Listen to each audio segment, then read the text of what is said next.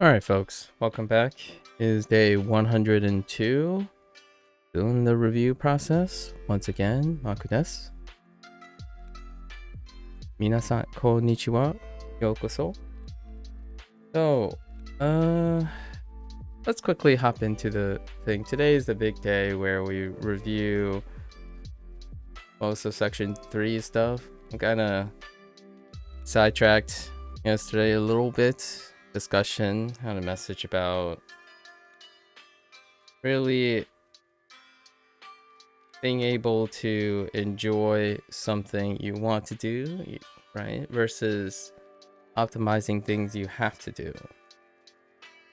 In that, I think we had a few things we noticed.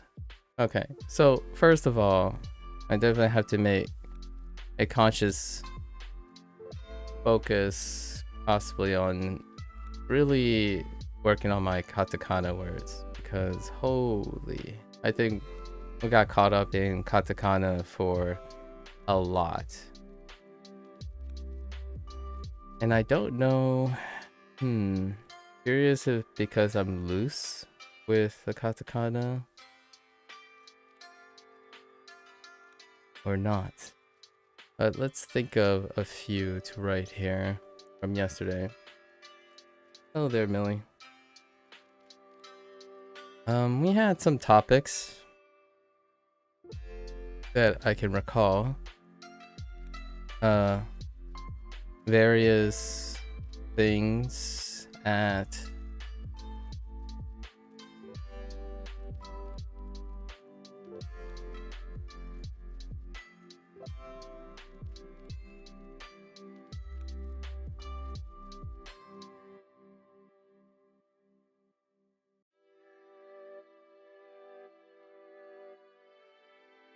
right? Okashiya. Wait. Yeah, okashiya.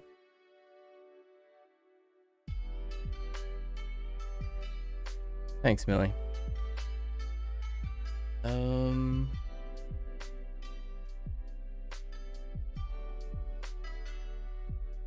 let's try to think of things that got caught up in. Got caught up with.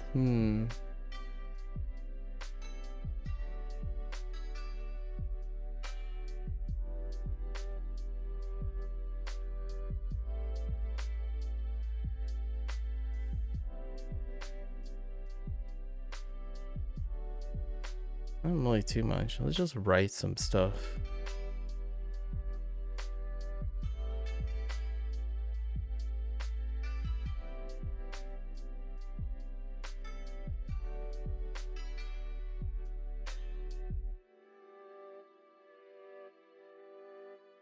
That's not the one.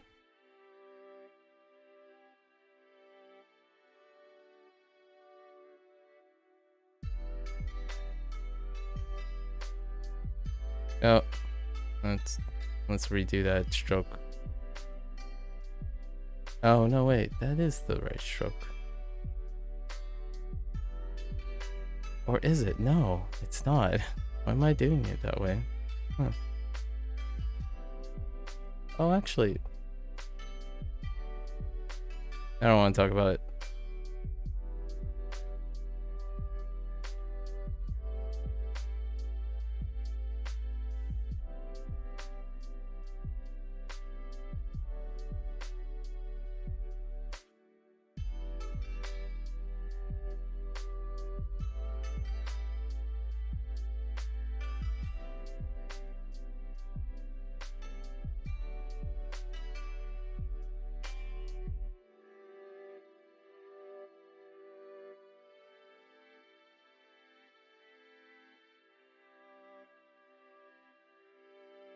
Huh.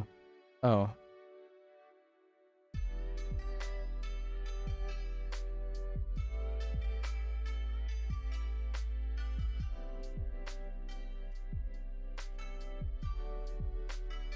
I totally forgot this existed.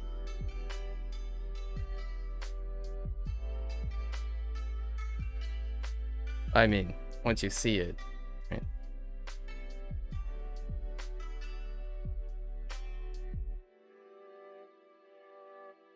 Let's keep going.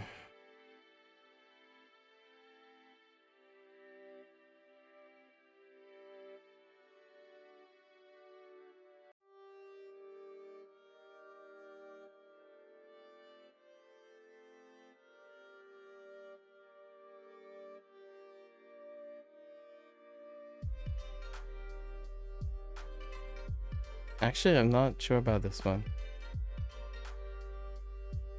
Yeah, we'll keep it.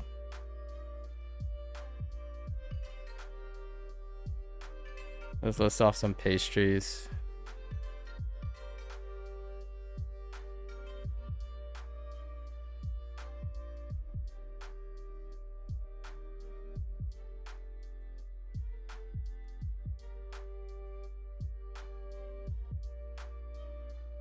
Dang it.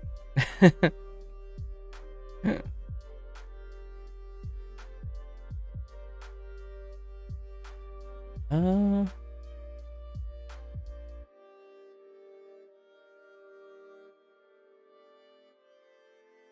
hmm.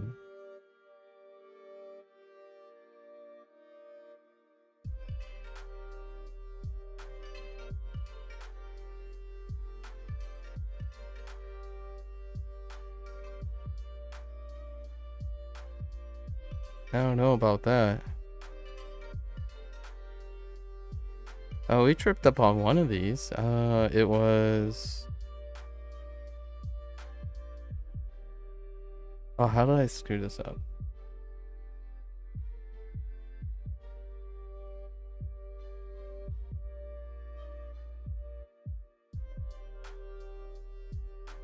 I swear it's this way.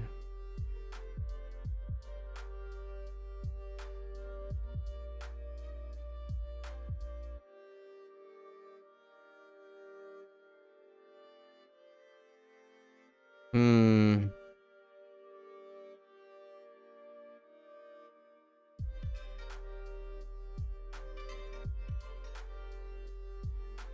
I don't know. There's a... there might be... like this. Nah, that doesn't look... No, that doesn't look... Let's try it like this.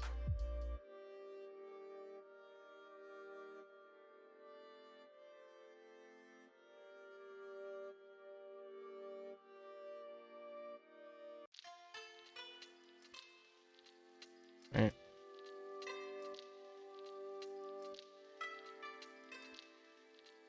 Yeah, chocoreto. Yeah. I mixed the ku with the ko. Not stuck on it.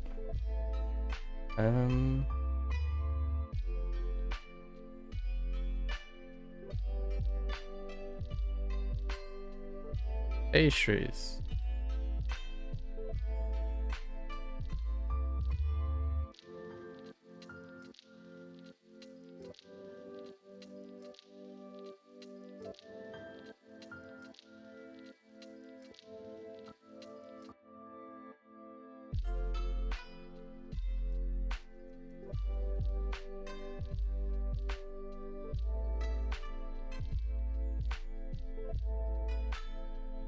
Most of them have keiki right now. I didn't even get this.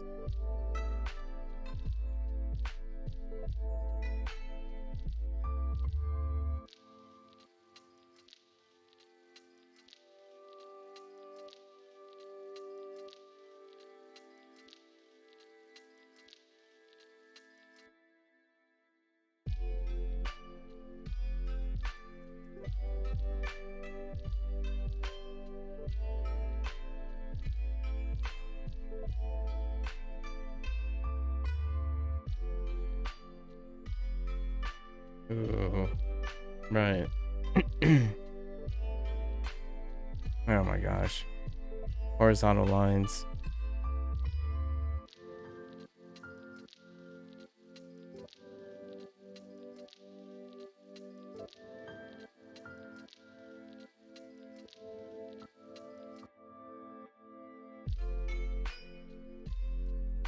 Shockingly, very few beverages yesterday. No beverage sticks out.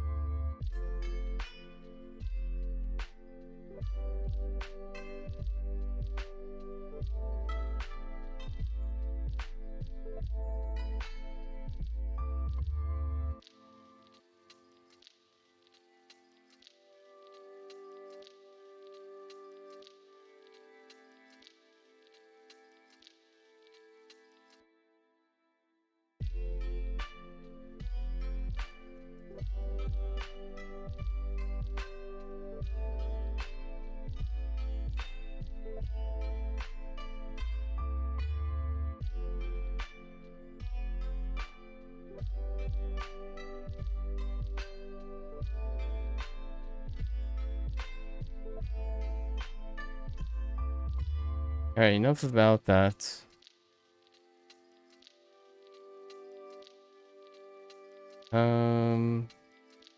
Oh, yeah, we got stuck on this.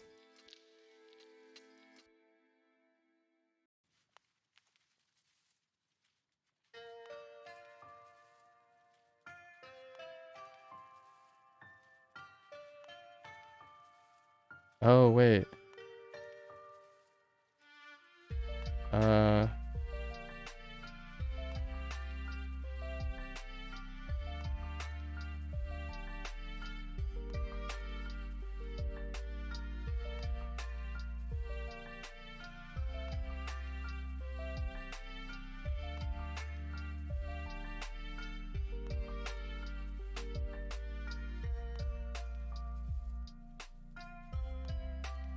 Something like that. New Jorio.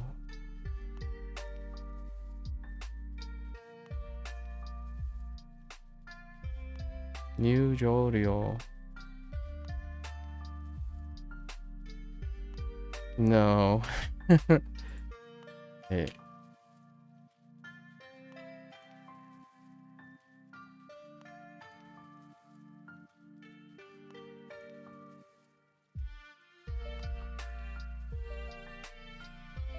Oh no, wait, that's right. Okay. Alright. I got stuck on that.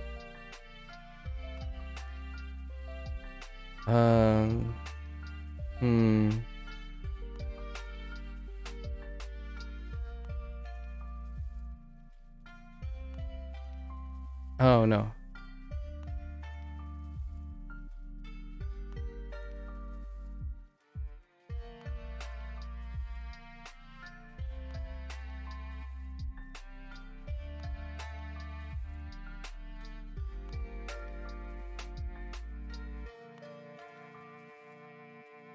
No.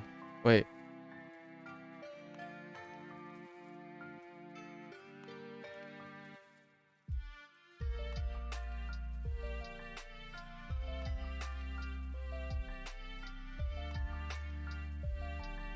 Character. Yeah, character. Yeah, that's fine. Yeah, I'm stuck on this one.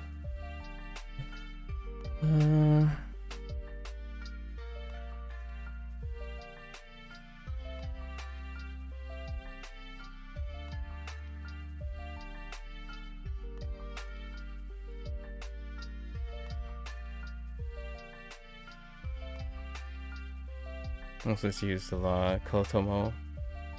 Or is it Kodomo? It's Kodomo.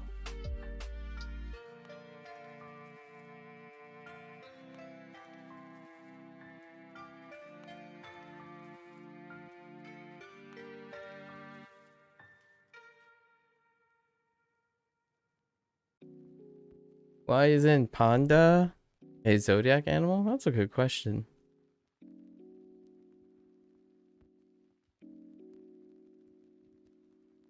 That's a great question.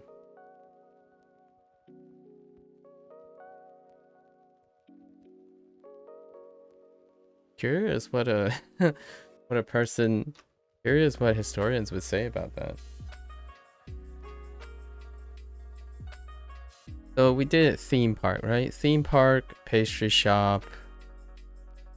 Those are two of the units that are memorable. Talking about a lot of family. There was a lot of family stuff. Like family members, family hobbies, family jobs, family visits. All within like our subjects tend to be family members.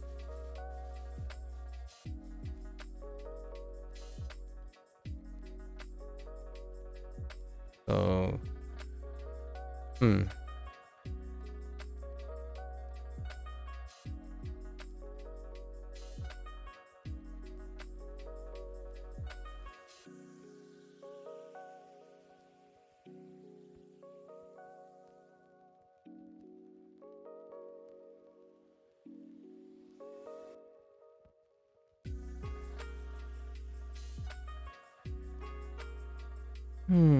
okay.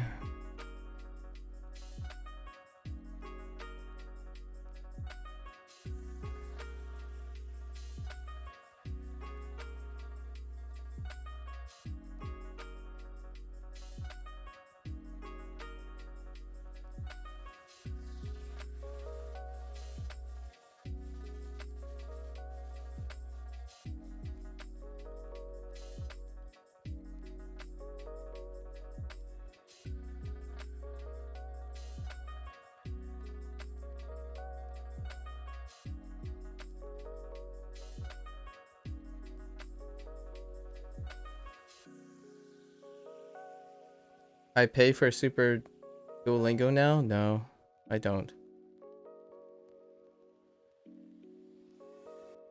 Day 100. Day 100 gives you 3 days. Again.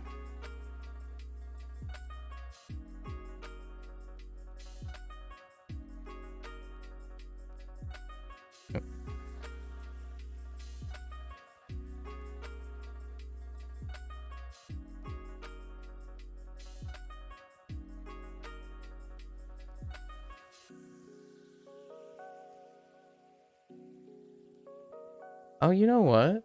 That's something I haven't noticed.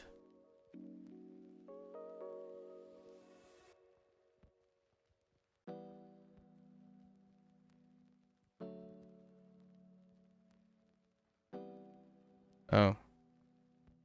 Never mind.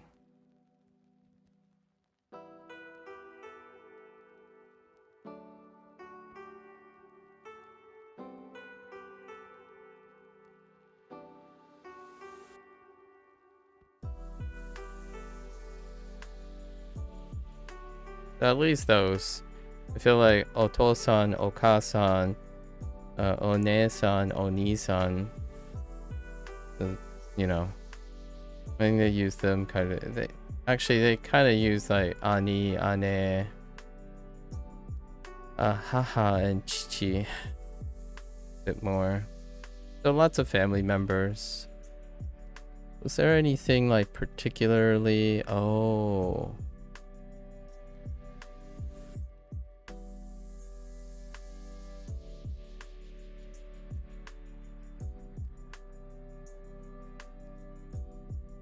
Uncle. Specifically like Kanko. Shiru. Suru, sorry. Kanko Suru. That's something to do with family.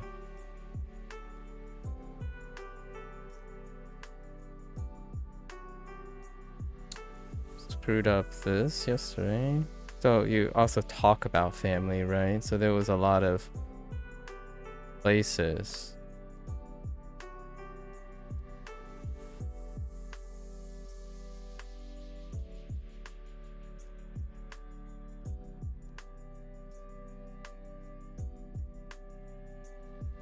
Oh, let's do this. This one, it's like I'm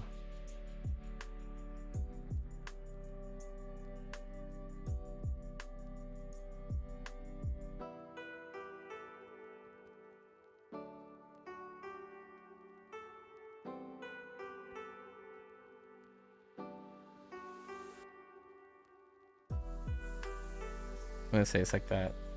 Australia. Oh, no, wait. Just kidding. It's, oh, wait.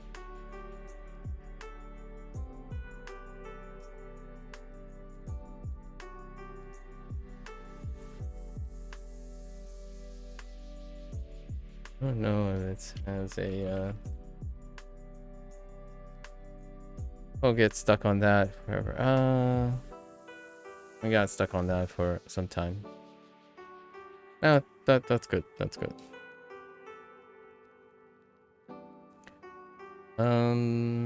Things like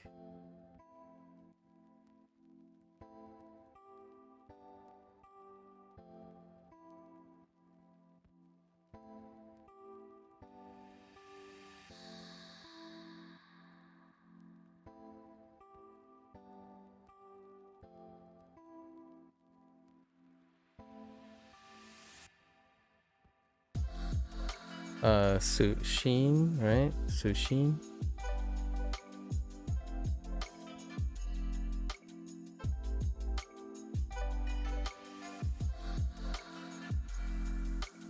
I missed the ch.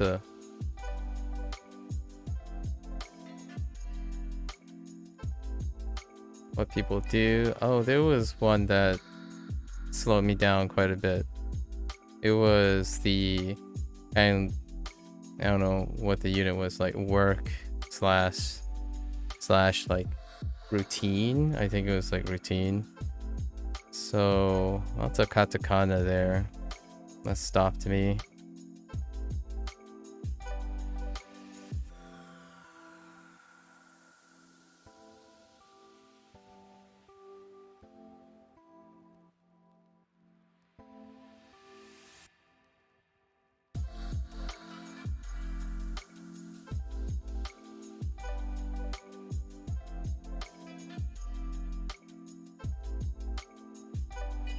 Right, meetingu.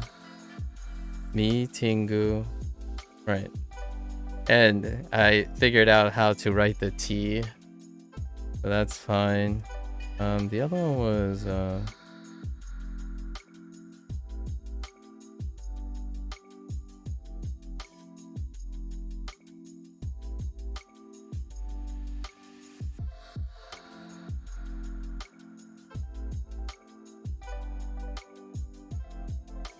maybe this? Toreiningu. Yeah, toreiningu. I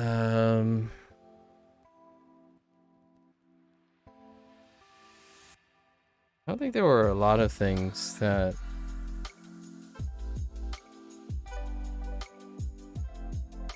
those things like, right, shiro.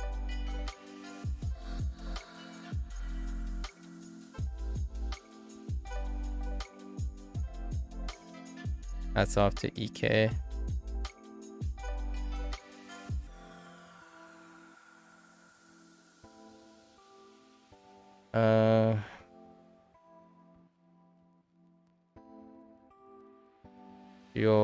Oh, a thing that I have been misremembering.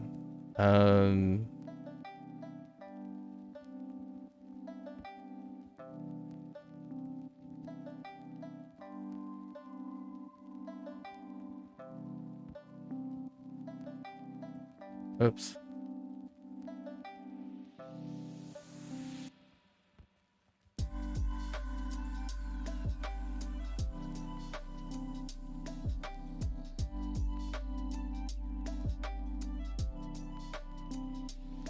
Shopai.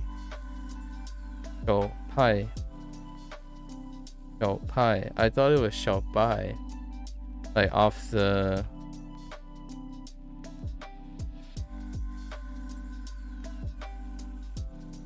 Make sure.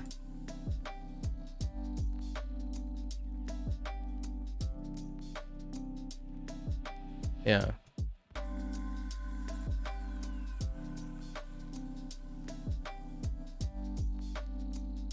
Is there any... near the end, it was kind of weird. All the units, legend ones, you were only doing translations. So you read your input was Japanese the entire time, and then your output was English the entire time. So it was pretty blitz near the end, as opposed to giving opportunities to type in Japanese. I think most of the slowdown is my keyboard output is very slow. It's definitely a lot faster to write it. Like the sounds I hear, it's quicker to write the characters since I spent more time on that. Obviously the keyboard input is under practice because I didn't output keyboard stuff, but yeah, it's a lot nicer to mess around with these. This is pretty good. I think we covered some of this stuff. Predicates. Actually, no predicates.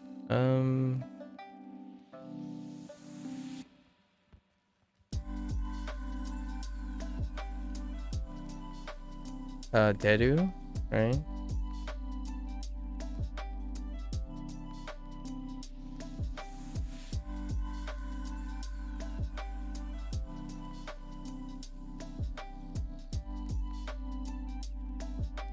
Alright, Dekiru. Oh, Dekeru. Wait, sorry, my bad.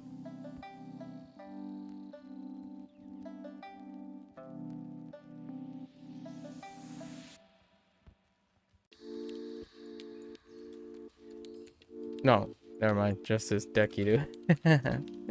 Just kidding. Should've went with my gut.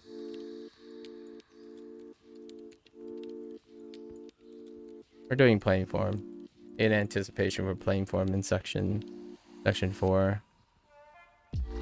Some other ones that are okay. We did a lot of transit too.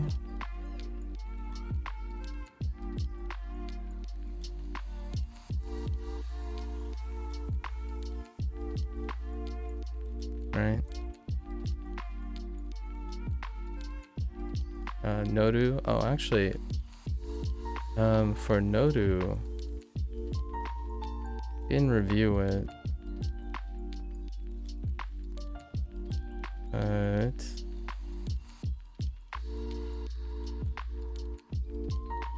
that's awful. I don't want to talk about it. No. We'll do it later. Today is the day we do that.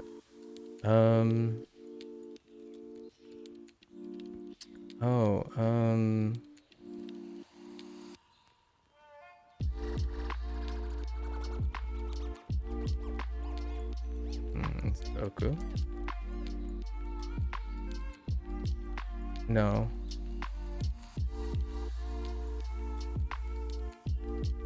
Is it...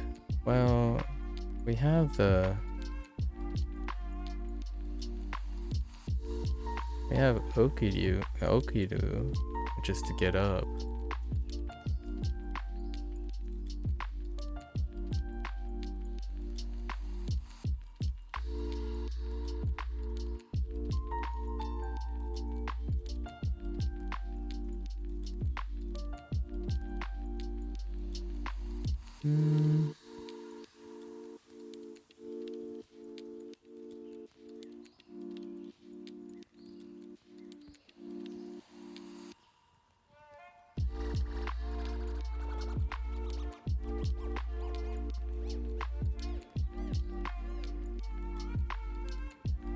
Yeah, it's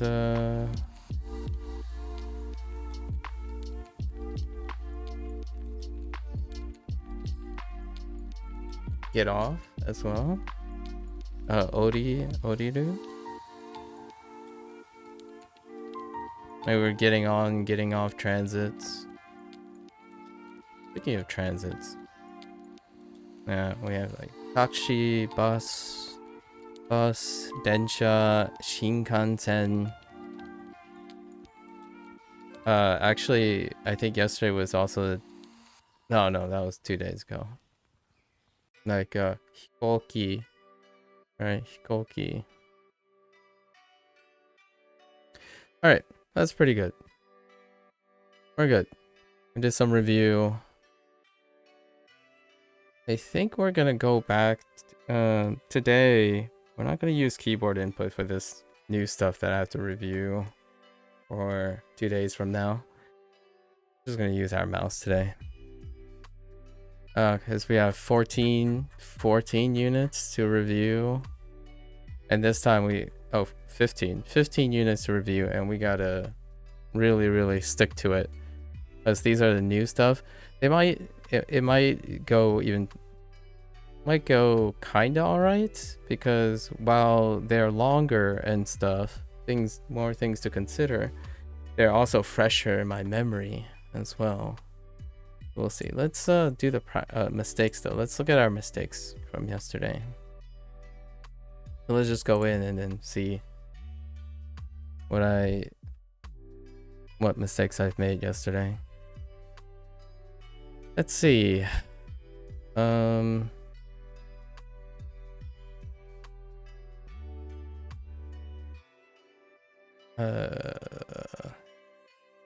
Biru. How do I? Oh, okay. Sure. Wa. O. Wa. O.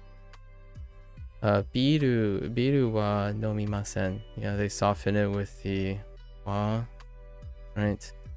And nani o nomimashou ka? Oh, I forgot about the predicate stuff.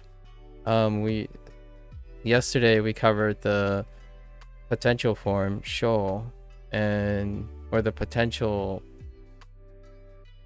speech. I don't really know what to call them at this point. The volitional, and the grammar point senka. いちごのパイはいいですね。いちごパイの Oh, which by the way, interestingly enough, I noticed that they added something which I don't know if it was available before. You can actually turn off unlimited hearts. There was a lot of complaint about like, oh yeah, but hearts kind of enforce you to do certain things, and then when you do super, you become more complacent and stuff. It's different. So I noticed that in Duolingo, at least for me, you can turn it off. So there you go. Choices. いちごのパイはいいですね。の パイはいいですね。いいですね。So I must what typo did I make? What typo could I have made? I remember pie, but いちごのパイはいいですね。I'm not quite sure which typo I made here. Because this would be a keyboard thing right here. It might have been forgetting the wa here. Sauce? Sosu? Probably shou. Probably shou. Tsukaimashou. ソースを作りましょう。 Just kidding. Oh, that's it. That is the mistake. I did exactly the mistake I made yesterday. I thought it said we should use more sauce as opposed to make more sauce. 作りましょう。 I'm pretty sure I typed tsukaimashou instead of tsukurimashou, because I thought the statement was we should use more sauce. もっと Yeah. どのチーズケーキを買いましょうか。どのチーズケーキを買いましょうか。 I probably wrote, there's a chance I probably wrote Habemashou ka as opposed to Kaimashou ka. Cheesecake, cheesecake. I'm not sure if I got, no, yeah. Oh, no, wait. I know what I wrote. I wrote dona cheesecake o kaimashou ka instead of dono. これは少ししょっぱいです。これ Um, は少し Shopai. しょっぱい Shopai. Yes. です。 Pretty sure I wrote bye instead of pie. Hey, Milo. This is the one that I had to remind myself because I thought it was bye for a while, but it's pie. Are your parents coming to Kyoto tomorrow? Let's see if I make the same error here. 明日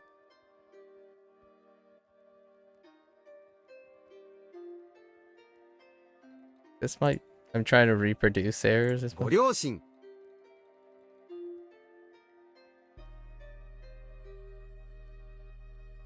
ご両親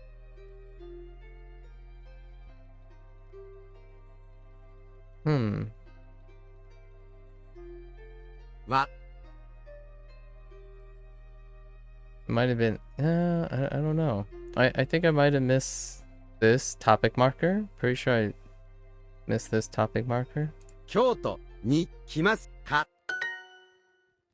Yeah, the ashita can go either. Pretty sure I might have missed the wa here. Okay. How did I screw this up? この旅行 No, I made sure of the ryoko. は Oh, I did mijikai. Mijikai. 短い Mijikai. I typed mijikai instead of michikai. でね Oh, and then this is what I got it mixed up with. Yeah. もっと Moto shio. 塩を作りましょう使いましょう Yep. I did exactly that. Oh, only like typing. Typing. Oh, that's why I wrote ice coffee. I got tripped up on something here. I don't know what it is though. It might be because we got the hiroba. I think it might have been should. Oh no, I messed up. Yeah. It's probably that. I don't think it's iced coffee. その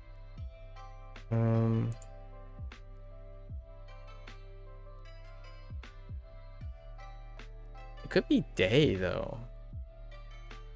I think it might be day. その It's either sono, 日で day.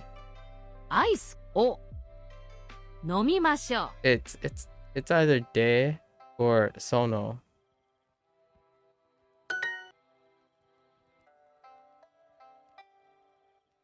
Uh, どこに行きましょうか。 I have no idea. I have no idea what I could have messed up here. Oh there, XD.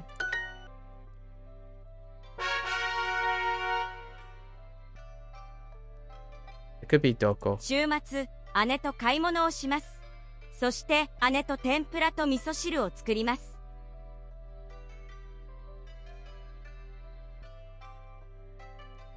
Oh, right. Cooking. I thought they were eating at a restaurant. ナオミさんもお菓子を買いますか How did I mess this one up? Usually you don't mess up the input. If the input is Japanese, I don't usually mess it up, but how did I screw this one up? Oh, probably question. It's probably ka.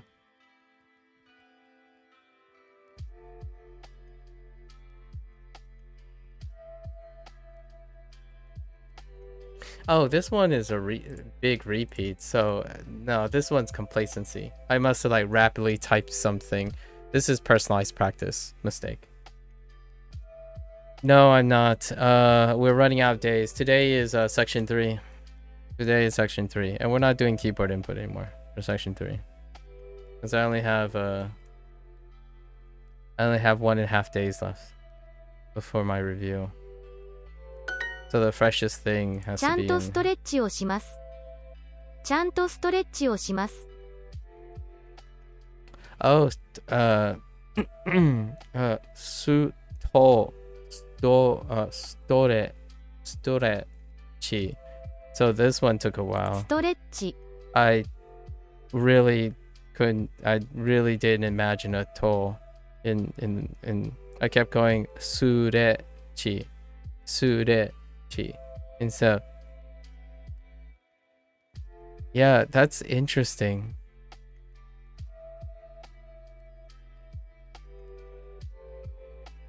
Huh. That's an interesting, yeah, storechi. Yeah. Storechi. Don't actually say that to that rough as a American English speaker. Stretch. But that is the closest. I don't know if I can think of another katakana word that has this re, like tore next to each other. Stretch. Wretch. Wreck. No wreck. ER.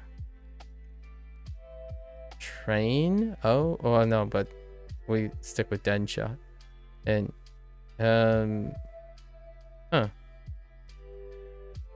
yeah, this one was unique because when I hit this word I was like, wait a minute, how do they do TRs like tore? Yeah, so I thought it was surechi as opposed to storechi. Okay. ちゃんとストレッチをします。ちゃんとストレッチをします。Make sure to stretch. 東京駅は終点ですか？ Tokyo, how do I, another one? Tokyo eki wa shuten desu ka? Oh yeah, and there's a shuten from 2 days ago. Oh, question. It's a ka moment.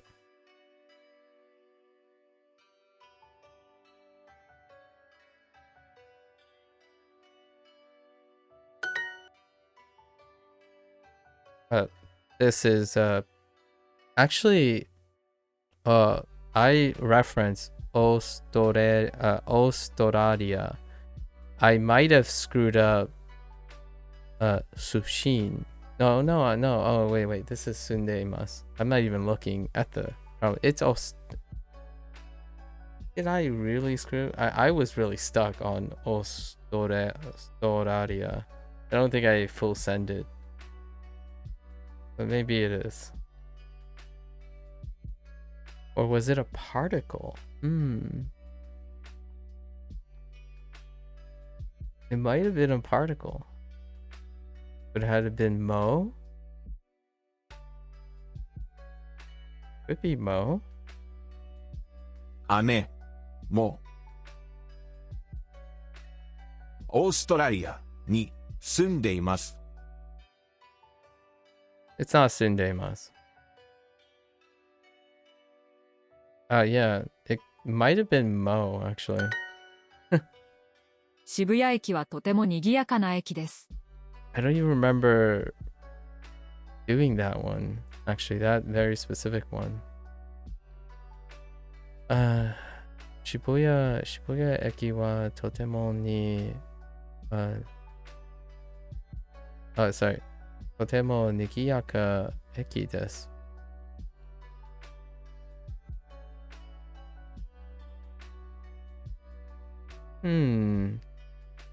I'm gonna guess it's the wa. It's probably the wa. I screwed up. Sometimes I get caught up in the specifics, and I drop particles every once in a while. And wa is one that I drop quite a bit. You get used to the particles being there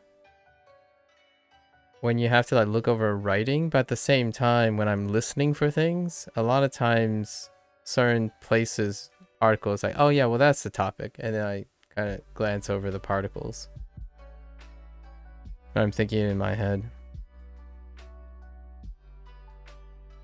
I can definitely understand now. I can definitely relate to the idea of dropping articles when people learn English. Like I drop articles here and there because I don't know. They are kind of they kind of mean something, but also pragmatically when you start, it's like yeah.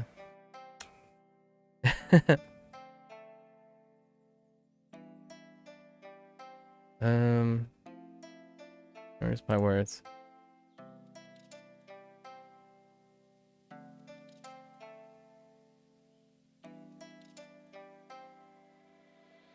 Yep, there you go. I dropped an article. Okay.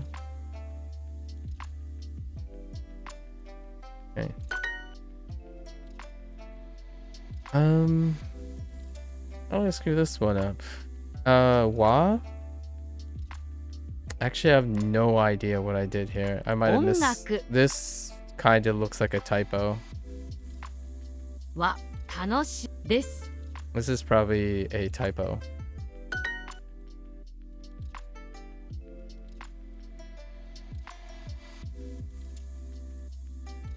I screwed up ofuro. I typed ofuro. サッカーの後お風呂 Ofuro. No. いつも Itsumo ofuro. Ofuro. Wait, where's my particle? Oh. に入ります Ni hairimasu. I was like, where's my particle? Where's the ni at? My kids know Korean?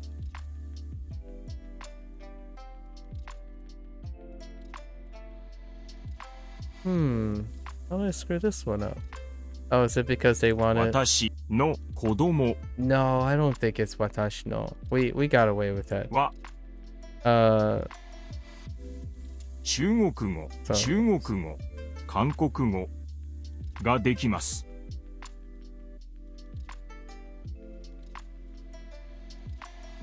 There's a chance I might have misspelled dekimasu. But you can definitely do it without this. Actually, I'm kind of curious. Oh no. No.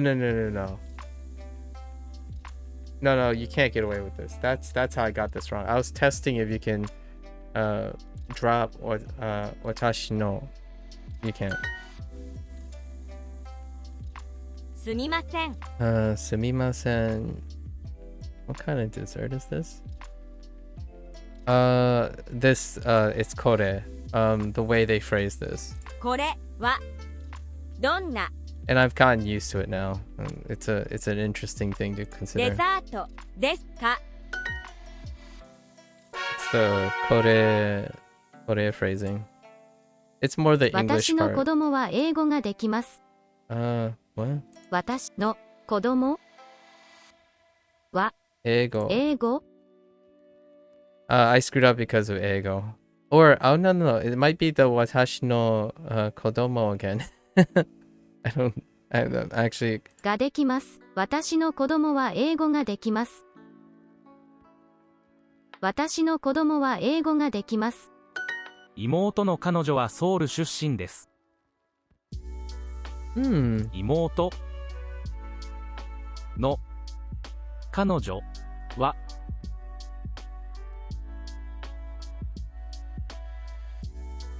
妹の彼女はソウル出身です。ソウル出 It's probably 身です。 Sushin. Probably Sushin. I only missed one Sushin, so this might be it. Alright. We reviewed our mistakes. Now today, let's focus.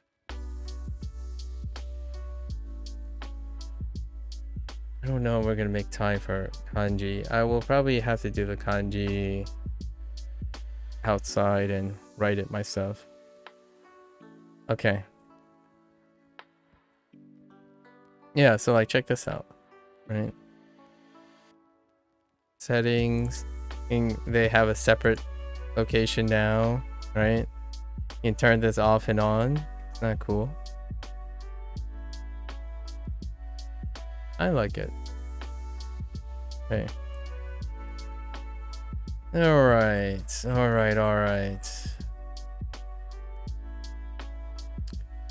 I think we're going to tap all of them once here and then see how much time we have left. It's probably the way to go. So past tense verbs. Okay. 歌舞伎は高いですか？ Kabuki wa takai desu ka? Wow, so this is even before takai.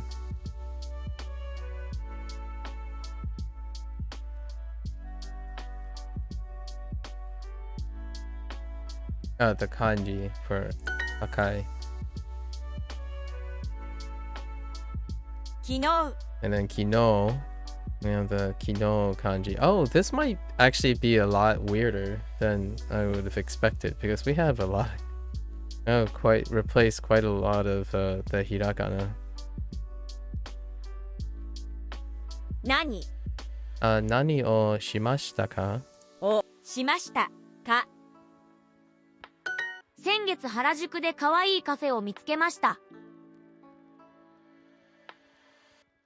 Oh, mitsukemashita.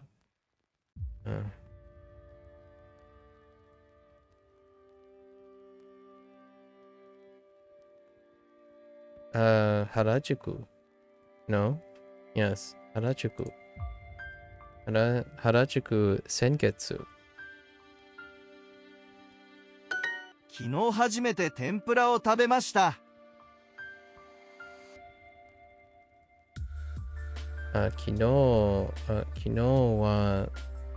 No, 昨日初めて I did it again. I did that so reliably. 昨日初めて天ぷらを食べました。Alright.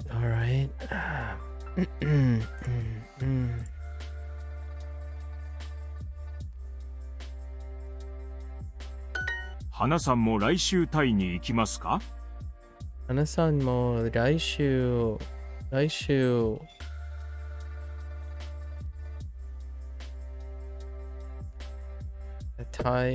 イに行きますか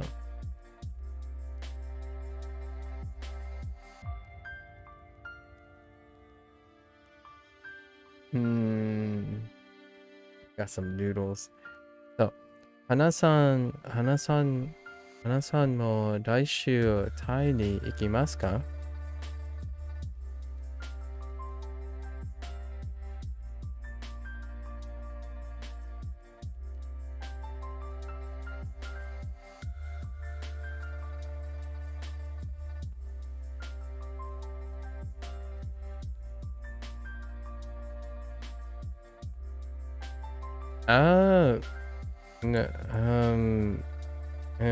？Yeah, sure.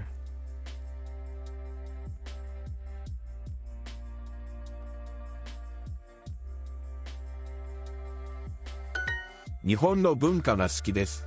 日本の文化が好きです。日本の文化が好きです。Me too. 銀座の寿司は美味しいです。銀座の寿司は美味しいです。象は優しい動物ですか？象は優しい動物ですか？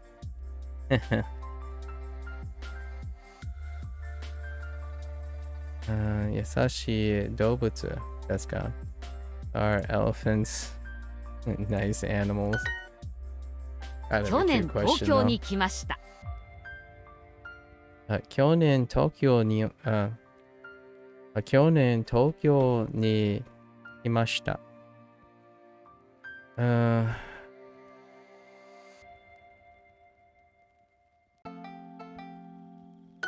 昨日横浜で服を買いました。昨日横浜で服を買いました。no. いや。昨日横浜で服を買いました。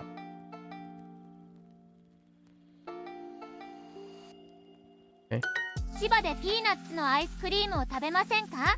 千葉でアイスクリーム。千葉でドーナツのアイスクリーム。Wait. Just kidding. Not. Peanuts.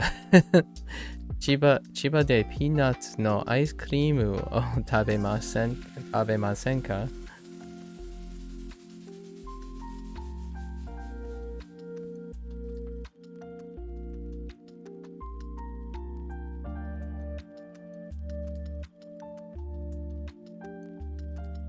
？Actually, these are far more. They feel a lot nicer when you're rolling them together. I think going backwards is leaping back and then moving forward is a lot. Obviously, I'm under practice, and it feels like I was working uphill. 先月日本の有名な絵を見ました。先月日本の有名な what?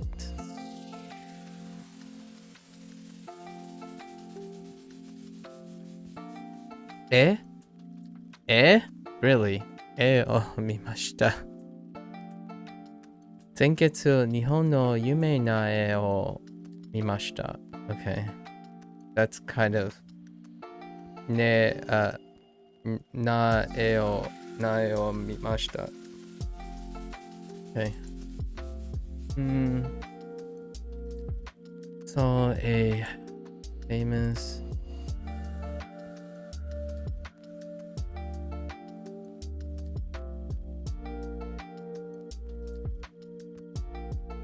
interesting.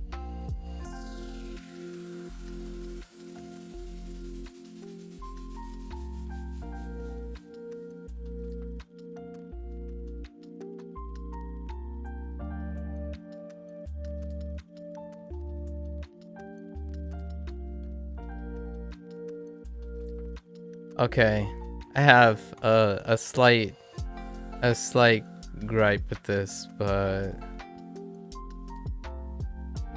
that is what that says.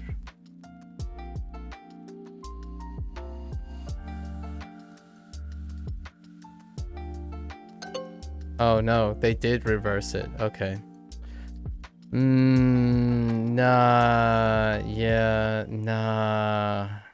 I guess you could say a subset of Japanese things. I disagree with how that is done right there. 明日横浜で中華料理を食べます。 I should have interpreted the English way, right? The output is the English way. 明日横浜で中華料理を食べます。Okay, tomorrow I guess I'm going to eat Chinese food in Yokohama, sure. 昨日渋谷のパレードに行きました。Okay. Alright.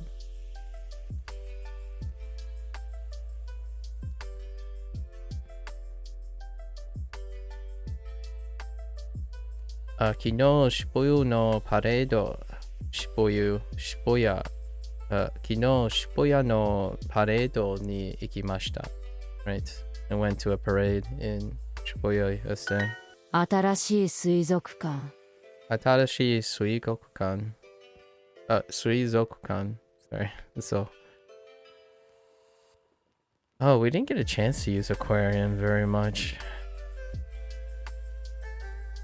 去年韓国語を練習しました。Okay. 去年韓国語を練習しました. Interesting. 練習? Right? 練習する?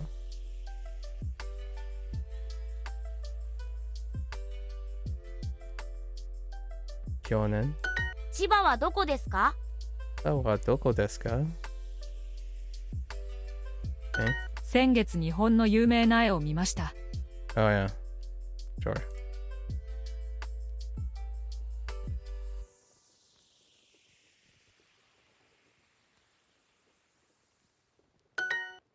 Okay. All right. So past tense, right? Shita, mashita. Transit plans. Hmm.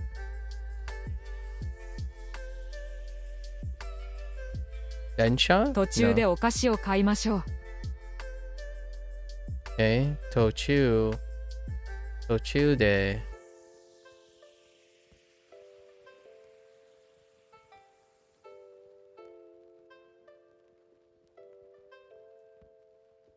でお菓子を買いましょう。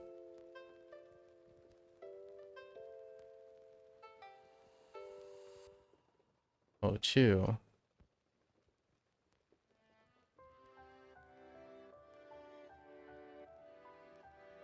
Oh, interesting. Okay. So,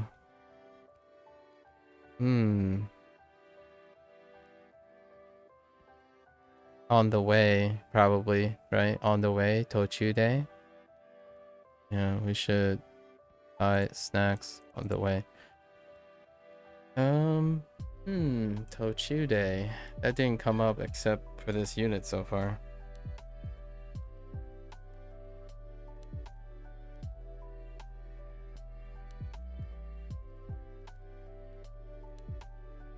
Tochude kind of sounds like on the way, really. Tochude, on the way.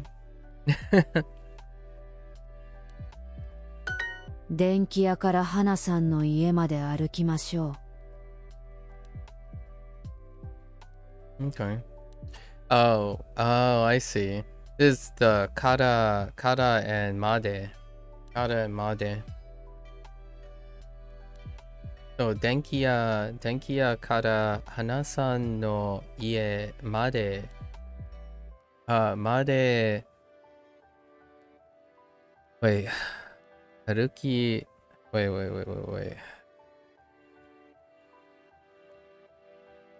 歩きましょう. Wait.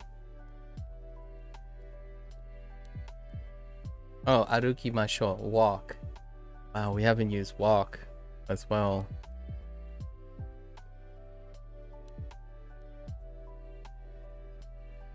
So, we should walk from the electronics store to Hana's house, right? So the kara made kind of thing. Yeah, totally forgot. Harukimashou.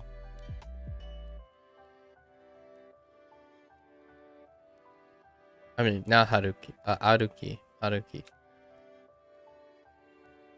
Harukimashou. Or aruku.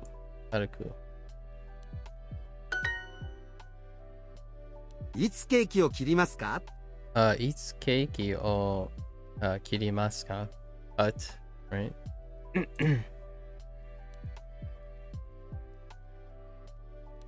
When are we going to cut the cake? 韓国のフライドチキンはどうですか？韓国のフライドチキンはどうですか? It's fantastic.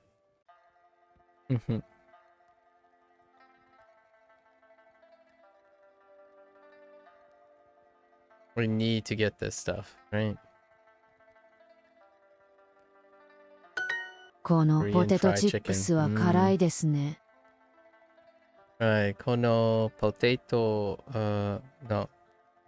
Yeah, このポテトチップ、チップは辛いですね。辛い。spicy.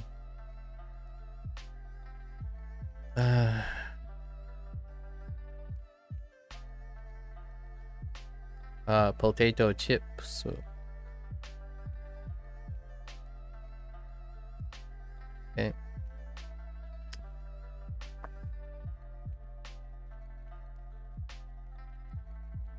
アンドリューさんの家。 Okay, Andrew's house. Sure. 近くのバス停からここまで歩きました。近くのバス停。バス停。近くのバス停からここ。からここまで。からここまで歩ましょう。歩きました。Oh my gosh. 歩きました。歩きました。歩きました。Okay.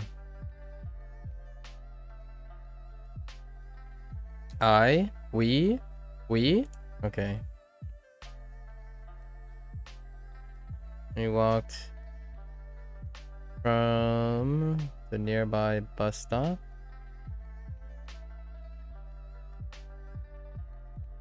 to here. Okay. ケンさんのいとこはどんなおもちゃが好きですか？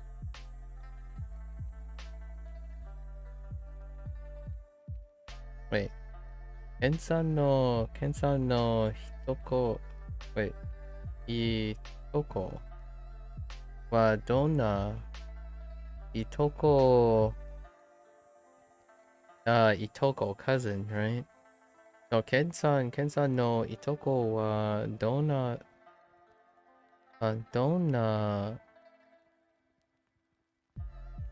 おもちゃが好きですか？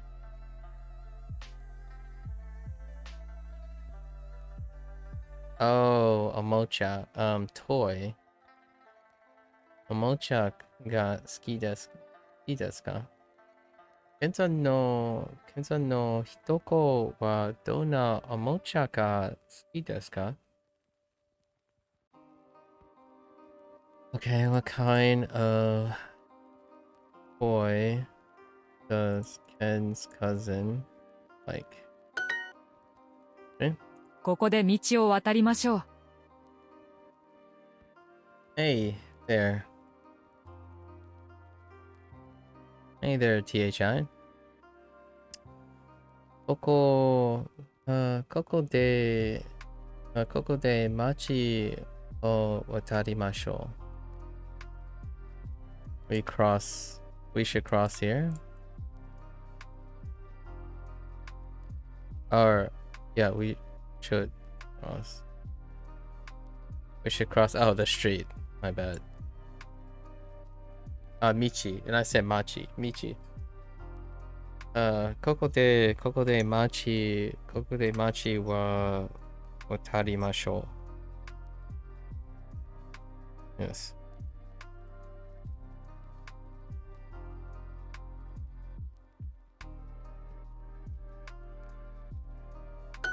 駅からエリカさんの家まで歩きます。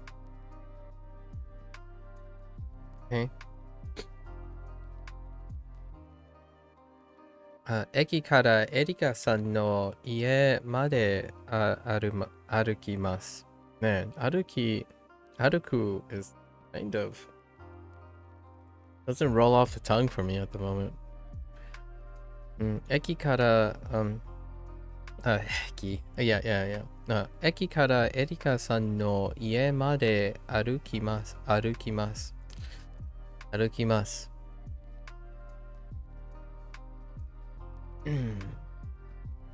駅からエリカさんの家まで歩きます。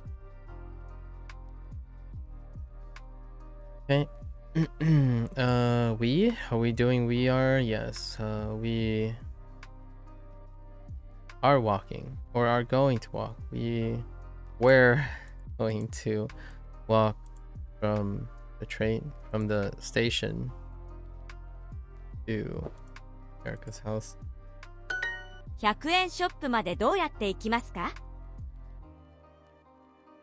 Okay.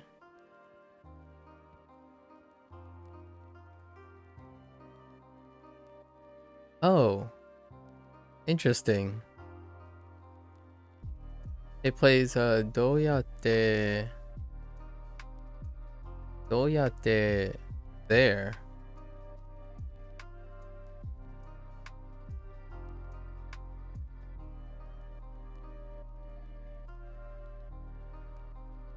Oh no. No, this is100円ショップまでどうやって行きますか? So, oh, yeah, どうやって forgot how, then, yeah, how do we get to the, I guess it's just called 100 yen shop. I was gonna say 100 yen or but the works, yeah. 次の駅まで200円です。次の駅までに Wait, is that special? 次の駅まで200円です。 No, 200円です. Yeah, I was just gonna go with 200. It must be the N that's new in this chapter. Oh, it might be Eki as well. Okay. 次の駅まで200円です. Sure.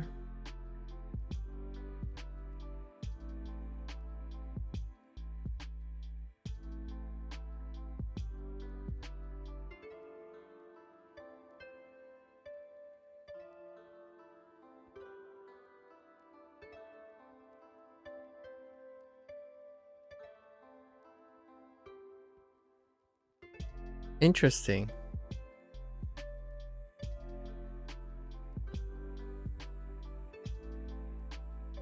Okay. I see how that works out. Interesting. So, 次の駅まで200円です. Huh. I'm not sure if I've used this phrasing ever again. It's a cool phrasing. I like it.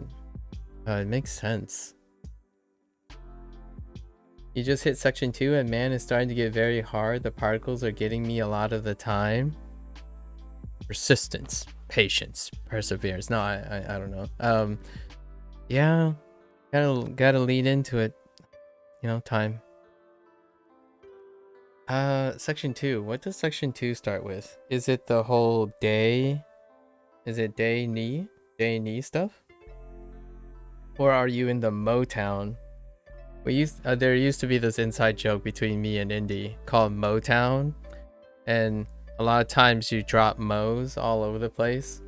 Like every time also comes up, you forget the mo. So we called it the Motown. Once you graduate from the Ka Town, or like the Ka Academy. Motown? Alright, yeah, it's the Motown. Yeah, it's a very classic one. Not that you should take this with a grain of salt. I think I left Motown somewhere near the end of section 2. So Motown becomes it's a long time. You spend a lot of time in Motown.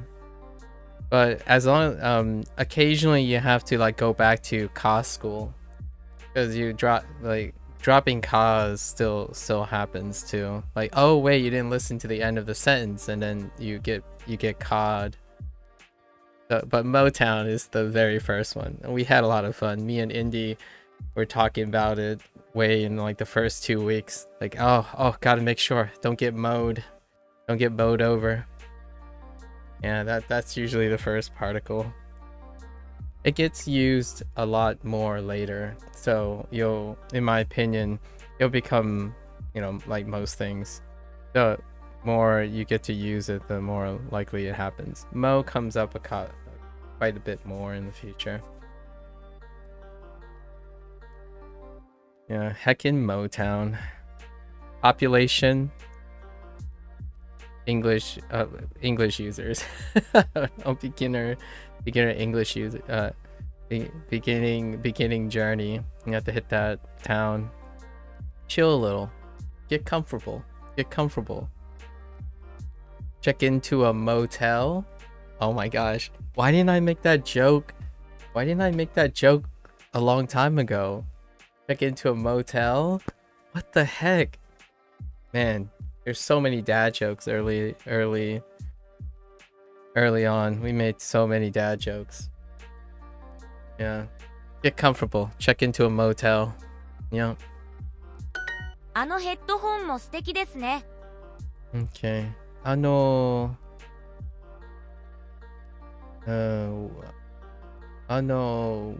Wa pa pa pa.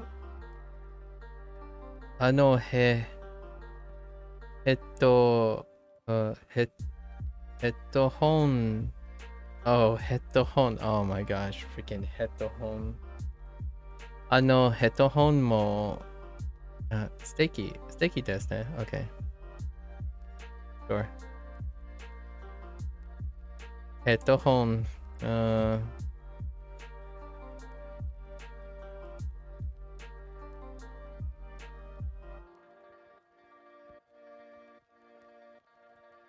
Wait. Oh my gosh, just jeez. Those headphones over there are lovely too, aren't they? The weirdest part I feel in all this journey when it comes to English is that this type of English is normal to me now. Like, I feel like it's normal.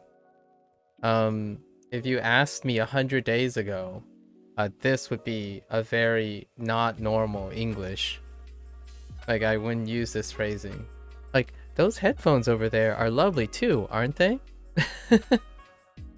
Now it's like, oh yeah, okay, that's fine.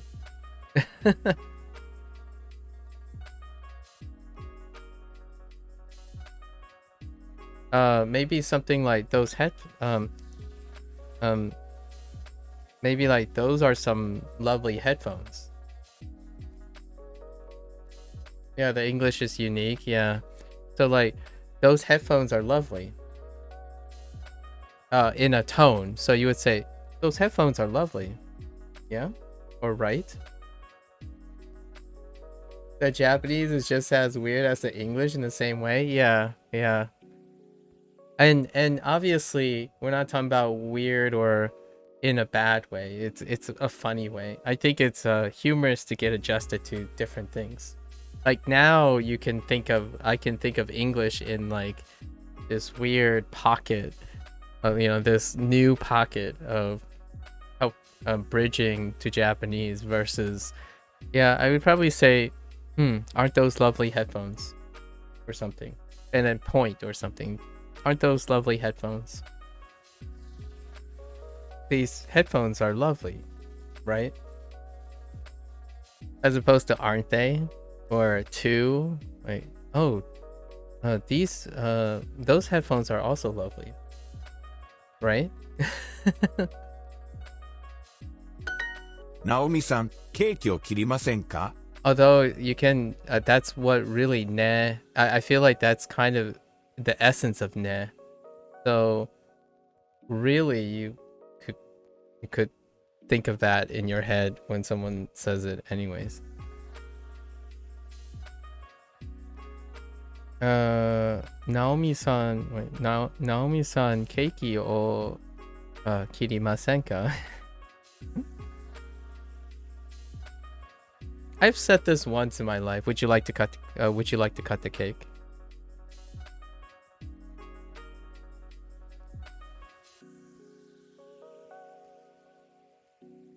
A lot of times though, in like a situation like a birthday party and something, you would exclaim it outwardly and say like, shall we cut the cake? Right? Which we can express here too. Right. Keki o kirimashou ka? It's more like, should we cut the cake? But it's close enough.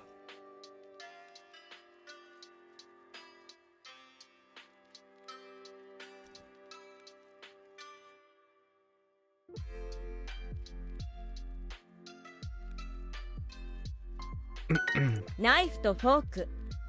Knife. Sorry. Knife to fork. Fork. Sorry. I'll show you a fork. パーティーの後、バーに行きませんか？ Party no. Oh yeah, party no ato. Man, looking at party is such a weird looking katakana. Party no ato. Bar. Bar ni ikimasen ka? After the party, would you like to go to the bar? So many prepositions. So many prepositions. この後、ここからタクシーに乗りましょう。I think kono ato might have been part of this lesson. Just that phrase. Kono ato, koko kara. Oh yeah, and koko kara was part of this too. Koko kara taxi ni norimashou.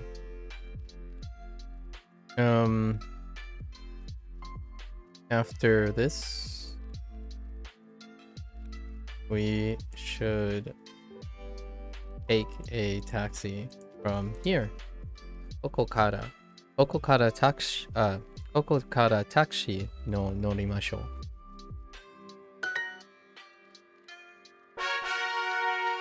I feel as though Duo's Japanese is detached from how Japanese is actually used. That's a fair point. I would say, from my experience, kind of mixed bag. I just happened to watch an anime where someone actually talked like Duolingo. Too unnatural. The contrast is really stark. I don't think the contrast is that stark. But that's fair.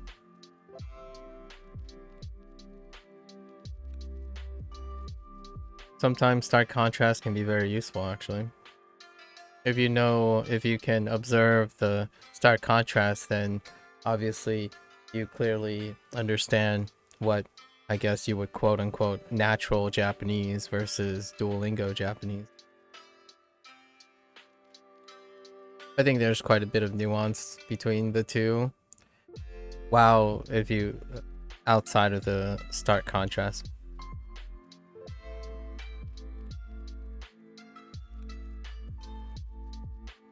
Although pragmatically speaking, it's irrelevant for me personally, whether it's natural or unnatural.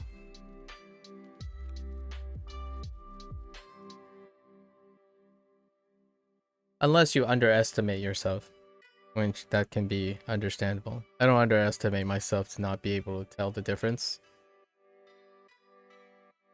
Kind of like a mental exercise. Hey, shop for electronics. この綺麗なマウスは光ります。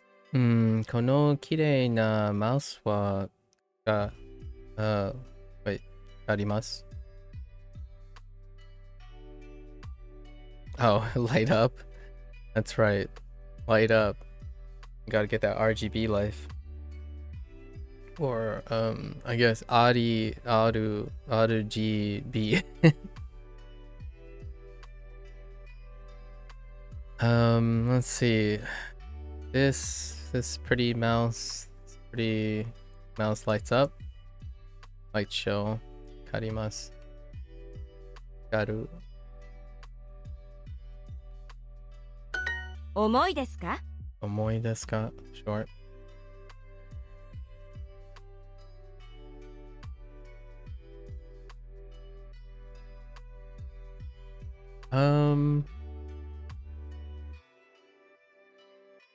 Ai?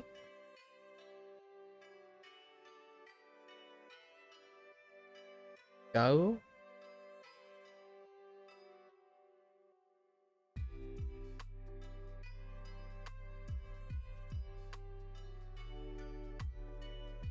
No. Gai? No. I guess we'll find it at some point. I think the thing is that even if it teaches you unnatural Japanese, if you learn Japanese, you will eventually be able to know a difference the same way we can tell the issue with English. Yeah, exactly. So whatever knowledge you have, if you decide to not apply it in any way, then yeah, certainly it can feel like a waste of time, right? So that's perfectly fine. Most of the time when I learn things, I typically want to know what is and what is not, what is there and what I don't know. So it's different from suggesting that I'm learning Duolingo thinking that I know natural Japanese. That's different. I wouldn't use that perspective. However, others may. So it's the same in the reverse order. When someone thinks they know natural Japanese and they understand what English speakers need to learn Japanese. That's an arrogant and one-sided approach for both directions. So instead, I participate in listening to natural Japanese and unnatural Japanese. When you don't know what you don't know, then you can't possibly make advice on it. So that's kind of the idea, right? In science, when you predicate on only the things you know, that's called confirmation bias. So your world is capped by what you think is right versus what you don't know. That's the whole like Kruger-Dunning effect, right? The people who remain competent and continue to grow are the people who are constantly concerned about what they don't know and what they do know. Not what they do know and what they only know is right. So I am very, very aware that Duolingo has weird Japanese or different Japanese, much that I leverage it to contrast with natural Japanese or whatever people consider natural, which is the normalization standard, right? If there are more speakers outside, you think it's actually good to branch into natural Japanese with baby steps? First with Duo's Japanese for English speaker? That's a very reasonable step, yeah. I kind of do them simultaneously. So with all the stuff aside, I actually do it simultaneously. It keeps from getting dull for me. So I listen to, honestly, I don't even know if I heard unnatural Japanese. And what I mean by that is I didn't go out of my way to listen to someone with unnatural Japanese, now that I think about it. That might be an interesting experiment. And what I mean by that is I didn't go around and look at other people what they sound like after they relied on one resource like Duolingo. I think for the most part, people who strive to understand language, they tend to have a mix. As in, some phrases come out unnatural, some phrases come out naturally. And inherently, that is how most natural languages occur. You will have a mix of unnatural and natural things. I don't think For example, when I read English, most of the time, I'm not thinking to myself, this person has unnatural and natural English. But they do. In fact, the vast majority of texting online is actually unnatural English. It's specifically catered to internet English. So it's funny because what is determined to be natural or unnatural is population, in my opinion, right? What is natural English on the internet is really actually not natural English out of the internet, like outside of the internet. However, English is interesting in the sense that native speakers aren't the majority. Meanwhile, Japanese is. So it's kind of fun to think that you can specifically say that. I have a friend that types like a robot, legit. OpenAI talks more natural in text than she does. It's great. Yeah. So here's wait, Gabriel, how would you want historians when explaining digital age use your content to explain? Wait. How would you want historians when explaining the digital age use your content to explain? Could you elaborate on that? I feel like there's something missing there that I don't understand at the moment, Gabriel. So like, are you asking, how do you want a historian to use my content to explain the digital age, or are you talking about in general, like anybody's content to explain the digital age? The digital age is so weird. It's so unfathomably wide. Huh. I don't know. That question is so bold, as though like it's hard to even imagine how. Honestly, I don't want anything from how historians explain things. I just want historians to try to do it. Like I'm like, I don't know how to explain. Let me try to collect my thoughts, because I haven't thought about it. I haven't watched a documentary on explaining the digital age with content in general. I think right now, most people are doing that in their own way.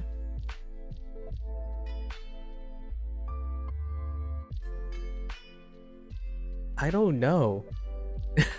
I have no idea.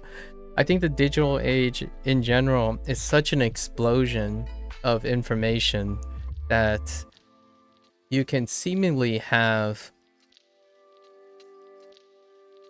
an undefined number of explanations for the digital age. And I think in the future, there's going to be a balance between humanity's ability to try to organize that information. But the question I'm concerned about, or like the thought that I have, is, will the digital age outpace the humanity's tendency to try to bring order to like how explosive the digital age is? Like the information, for every attempt for humanity to try to organize information, there's an explosion of new information. So I have no idea how historians would approach that. Well, back before the digital age, information is disseminated and digested locally or regionally. So you can kind of organize that stuff into their pockets. Nowadays, there's so much intermixing that you get emergent trends quite literally overnight. So I don't really know how they would go about it. I'm not a historian. I tend to embrace the chaos more than provide order. So maybe if we try to combine it into the language learning thing, it's kind of like a linguist trying to find the universal standards and rules for American or Americanized English on the internet. Like, how do they do that? Well, they'll be doing it every single day. For all I know, a new word was created today. I have no idea what that is. There's got to be a new English word created today. You know, in another 30 days, that word will replace everything. And then that word becomes obsolete, and then the next word becomes like, what is a great word? Bruh. Bro. I can't tell you how many times I've seen bro, and I'm not quite sure what it means anymore.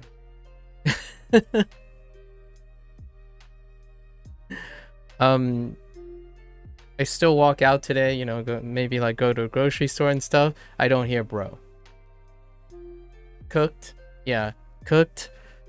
Just let me cook. I don't even know if cook means the same thing anymore. So it's weird. And I use the word weird in a omoshiroi manner, right? Not weird as in that's off-putting. It's very unique. It's weird because I haven't normalized it. Yeah. That's a crazy task. Okay, so here's the real thought. Here's a lazy answer, sort of.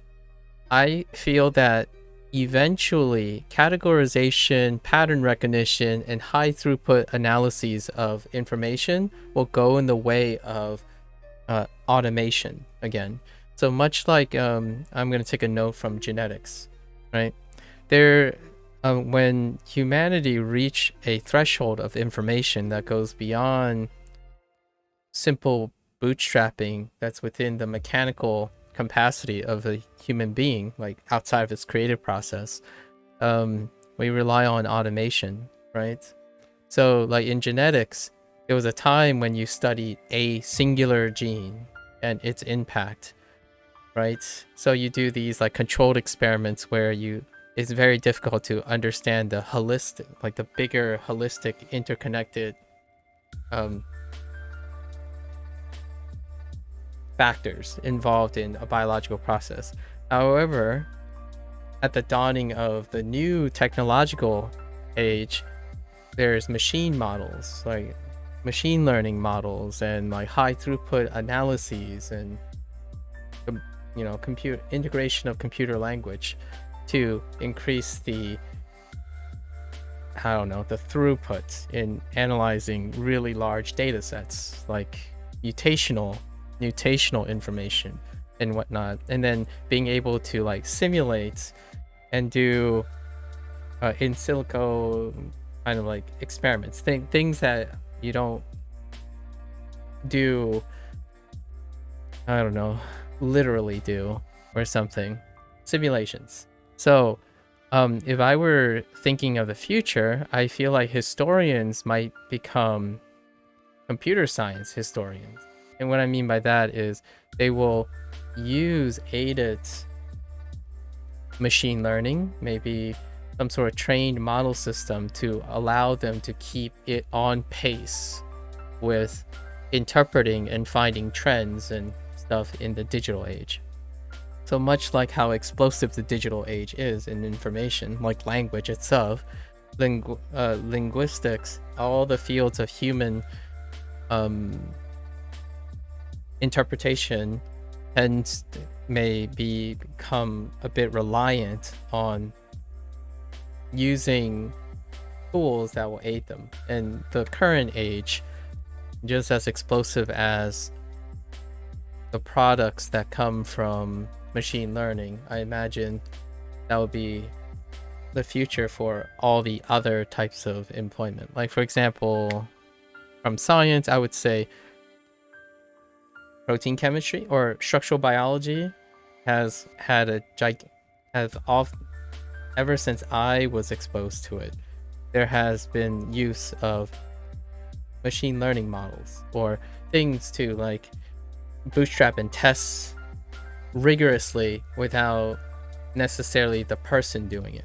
So instead of having hundreds of people work on a protein structure, right, like matching the crystal structure, what is observed, the input, the observed crystal structure, and then trying to orient theoretically what the protein structure is. Now you have one machine, or maybe multiple machines in the future, collaborating with each other under the surveillance of a human being to, validate or affirm that information. And I think historians and linguists will probably deploy similar things to keep up with the explosive nature of the digital age. At least that's my opinion. I don't think I would be able to do a lot of the things that I was able to do even before this whole AI renaissance without like a server with incredible computational power to sort out all the data. So I literally didn't look through all the data. It would take me years just sitting down looking at the data. So maybe that's how that will work out, right? Imagine having 2 or 3 servers dedicated to tracking usage patterns. I'm sure Google is already doing that, if you know what I mean, to advise things. And Duolingo takes that approach too, really. Unfortunately, in a way, it's also unemotional, right? So it becomes less and less human, obviously, because it's using data, it's using hyper-objectivity. Will we see a pushback to embracing some humanistic things? I think so. At some point, I think as a collective on the internet, we'll find a medium where like, oh yeah, this still feels human. Like, there's emotion and sentimentalism in it. And then there's objectivity. I talk about this quite a lot because in language learning, it's kind of very ironic in a way, but what I see that stops people from learning things anymore is that objectivity. So trying to become more efficient and constantly keep up with effectively becoming a machine is largely what stops someone from even trying anymore. Right? So maybe there'll be like a moderation of all these things. Like, hey, you're not living life the right way if you're not spending 1 minute of every moment of your life doing something productive. That's how a machine talks. That's how a hyper objective person who's concerned with objective facts versus sentimental subjective well-being. Okay. And I think historians may also struggle or think about this too.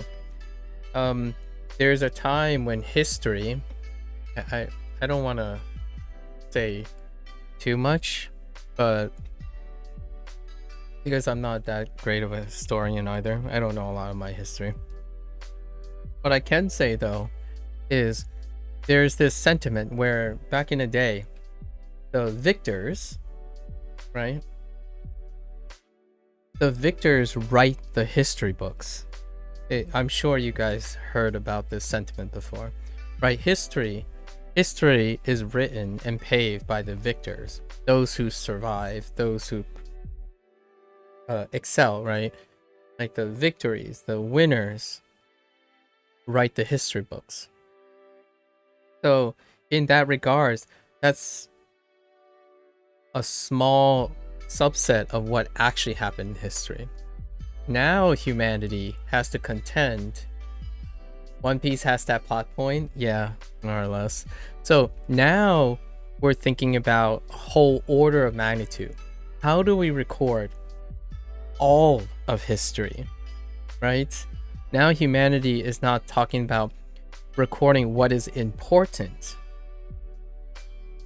So it becomes less of a human issue, in my opinion. It becomes less of a humanly possible task that has meaning, but it also has become a very large mechanical problem, like an objective mechanical problem. How do you record all of history on the internet? Like, we're not talking about, oh, we don't need to okay, this meme about the cat on a keyboard is like important history, but this meme by this person who spent 5 seconds is not. So the question is, how can you keep up with all of internet history, however insignificant or not, when you impart the human value system? So I think it's a very different question now. Early history, without the capacity to do so, or like, it's obvious, you know what you know and you know what you don't know, right? Like, for example, when someone writes a history on the American Civil War, their concern is not necessarily in my opinion, their concern is try to be as comprehensive as possible about the American Civil War. However, I would say that a historian that is writing that knows full well that they are incapable of comprehensively covering everything about the American Civil War. Fast forward to now, it's kind of feasible to record every single thing of every single moment of every single transaction, on the internet. Now you start wondering, where does it become robotic and overwhelming rather than serving human posterity? And that's kind of how I feel about language learning. When you meet someone who's incredibly passionate and mechanical, they will continue to spend so long optimizing their methodology in anticipation of trying to be comprehensive, as opposed to being human and doing the first 2 or 3 things, like, telling yourself it's good enough. And that historian question, to me, if I was a historian, I would need to set a bottom line. As in, I'm not here to record all of history, because holy heck, I wouldn't know where to start. You literally wouldn't know where to start. Where do you start? What history is important about the digital age? Yeah, is that why everyone on the internet is trying to tell you to invest in crypto and NFTs to easily get rich? Ooh, that's a little bit of a deep cut. I won't say too much about it, and I'm very cursorily aware of how at least what you're talking about is cryptocurrency. Cryptocurrency works. I think the one technological advancement of cryptocurrency is the idea of that historian approach. It's related to your whole historian approach. The public ledger, right? The blockchain.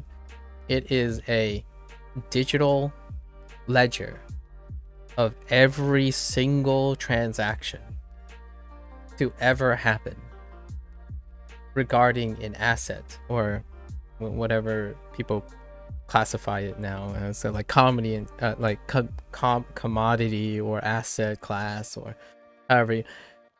That is kind of a great example of the future of the digital age. how do we find meaning in that? I think that's one of the things that may be hurting the livelihood of many humans. And humans, I mean people who get over encumbered by being comprehensive. You can use these tools to inform your decisions, but one day you have to live your life. And I feel like there's got to be some sort of awareness or moderation for them. There's room for philosophy. There's room for error. There's room for non-idealistic outcome. Because humanity is not comprehensive. It's subjectively, I'm going to say it's subjectively comprehensive. You do enough to find meaning in your life, not to try to know everything. You can't, it's almost foolhardy to believe that the goal of being someone who's very satisfied as a human being is to have comprehensive knowledge of everything. Doesn't mean you can't have fun trying, of course. I do that now. We were just talking about natural and unnatural Japanese, right? You can do both.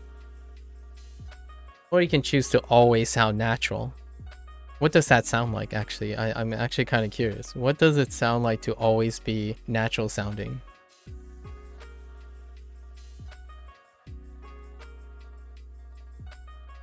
I'm an English speaker, right? Oh no, I'm doing the whole internet meme thing. I'm an English speaker. And then input like a phrase, like I'm an English speaker. Input another phrase. I remember those clips. Like it's a montage where someone says, you know, I'm an artist, and then they show something that an artist does, and then they keep doing that. So to me, English speaking, I don't think I've ever considered listening to someone who speaks English and saying that's natural or unnatural. People act naturally or unnaturally using language to facilitate, in my opinion. So even a native Japanese speaker can sound unnatural. Lots of English speakers sound unnatural. So trying to strive to be a robot, right? Unfallible. It's admirable. It's an incredibly admirable state of mind. However, I think realistically, that makes one arrogant and prideful, right? And you get the whole this thing, right?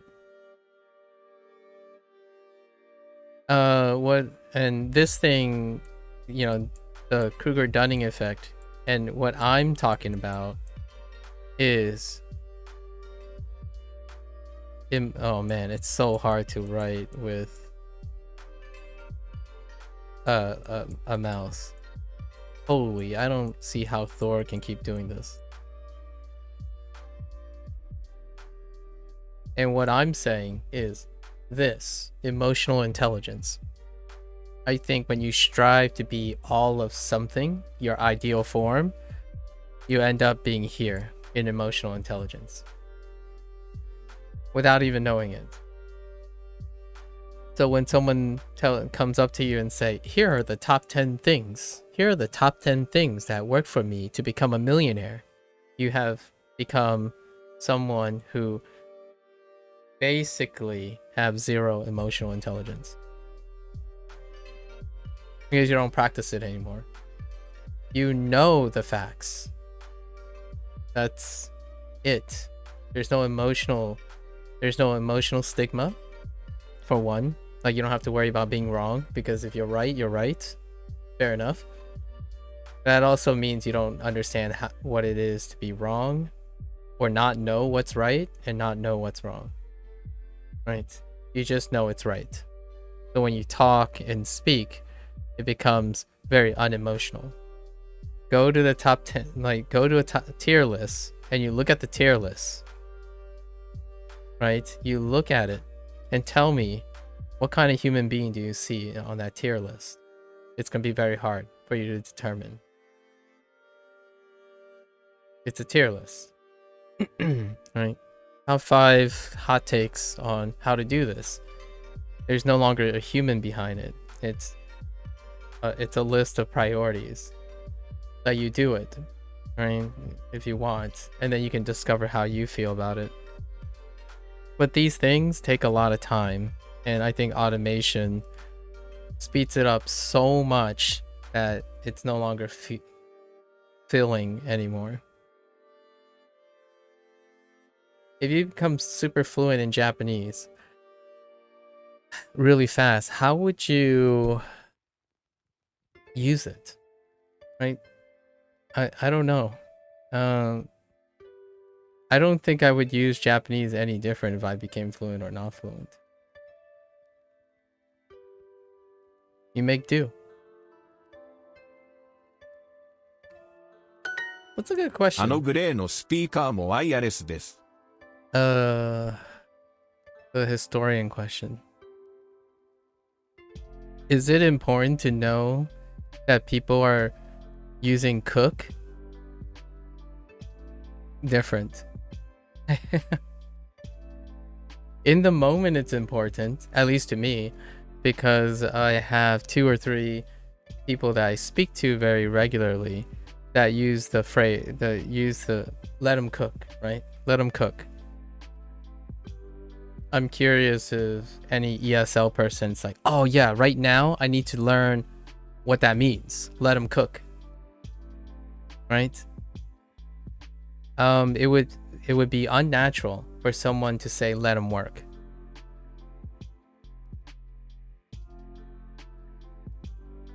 And maybe let them cook will be unnatural in the next 30 days. I have no idea. Fire? Fire.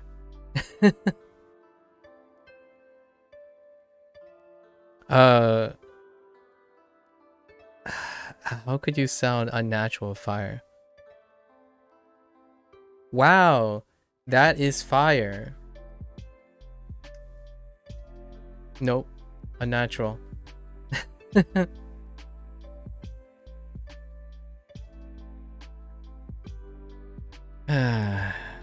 Sorry, I was digressing. We gotta refocus.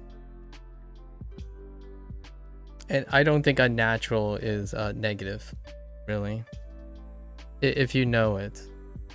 Sometimes you can be unnatural. You can leverage being unnatural. Which, by the way, when you're reading like grade readers, instead of doing Duolingo, it's pretty obvious. It's incredibly obvious that we're talking about 2 different things here.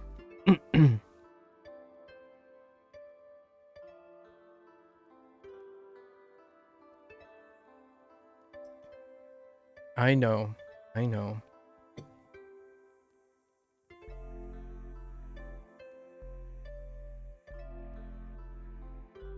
One thing I'm curious about, though, is here's one thing I have been thinking about for some time right now. So the people that believe that they have their ideal way of learning language, right? Learning Japanese. Let's just say their ideal way of learning Japanese. They often present themselves like this is the best way or better ways to do something, like to learn Japanese. Yet it's interesting that these individuals tend to dismiss. They tend to dismiss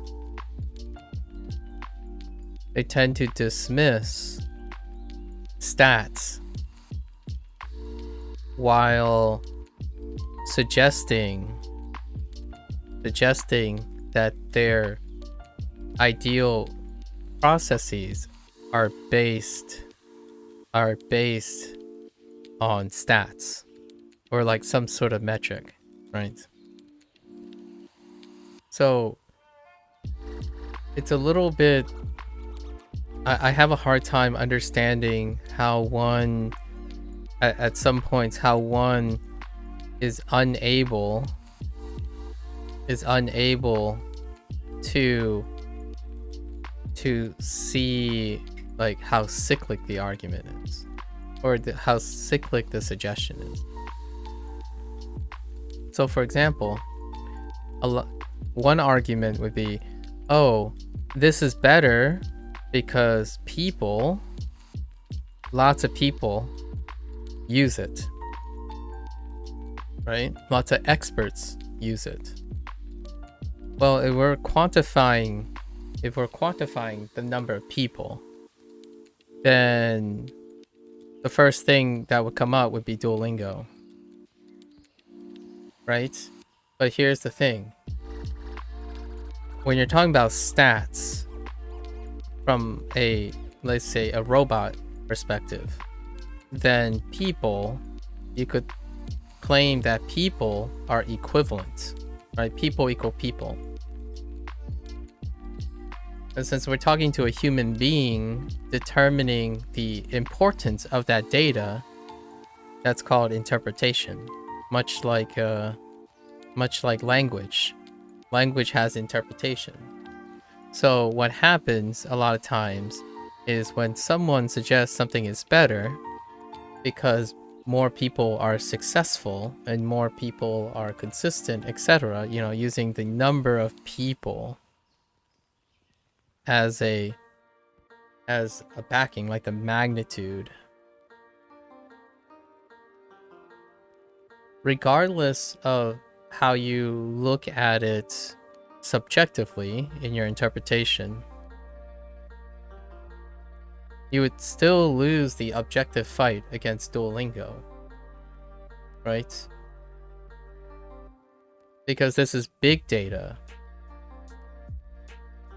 Duolingo is working with big data. You're working with communal data.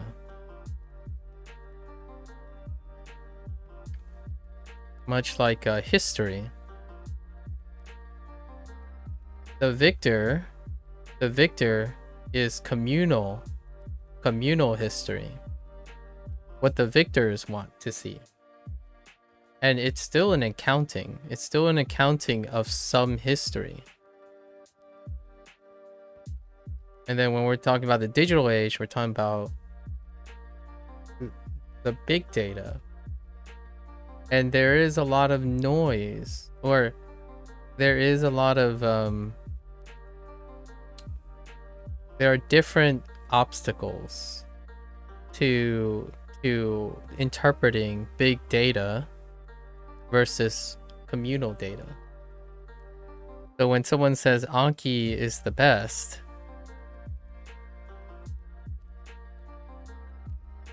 you have to it's often prudent to talk about the selection factors involved in how Anki is the best or is a better thing, right?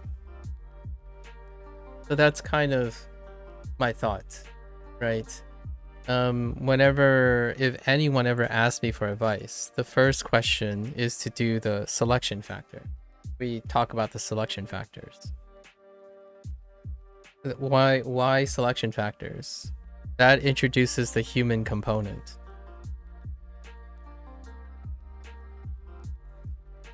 Right? The person you're talking to is a human being. If you distill them down to big data,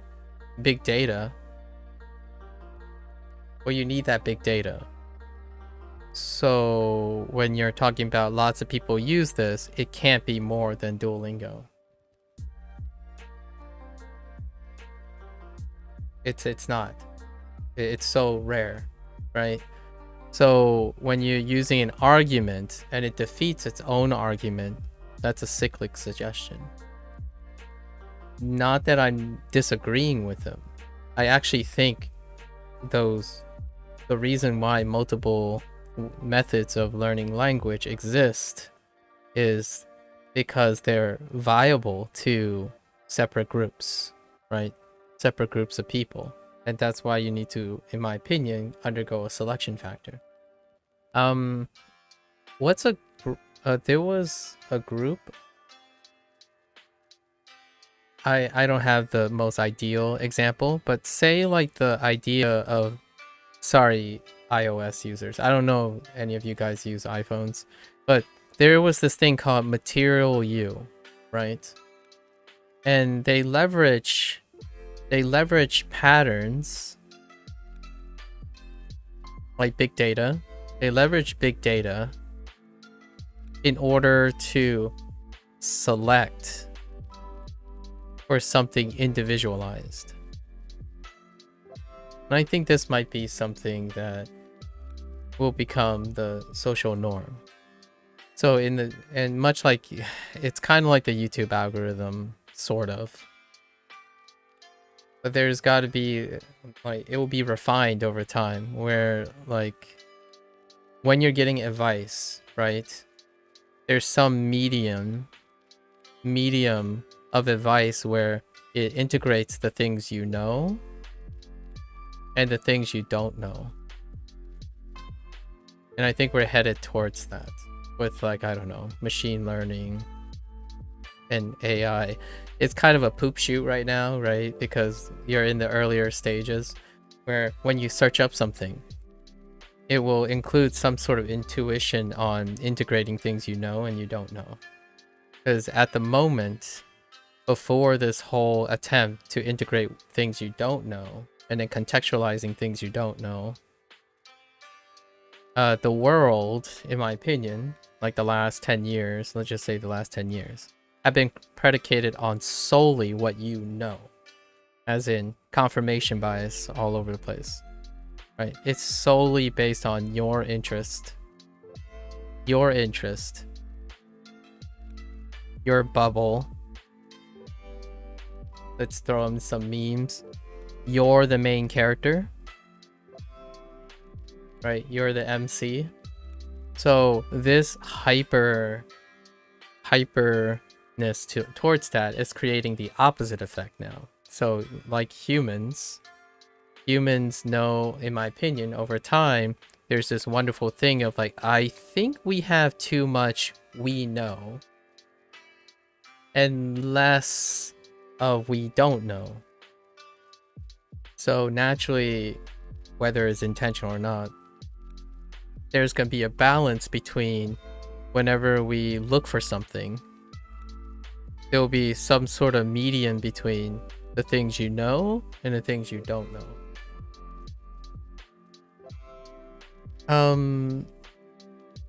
This is the scariest thing when I worked in science.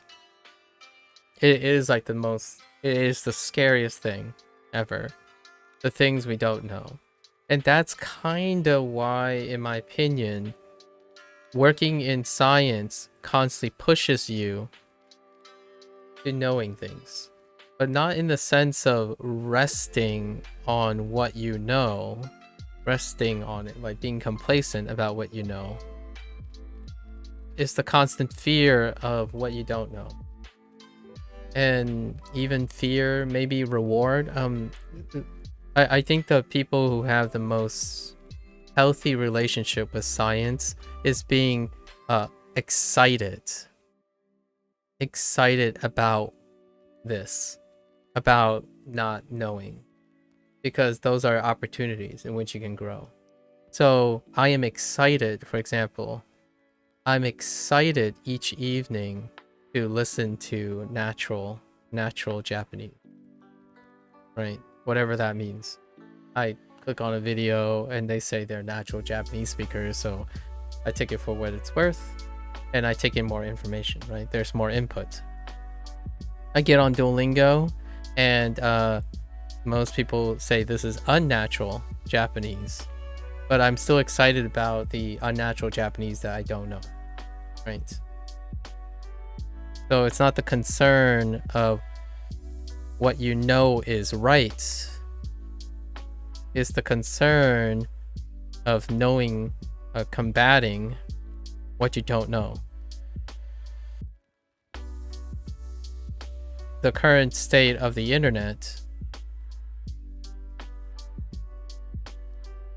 is to reinforce and pander to your ego. And that's not a good or a bad thing.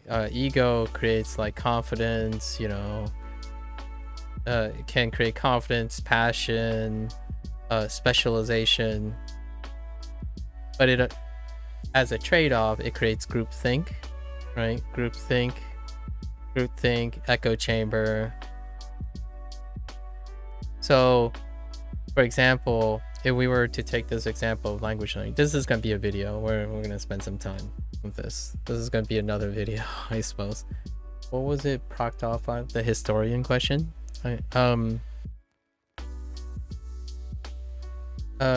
This, to me, is like saying a polyglot knows exactly what to say to a monolingual person, right? As a human person who exercises what you don't know, this person, with the awareness of knowing what you know and what you don't know anymore, would be very apprehensive in advising a monolingual person, because when they spend 99% of their time now, or however long they've been multilingual or polylingual, they do not spend any time humanizing their experience anymore to be relevant to monolingual people. Big data does not account for like perspective. Humans provide perspective on big data. So for example, Duolingo, the people at Duolingo constitute the human interpretation, right, of big data. And then much like human interpretations, it's subjective, right? So therefore it is subjected to differences.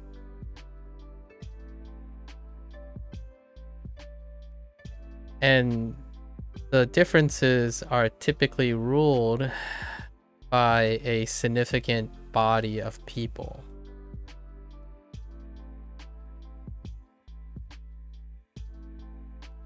So when it comes to like the natural way versus unnatural ways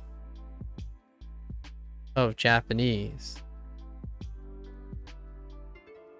I think if I was a natural Japanese speaker,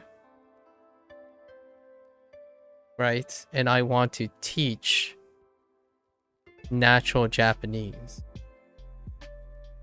to people who will likely have unnatural Japanese to start, not because they use Duolingo and etc., but they will naturally, lack of a better word, naturally have unnatural Japanese because they are not Japanese speakers yet. It would be prudent for these teachers to understand the aspects that make other people. Hello there, Cozy. I'm sorry. I'm sorry I didn't say hi earlier. Aspects of what makes Japanese unnatural to them, right? And that kind of works. However, it works by pointing out. I think a lot of times pointing out things is like data. So a natural Japanese speaker may say things like, oh, don't do that. That's it. Like, oh, don't do that. Just don't do it. That's it. They're pointing out the data. Like, oh, this is unnatural. Just don't do it. Right? Or they would say something like, okay, well, here's how not to do it. And it would be the natural way of knowing how not to do it. Well, these people are unnatural Japanese speakers. Right? So your natural way of just not doing it doesn't really help someone who isn't natural to begin with, right? So the idea here is, meanwhile, while someone is maintaining their status, I'm not saying it's everyone, I'm saying I'm strongly suggesting this is the norm, as in more people do this than the others. Like, for example, when you say, how do you learn Japanese very well? Well, you move to Japan, immerse, profit. Okay, that's fair. Sure. Now, the person who's offering this advice, right? Did they spend time in an English or whatever their native language and see what it's like for people learning Japanese in their native language? I'm gonna say no, actually, most of the time. So they offer advice based on what they know, not based on what they don't know.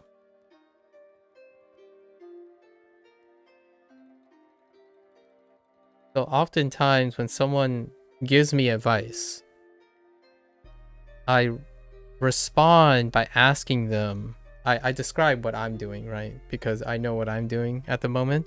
I ask them, so do you know another language? Like, are you doing this? Are you doing this? And how and why are you doing this?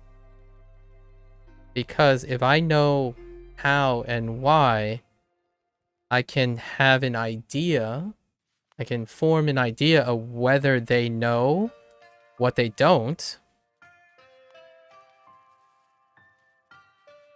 and what they do know. Most of the time, it stops immediately because the advice that they're providing tells me they don't even know what I am doing.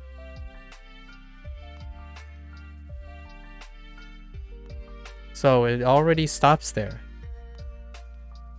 It's the same as having an expert.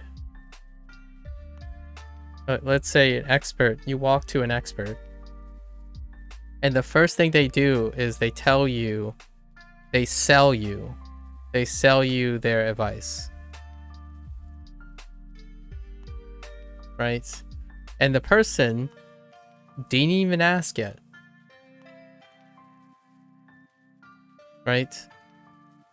So this type of expert, I'm going to put in quotes. This is this type of expert. Occasionally it could be this type of expert, but this type of expert, this is emotional intelligence, by the way. This is emotional intelligence.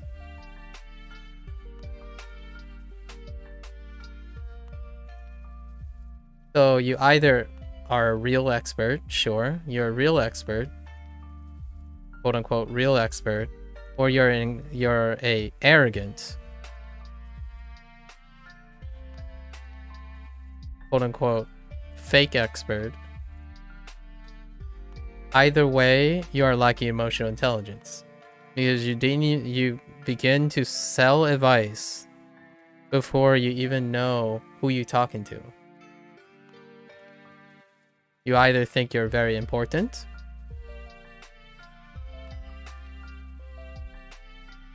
or you're either thinking you're very important. Right? And this chart looks very suspiciously like that chart that's used to identify Kruger-Dunning effect, right?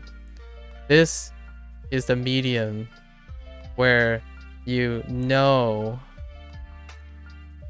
something about the person you're talking to, and you don't know about things. So you ask, right? You're like, well, that's interesting thought. Like, what do you want to know? Well, most of the experts that I've encountered, they know best. So what they do is they offer advice that they don't even know if this person already knows it. So not knowing what the other person knows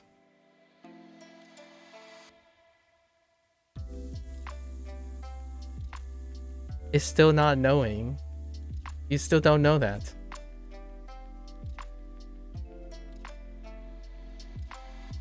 All the data in the world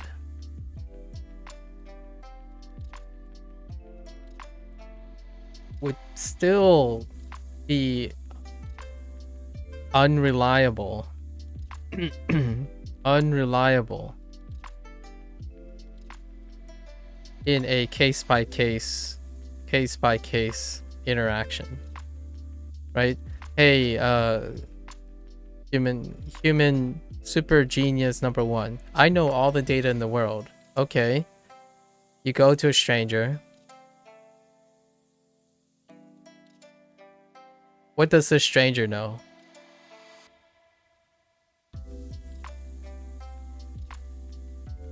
I mean, if you're telepathic, sure. I guess if, in the ideal situation, this human is telepathic, then they actually know what that human knows. But usually that's not the case. And I mean, I love things like behavioral patterns and knowing associations, right? I'm a really big fan of it. I actually do it a lot of times in my head, like associating selection factors, so they are more likely to do this, more likely to do that. That's fantastic. It's very useful, incredibly useful. But I stop somewhere. So even if possibly I have a great knowledge of data that would suggest the associations for this person, like this person is likely to encounter these problems, maybe they'll likely require these things, the door stops when you cannot ascertain what, why, how of the person, right? So yeah, I usually use phrases like, if I may be so bold, it appears like you do something, etc., right? As opposed to, I think you're gonna screw up. I think you're gonna screw up.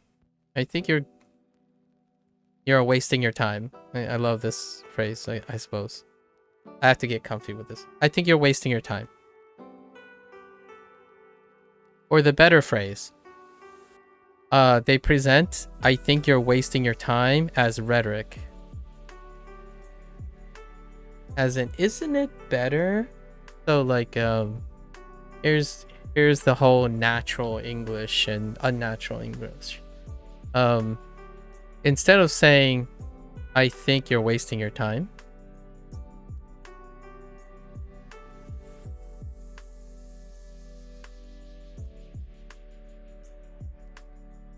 right? And, you know, they try to be more polite. So how do you increase politeness? Well, it's certainly not, in my opinion, presenting as rhetoric. So what does that look like? Isn't it better to, I don't know, immerse in Japan, and then insert literally what you're doing, right? Literally what you're doing. Well, that actually goes down in politeness. That's like legitimately pushing yourself onto the person, rather than instead of using like an open-ended question, like, or sharing your thoughts. I have great experiences. I have great experiences with immersion. Right? You share something that is a fact, as in a data about yourself. And then you wait for the response of the person. It's like, oh, really? Neat. Maybe I should consider doing this stuff. Or I'll look it up. Instead, they phrased it in a way that is only motivated by what they know, and removed any aspect of what they don't know. So do you know that it doesn't work for them? Right? Do you even know if it's going to work for them? This is a true statement. This is a data statement. I have great experience with immersion. You will do better with immersion. Is it interpretation? Is it interpretation of data? Right? You may likely do better with immersion. That's what, like, going all the way back to like historians about explaining. Let's just tie it up, because I do want to finish reviewing. So going back to like the historian question that prompted all of this. Historians have to record things, right? And they are recording data. So I think, in my opinion, there's a place for like high throughput record keeping with the aid of like storage, right? Storage and stuff. There is another element of historian things, and that's the interpretation of history, right? So where do they go from here? A lot of times I feel historians have the capacity to interpret the significance of history. And that's kind of the whole, like, the victors write the history books. They write what is significant to them at some point. However, with the advent of the digital age, you can seemingly record everything, right? It used to be photographs, but now it's like what I'm doing now. Like 8 hours of my life is literally recorded. However, it's humans still that interpret their significance. So when Gabriel was asking, Yeah. So, how would you want historians to explain the digital age using my content? Well, I want them to interpret it as human beings, right? That's the idea. We're all humans. So it would be interesting to see how they interpret it. Do I expect any form of interpretation? I will give you my spiel literally in the videos, and then everything else is the generosity of other human beings. So if my comment makes someone angry, that is their interpretation, and that is the human aspect, right? The part that is not robotic. It is also the part that is not data. It's not data. It's not facts. And the internet, in its current state, because of the nature of high throughput storage, interpretations, in my opinion, are being passed off as facts. Science operates on, quote unquote, the best current explainer, like interpretation of data. It is not immutable. It is also not facts. Interpretations are based on facts. I feel like somewhere along the line, the internet has become it's great. It's a feedback. It's a feed forward loop, right? Like it's a positive feed forward loop. For the longest time, it's no longer that though. I don't think this is the case anymore. It's reaching a critical mass. So when you have a piece of data, right? That data gets interpreted, right? Interpreted, right? That interpretation becomes the new data. And that gets interpreted again. So now this interpretation is considered based on facts. It's data. So this old interpretation is now a fact. And this becomes data. More interpretations. So it gets to the point where the original data no longer even exist in the propagation of the facts, right? So it gets to the point where like you get to the point immediately so rapidly because people do staggered interpretations. When you interpret someone, like you watch a video, you interpret it, and then you pass on that information and continues. So how do you moderate the intersection between data and interpretation? And that's kind of where people are worried, and there's a pushback. What is this? This is confirmation bias, like the nightmare, in my opinion. This is one of the biggest nightmares, in my opinion, of confirmation bias. And it's negative now. It's kind of negative now. However, it is what made the internet possible, right? Internet was, in my opinion, was possible because of this boon. You got data. Oh yeah, let's produce more data. And then everyone continues to interpret it, and then they continue to use it. And then there's an explosion of information, info, like adaptations, like AI, machine learning, databases, etc. Right? That's awesome. And this, in my opinion, is part of the human condition.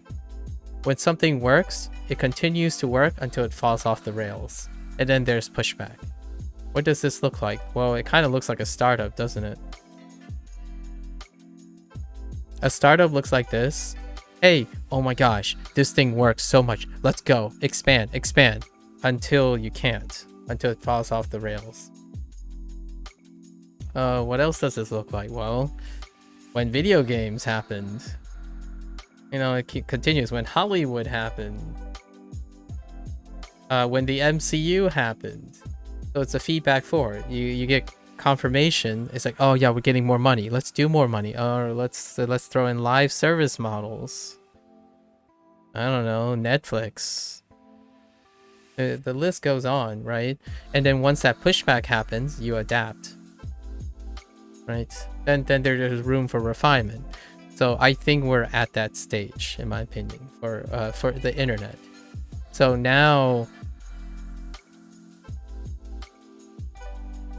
I don't want to make myself sound like some significant person, but I think I am the product of that pushback. So like what I mean is, I would not be surprised if I sound like someone else, right? Maybe like someone else who is trending or something in the future. I don't know if I sound like someone that's trending now, but the whole idea is there are people who are on the train, right? There are people who are on the train, and there are people who are like kind of running, but really want to slow down, right? If you look at the current AI industry, there are people who are on the train, and there are people who are slowly pushing back. And I think that's the glorious nature of humans. I believe this is gonna always be the, you know, what becomes popular, then indie push back, right?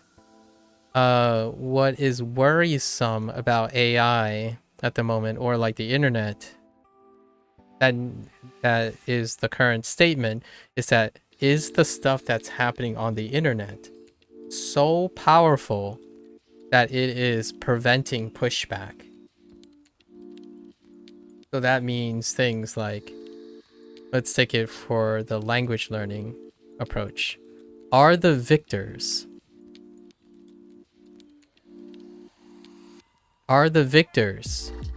squelching competitors? Right? For language learning.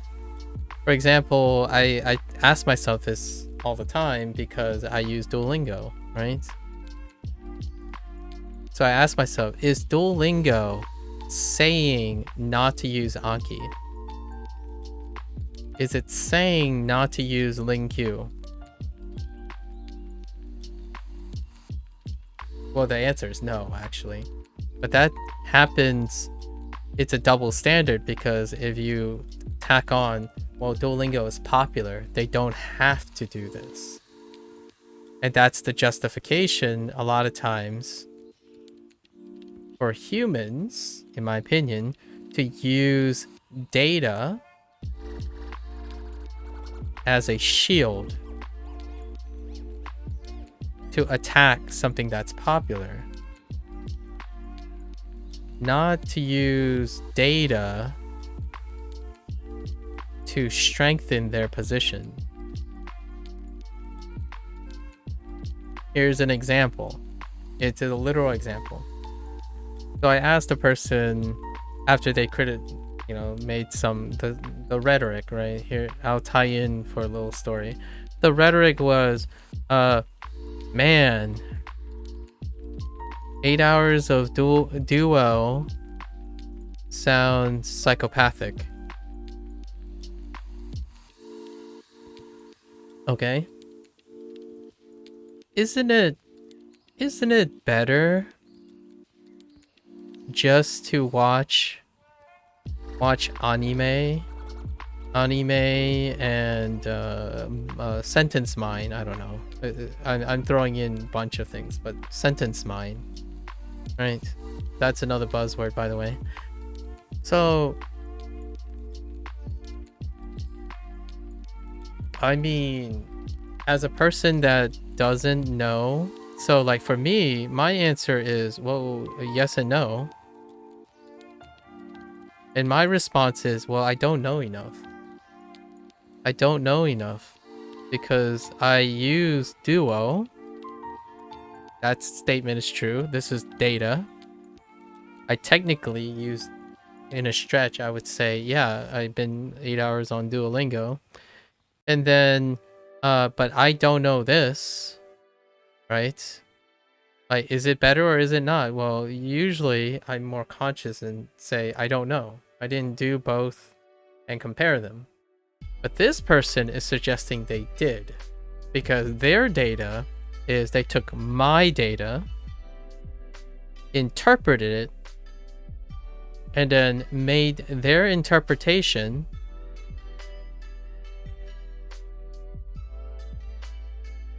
factual. Now here's where it gets a little hairy, right? I talk about, oh yeah, I watch anime too, actually. I don't have a day job, so I have a lot of time. I do both. I watch anime, I sentence mine, I use grade readers, and then I use Duolingo because I know that I don't know a lot of things. But what I do know is that I use anime, I also sentence mine, and I use Duolingo. Those are the things I know. I tell the person what I know, what I'm doing, as opposed to telling the person what they're not doing. With one exception. The one exception that I told them that they're not doing is they don't know what I'm doing.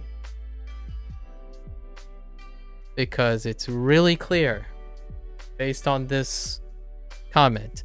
Isn't it better just to watch anime and sentence mining? How does that phrase come about?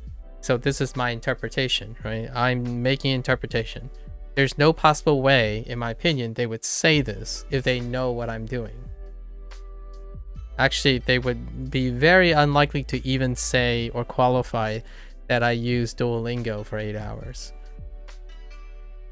Anyone who stays there long enough notices that I spent almost half the time not even using Duolingo. Actually, not even learning Japanese, for that matter. So, no, there's no indicator that this person even knows what they're talking about, right? And that's what I mean by the internet. The internet, in my opinion, has normalized what you know,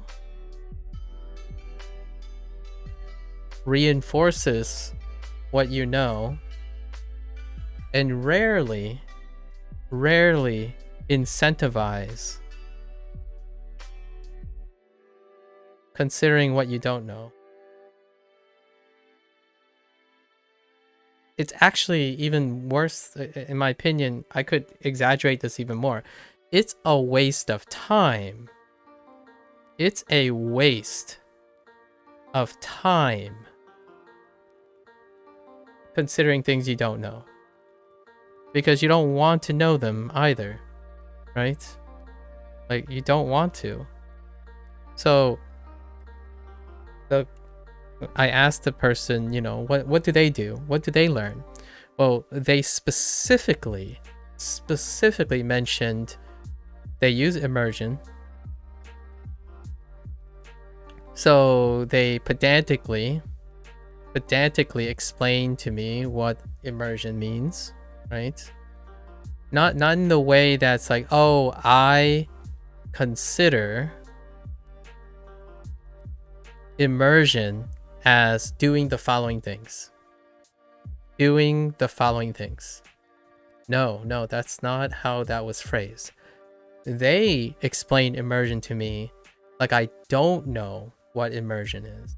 As in, like, I don't have a definition of immersion. They're saying, oh, you know, people and good people, lots of people like me know immersion as doing the following things. Like, okay, well, That doesn't give you any more credibility. It actually makes you sound like a butthead.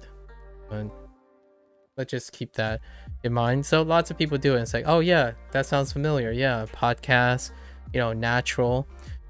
The word natural comes up again. Natural podcasts, anime, high intensity reading, etc. It's like, okay, all right, cool. I'm okay with that. I mean, I'm not here to tell you I already know this stuff. I'm curious where you're coming from. And then they said, yes. Oh, and by the way, I went to Japan a month ago and spent 28 days. I spoke Japanese every single day, even though, and these are the actual words, I did absolutely zero output before then.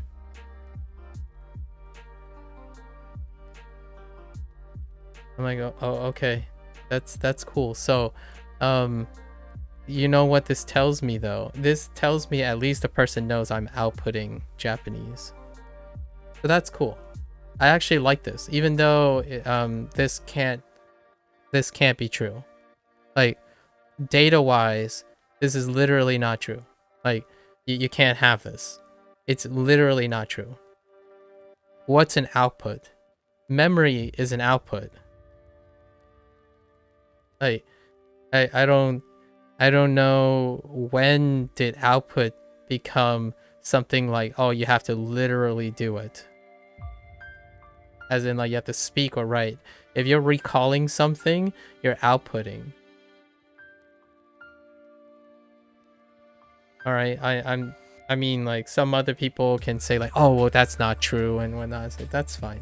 But for me, this person doesn't have any concern about what I'm defining. If you're remembering a Japanese word for the longest time before you go to Japan, it's outputting something. Okay? You're not like sitting there,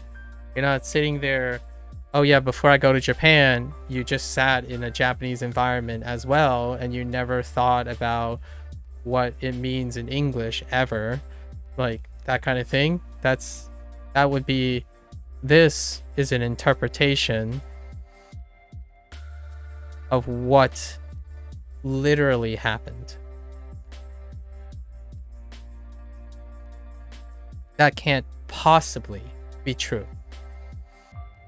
But the thing is, it's fine, because that's what this person is interpreting to be happening, and I believe them. If they don't consider it as output, whatever they did for, I don't know, however long, they didn't tell me any period, then that's cool.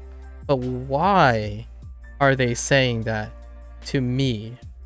And I like to believe they actually know that I output Japanese while using Duolingo, right?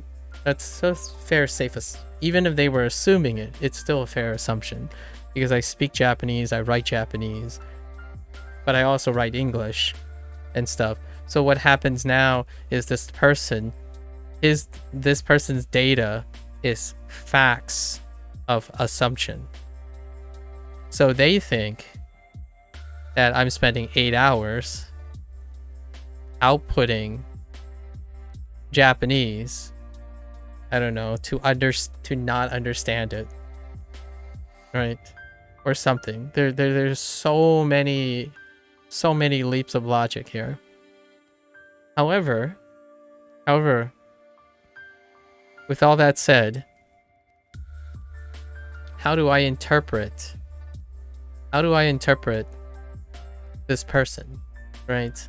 Well, I'll accept all the facts that they provided, and they learned Japanese, right? I don't know to what extent, there's no data, and that's good. That's awesome. Right? So that's what I think we're gonna take it back and relate it back to historians. That's what I think historians do. And it's gonna be a really tough task, you know, the digital age. Basically recording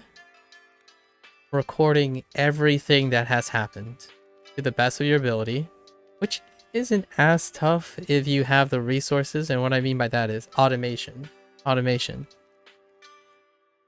Now the question is, how do you interpret all those recordings, right? And that's what Gabriel is asking.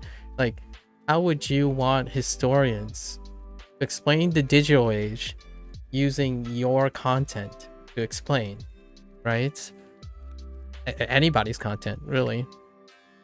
So for me, any interpretation is interesting because it's preserving, in my opinion, it's preserving human culture. This is what it's like to use Duolingo, record things using Duolingo, and talk to people who don't use Duolingo, as well as people who use Duolingo. So those are the facts. How to interpret it, I would love to hear like how people reconcile these things. So yeah, it's awesome to get to interview, for example. So like if I interview someone's role model, basically, I don't know, insert famous expert. I'm gonna say expert, or your favorite influencer. Where do I go from there? Well, I would love to ask these people, how do you address what I encounter, right? What I encounter. Rather than assume and speak for these experts. So for example, what do I mean by speaking for these experts? I don't want someone to say that I said this. I want someone to say what they think it means to them. So for example, their generosity is to provide some semblance of interpretation. That tells me that they care enough to spend time thinking about what I'm saying, not using my words to misrepresent or to represent accurately. It could be accurate, it could be misaccurate. The dangers here is you won't know until you actually speak to the person, right? Hey, AppTube. Oh, you too. Is that you? Oh, I thought at first it was an anagram. Hello there. So here I would say I would go to an expert. I don't know, pick like Crashin, right? Crashin. Someone was really adamant on that person.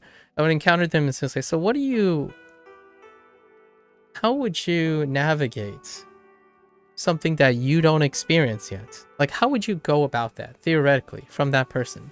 Like, how would you navigate the idea that there are tons of people that you influence that are championing your words, but you yourself literally have not said these things, in order to discourage millions of people from even learning language in the first place? And even if I can't say that, I wouldn't say that, that's a little confident. How would you help someone like me? For example, what would you say to someone like me who actually encounter negativity using your words? right? Then what, in my opinion, what is interesting about that is I get to see and hear how that person counter argues against themselves, because they themselves don't know that their words are being used against me. The facts is people are using their words against me specifically. I don't speak for other people. I don't speak for other experts. I don't pass on their knowledge, the interpretation of their knowledge as facts. You are not the person who made those facts. You are interpreting those facts. So when you go around willy-nilly using jargon without the understanding that it's your interpretation, then that's different. Like, some people say, like, what is the difference between saying I think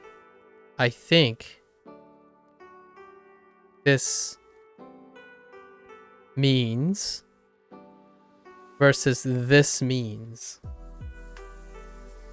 Well, I had a huge regurgitation of something basically about what immersion is, right? Like, okay, I hope you mean this is what you mean by immersion, because the thing you're describing, like for example, sentence mining, that is not in the, it's, if you immersed with zero output, what the heck are you sentence mining that you can possibly do with zero output? Right? So if I was being incredibly fair, I make some exceptions. Like maybe zero output, they mean not Japanese or something. I don't know. Like, right? But the person's not going to explain that. What they're going to do is they're going to tell me what are the facts. But the problem with what are the facts are these are very not factual. Right? So what does that do to the person's credibility? I am guilty of dropping lots of jargon. I've done this quite a lot, actually. I've been challenged a bunch of times on dropping jargon. But however, the difference is I have always stipulated that this is my interpretation. And if it's confusing, please ask for clarification. Because most of the time, the vast majority of the things you learn, online are historic interpretations.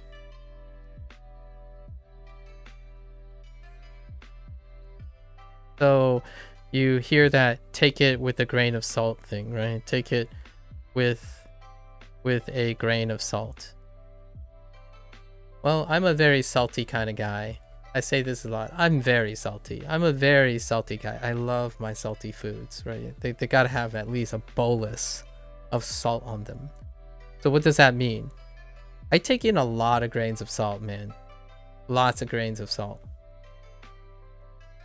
Because without lots of salt, you can't possibly prevent yourself from being arrogant, prideful, sure of yourself while using the internet at the moment. Remember, this is to prevent becoming this. My humility, in my opinion, this is kind of weird because I'm being boastful and weird flexy about being humility. My fear and insecurities, in my opinion, are leverage to remaining humble, because There is a lot of salt out there. So whenever someone like dictates boastfully interpretations of things, I tend to do things like, well, respectfully, it's great that it works for you. It's great that it works for you. Right? And it's all I can really say. Like, what else can you say, right? Respectfully, it's great that works. Is it relevant to me? Well,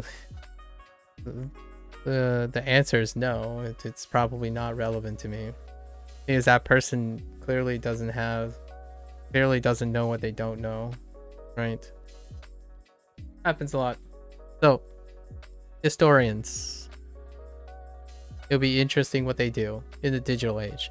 Like, for example, privacy stuff comes into play, tracking, right? And we kind of use a personal historian. We have personalized historians all the time. What's a personalized historian for me? It's YouTube. If you guys want to know pretty much exactly everything I've ever done on Duolingo, you can see it if you want. I don't know why you'd be interested in that. Or you can, wait for the review. And then, of course, the first thing I say about the review is it's non-comprehensive. Right? Non-comprehensive. And it's an interpretation. Because I'm interpreting my progress. I'm interpreting things that are important to mention. If you really wanted to be a true historian, the idealist, where like, oh, I know everything, you have to watch all of the YouTube videos. That's non-human. Right? So, to leave it with like a wrap-up message that I want to make about this is, I think it is a bit weird that because of the I'm gonna say largely influenced by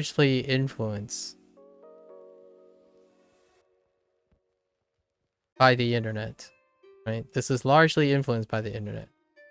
I think it is a bit weird that largely influenced by the internet, that people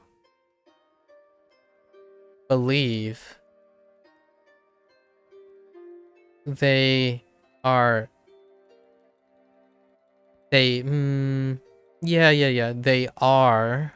compassionate by being more objective.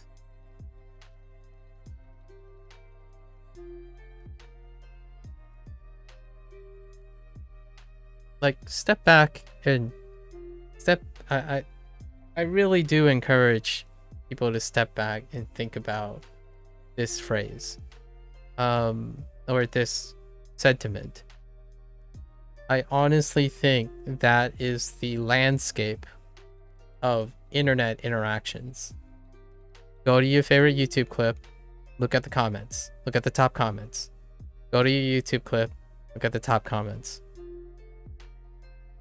That generally the vast majority of feedback is people believe they are being compassionate because they are concerned about being objective or more objective.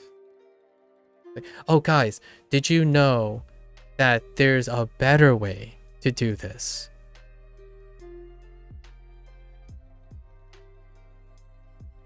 I don't think that's compassionate. I think that's the person wants to be objective. Like they want to introduce something objective and passing it off as, hey, I'm doing a good thing. I think that's the social norm, in my opinion. That is a classic social norm. Behavior, comments, that's it.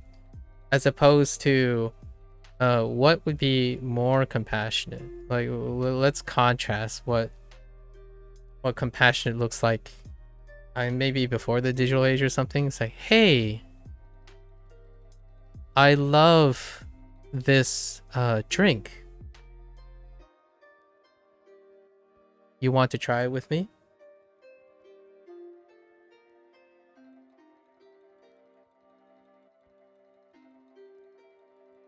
Hey guys. Hey guys. I did the following.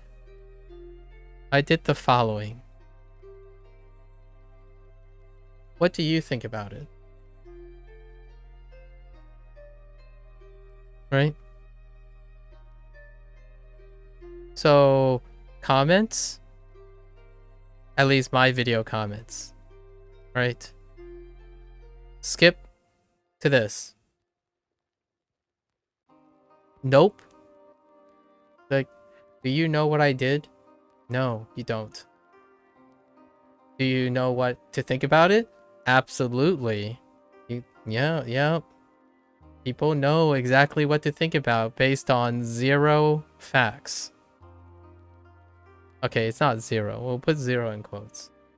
What they use is they use interpretations of the facts they have to ascertain what to think about it before they actually know the actual facts. Right? And the internet, in my opinion, has done that.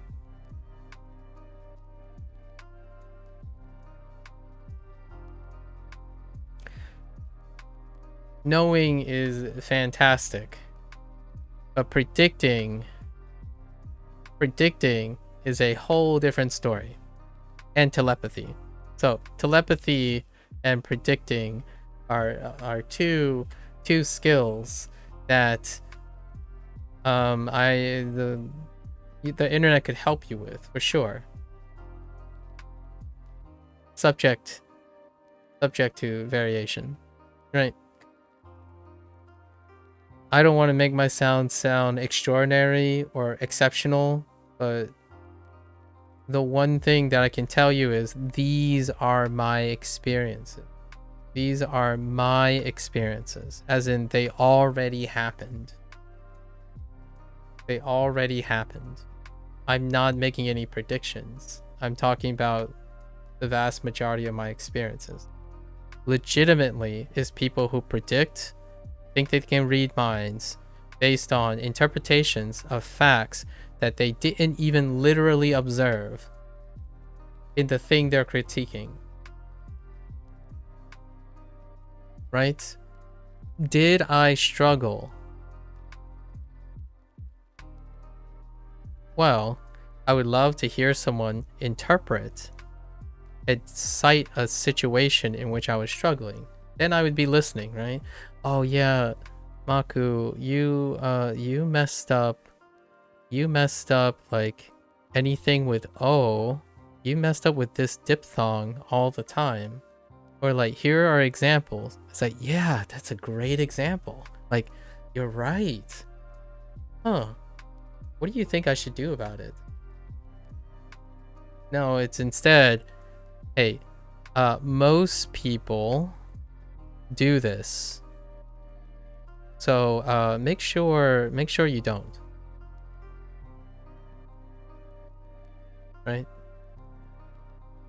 Or like I love that's how I mentioned the particle thing, right? That's how got to section 2 in Duolingo. And I was in section 2 not long ago, right? And they're like, "Oh yeah, I mixed up particles." And then I suggested like, is it like the Motown thing? because I needed to know. I'm curious if the Motown thing happened to this person because I experienced it, right? So sure enough, we could relate on that.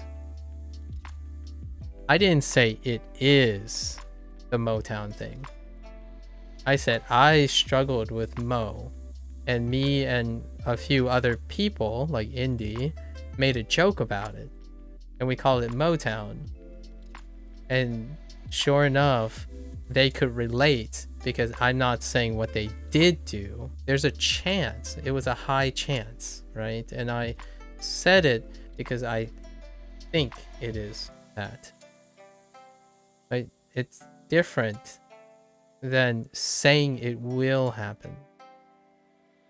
Right? That's kind of the idea. So the question is, historians, right? Who won? It is really funny that it did happen. I honestly, that's how I was expecting, like in my mind, there's so many things I don't know about Japanese, right? But I know some things about Duolingo, like the experience about Duolingo. At the same time, I don't watch enough people who use Duolingo to learn Japanese to even know that I didn't have enough data to even think that this happens to a lot of people. It's so funny when these things do happen though, like the coincidences, right? And that's kind of the fun part. When you start thinking you know everything, in my opinion, here's a little like a dual edge thing. When you start thinking you know everything, this goes back to the whole science thing. If you start thinking you know everything, doesn't it get a little boring? Oh, we're talking about philosophy now. We're talking about philosophy. And then how it intersects with psychology. So for me, science has taught me that knowing what you don't know can be positive. Like it's not just a source of negativity or fear, which it is, by the way, but it can be both. Knowing what you don't know is an opportunity to discover new things, and it's endless. This is endless, right? Yeah, because if you know everything, you can't learn anything. Oh yeah, true. Yeah, if you know everything, you can't learn anything. That is so good. Know everything, then you can't learn anything. And here's the thing, right? I love learning things. I love learning things. Do you guys love learning things? Because someone who loves learning clearly isn't someone who thinks they know everything. I'm just saying. Like if you think and want to know everything, man, that's gonna suck trying to reconcile loving to learn things. You can still do it for sure. Like man, I forgot this. Man, I should have known that. So you beat yourself up all the time. Like that's someone, and it's very useful. Like the people who are like afraid to make mistakes, for example, afraid to make mistakes. That's probably some, and they can be perfectly, by the way, this stuff, motivators, fear, this can be a source of useful things too. Like my fear of not knowing things is a fuel for learning. You can also use afraid to make mistakes as a way to up your thing if it works for you. What I'm saying is the facts are you will be afraid to make a mistake. You're likely to be afraid to make mistakes if you think and want to know everything while you think you love learning. Because when you're learning, you naturally don't know anything. Like don't know everything. Right? And to me, when you think you know everything, when you think you know everything, or believe that you know everything. Believe. I know thinking might be also believing, but there's kind of a difference. Believe you know everything. Well, you stop learning. When you stop learning, hey, you stop caring about learning, right? You don't need to learn anything if you know everything. You stop learning, then you stop caring about it. Well, when you stop caring about it, if you stop caring about learning, how could you possibly care about a learner? Like another learner, right? If you already know Japanese, how do you care about someone who's still learning Japanese? It's a great question. I'm not saying you don't have the answer. I'm asking these questions. If you already know Japanese, how do you help someone who is learning Japanese? Right? You know Japanese already. So the reason why I'm saying this is some people are teachers. Some people are advisors. And then some people are projectors. And I know what that means. Some advisors can project, some teachers can project too. But what I mean by this is some people just want to tell other people what they know.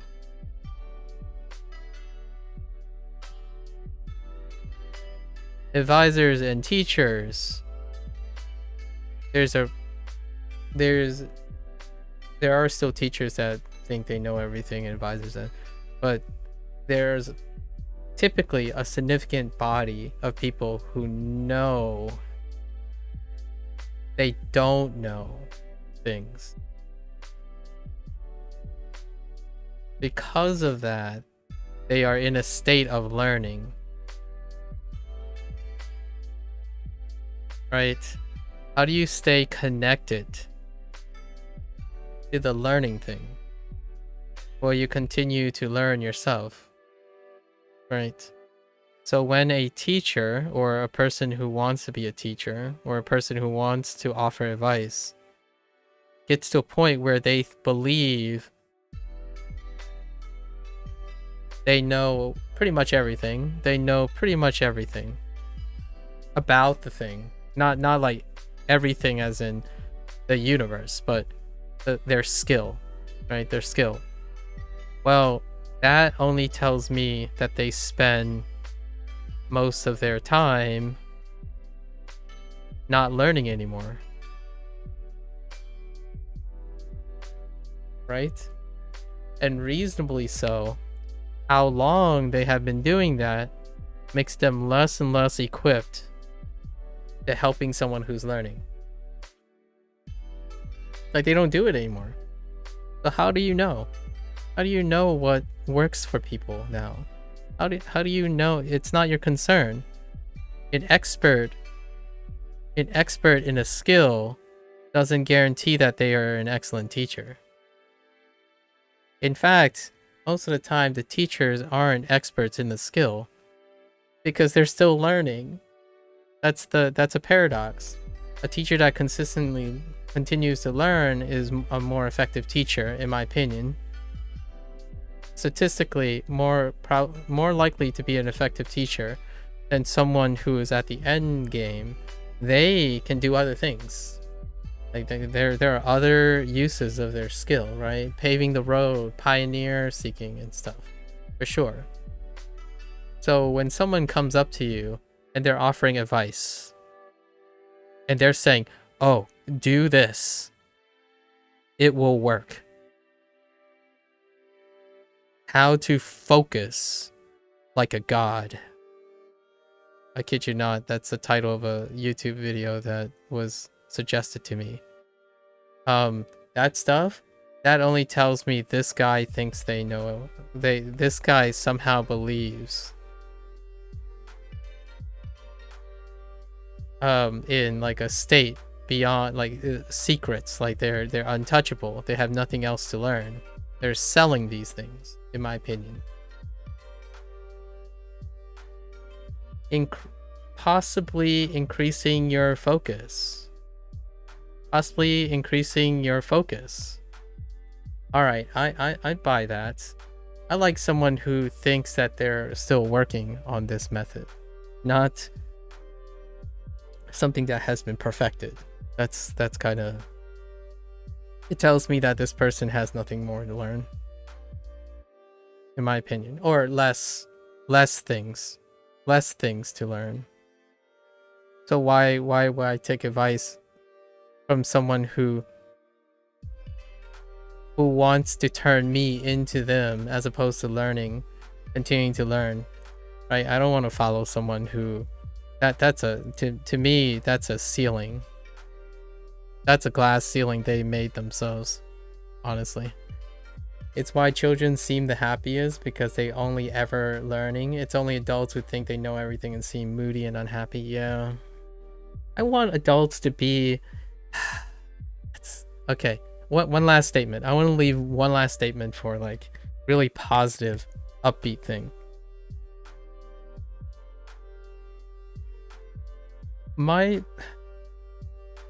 This is not a pressure. I don't want to make it sound like I'm playing favorites, but I'm kind of playing favorites. I love seeing adults.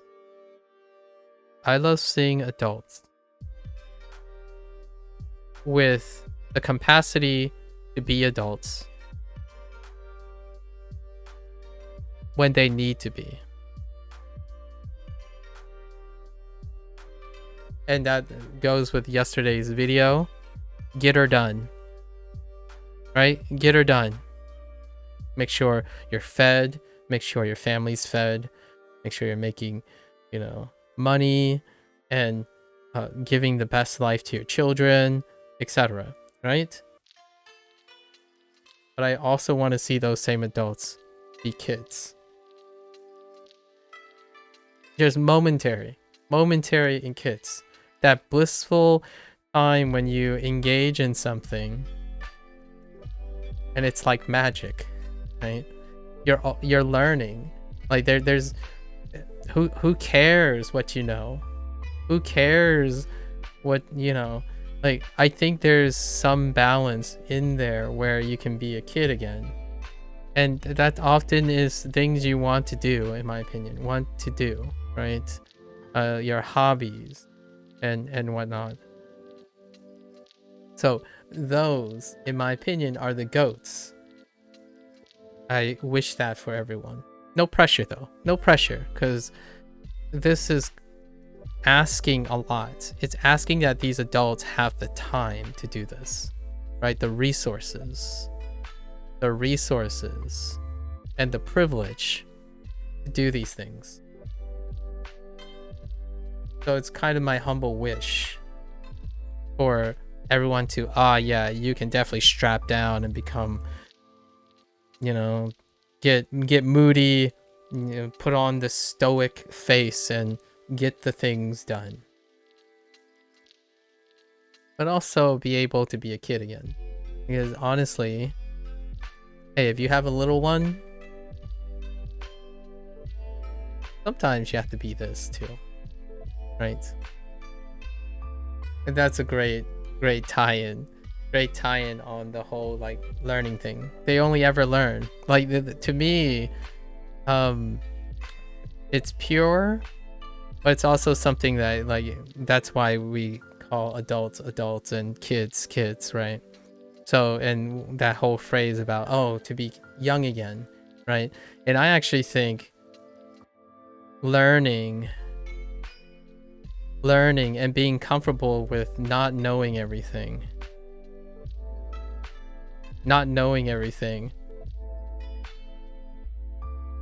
is part of being a kid. So what is a wonderful, effective, a lot of people would argue, what is that feeling that you want, the mindset that you may want when you're trying to improve your learning?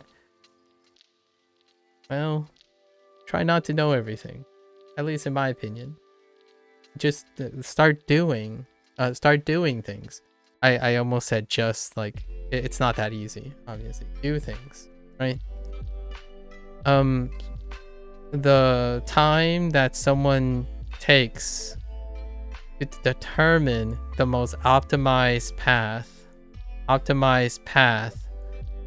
to learning, well, can certainly save you a lot of time, right?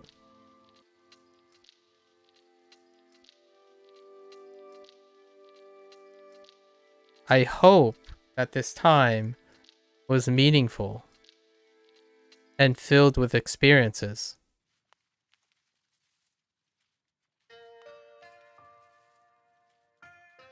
So for example, I could do that too. If someone asked me, hey, find the most optimal path of learning for me to learn Japanese, right? Like if someone came up to me and said, but I'm not doing it because I want to do it. I'm creating meaning because someone asked me if I could help them. If I sit down and do this as a counter argument, like as a way to balance out this perspective, it's like, oh yeah, everyone wants to do the best way, right? Like if you always know the best way, that means you know everything, you can always do the best way. That's fair. I don't. So I give myself like a mile marker. How much is too much time in investing on optimizing something when I could be having some XP, right? Some XP. So yeah, I get it.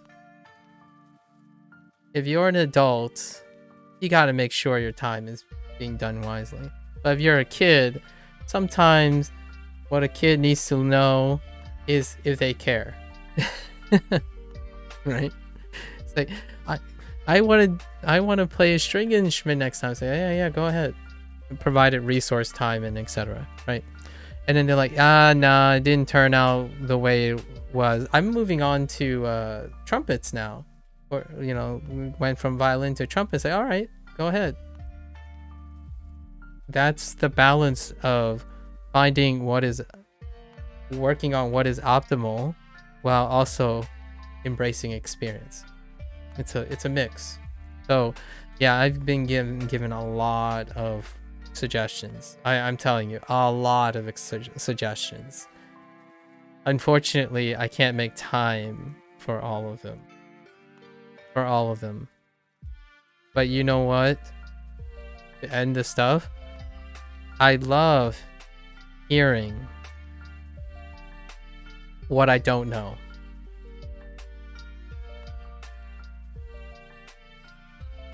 Right? So all those suggestions, I don't know those things.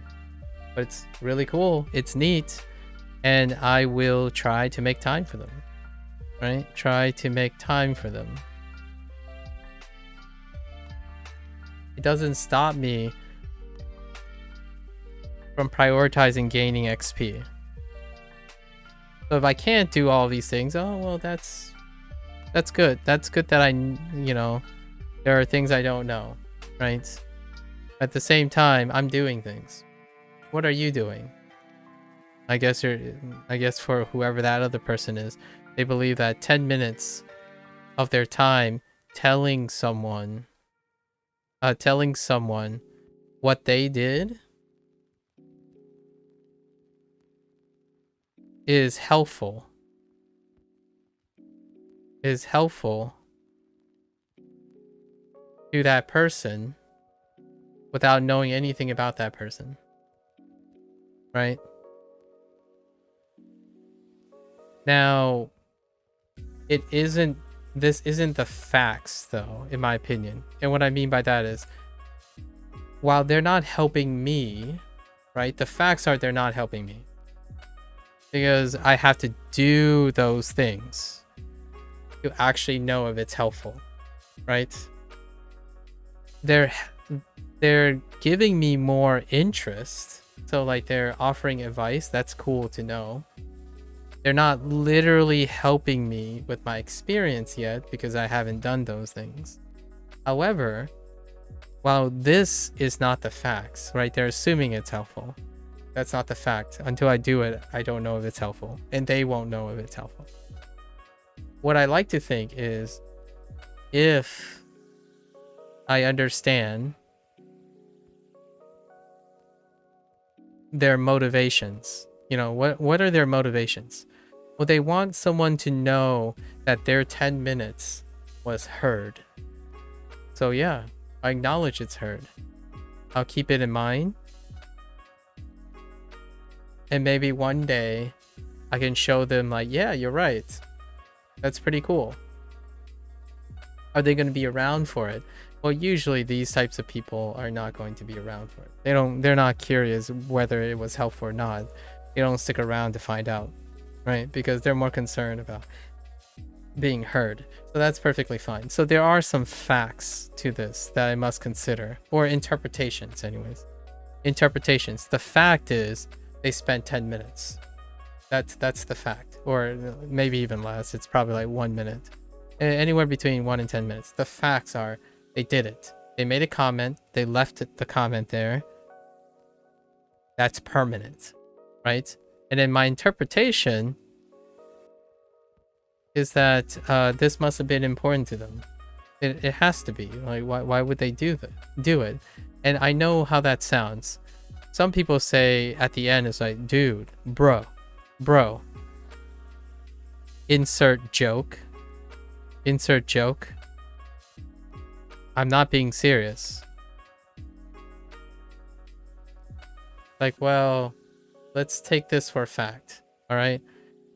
The fact is you gave advice about saving time. Right? Bro, do this to save a lot of time. You just spent time telling me about saving time. Are you sure that you're not being serious? Because I think, in my opinion, as an outsider, my first remark to you would be, if you're so concerned about saving time, why are you doing this? Obviously your time is valuable, right? I hope your time is valuable. Otherwise, I don't see why you're so focused on saving time if you're just going to use time like this, right? So in my interpretation, I will constantly try to say that if they think it's worth time, then there must be a way to explain that time, right? You're trying to explain, interpret what is literally happening, the data, the facts. So historians do this. And then we're just going to wrap up here. Historians do this. They try to look at the facts and explain it. Right? It's not just historians. Scientists, linguists. They observe things and they try to do their best to explain and interpret it. Internet experts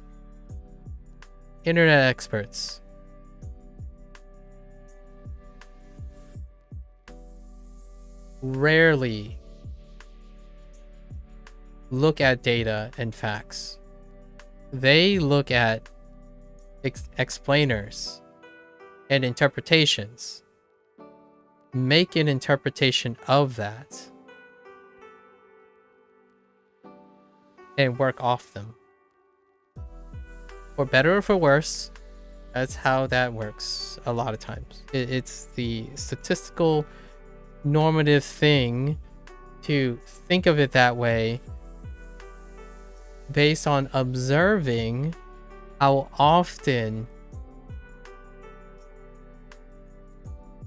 difficult it is to find where the data or the facts are. Right? Like, oh yeah, lots of people are successful successful using anime to learn Japanese. Okay, I believe you. That is a generalized statement that is probably true. If you say lots is any number of people greater than 1. If you think a lot of people is 3 of your friends, 3 out of 3 of your friends, the statement is true based on your interpretation. Is it a fact? No, it's not. There are more people who learn something from Duolingo than anime. How do I know that is an interpretation, or how I am pushing that is an interpretation? Because not everyone who uses Duolingo watches anime. Right? And there are far more people using Duolingo right now than watching anime for the sake of learning Japanese. At least I think. It's really bold. I know, it's really bold. It's a bold statement. And if I limit it to Japanese, right?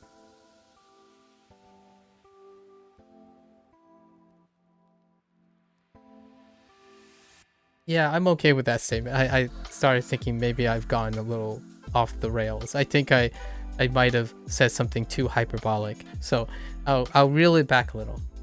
The chances of this population of people being exceeded by this population of people, like this population, the chances of this being greater than this is very unlikely. It's incredibly unlikely. Those are based on facts, right? If you take the number here, the likelihood of the claims are very unlikely. How meaningful are those claims? Like, how meaningful is this interpretation? It's up to you. Good luck, right? Try not to tell me that the facts are the facts. Tell me what you think. And tell me what you did. Because what you did is a fact. What you think is an opinion. You can state facts if you want it, right? Technically, you could say lots of people are successful using anime to learn Japanese, and then you can say, well, any number greater than 1,000 people is a lot of people. So yes, I would agree. Statistically likely that there are more than 1,000 people have successfully learned some Japanese from anime. And then you can qualify. What is learning Japanese? Well, learning words. All right, well, how many words? Greater than 1. Well, yes, I agree with your statement now. Now we're talking about facts. Right, now we're talking about facts. We're not talking about interpretations, like lots of learn, successful, better. You know, for individuals, in my opinion, who are so analytical, they really think they're so analytical, in my opinion. It's crazy how often they use relative words like this without qualifying what they mean. And even then, the funny story here is, the irony here is, I know what they're talking about. At least, like, I get where they're coming from. The problem is, it is not helpful to me because they don't care what I know. They only care what they know. So they're not learning anything from me. I'm learning a lot from them, by the way. So thank you. The reason why I had this story, the reason why I have this digression set up, and then Gabriel triggered it, most of the time is, thank you, commenters. Like, thank you, commenters. Thank you, chatters. I hope you don't feel... my worst fear is I make those people feel insecure. But I actually truly am grateful, right? If I didn't have commenters, if I didn't have Twitch, like live streaming, I wouldn't be or YouTube, I wouldn't be able to interact or like indirectly interact with a lot of people. Because the only thing that's keeping me humble are other people. I wouldn't spend so much time exploring all these potential rhetorics and questions without all the commenters. So like, I know it can feel a little insecure and apprehensive when someone else comments on your thing, but I truly am thankful. That's how you stay learning, right? It's crazy how much learning Japanese teaches you about so many other things other than Japanese. I keep my mind open. Certainly it's not increasing my Japanese proficiency. I understand that. That's part of the journey, right? So my last take-home message is like, I want to thank everyone who's willing to invest any amount of time, and I would love to see this being the future, right? When you are doing something, you're like sitting at home and you're like, oh man, it would be so great if I had the accessibility to like work on a birdhouse or something, but I would have other people who are willing to like provide constructive, encouraging commentary that focuses on being compassionate. Because the social norm right now is not being compassionate. It's not being compassionate. The social norm is being objective. I think AI, machine learning, simulations, that stuff is perfect. It's fantastic at being objective. Now that we have that sorted out, eventually in the future, I hope people will start becoming human again. They will start focusing on liberating and becoming more human, because that job of being objective, I think, destroys the human spirit. It destroys the soul. Like, if you believe in souls and stuff, like, it eats away at you. The moment you become more and more objective about the things you're compassionate about or passionate about, then you stop treating other people with passion and compassion, because you're incapable of it anymore. You think like being objective is the end game, so you suck the soul and the spirit out of everything, and therefore everyone else must also operate that way. So hopefully in the near future, I'm gonna challenge myself in the next 5 years, like future MAKU, in 5 years time, please tell me that technology has allowed things to be objective while allowing humans to enjoy being passionate to each other, because all the tools we have removed all those things that we really need to be objective about, but it's like killing, in my opinion, it's destroying human relations. Like, people just stop caring about each other now. Like, if they're right, then there's no reason to care about anyone. Like, you're wrong, so I don't need to care about you anymore. You're clearly wrong, right? So that's the kind of place. So in the future, I would love to see the social norm in evolution of YouTube and Twitch. And I think it's heading towards there, where one day, think about how cool this is. One day, you're raising your little one, right? Let's one really romantic vision, and this is being romantic about things, the future. I'm a little bit optimistic. You know, I sound like a scientist peddling the next big thing.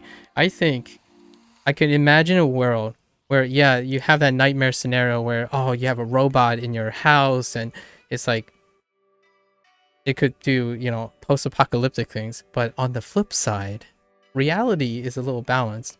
I can imagine a time where a mother, say a loving family, look at their child and they just can't figure out why is my child like so unexcited about things. But then there's an environment where like, oh, hey, you know what? the internet is a place where we could go to like a hub, interact with our child, and then everyone around it are compassionate enough to look and provide feedback when they're interested, right? And through that collaboration, they could find a way to elevate the relationship of a child and their children, right? Right now, that's literally the opposite. The internet is separating often the thing that's splitting the child and adult dichotomy, right? We literally talk about the figurative thing where an adult becomes older, no longer a child, and the way they use the internet is different now, right? There's no like bridge, no connection. And then you can think about family dynamics. The children is clearly separated from the adult activity, right? It's not an environment that we share together. For children, it's hostile. It's often very hostile. For adults, it's non-compassionate because it's the adult world. What is an adult world that children are not in most of the time? When adult is jobbing it up and when a child is at school, right? However, even before the internet, adults are still involved in these things. Take your child to work day, parent-teacher conference. There was a time when these do overlap, but the internet is not that right now. And it would be really cool, right? There's a little romantic thing. I don't know how long I've gone. I think I might have gone like 2.5 hours. But yep. Awesome.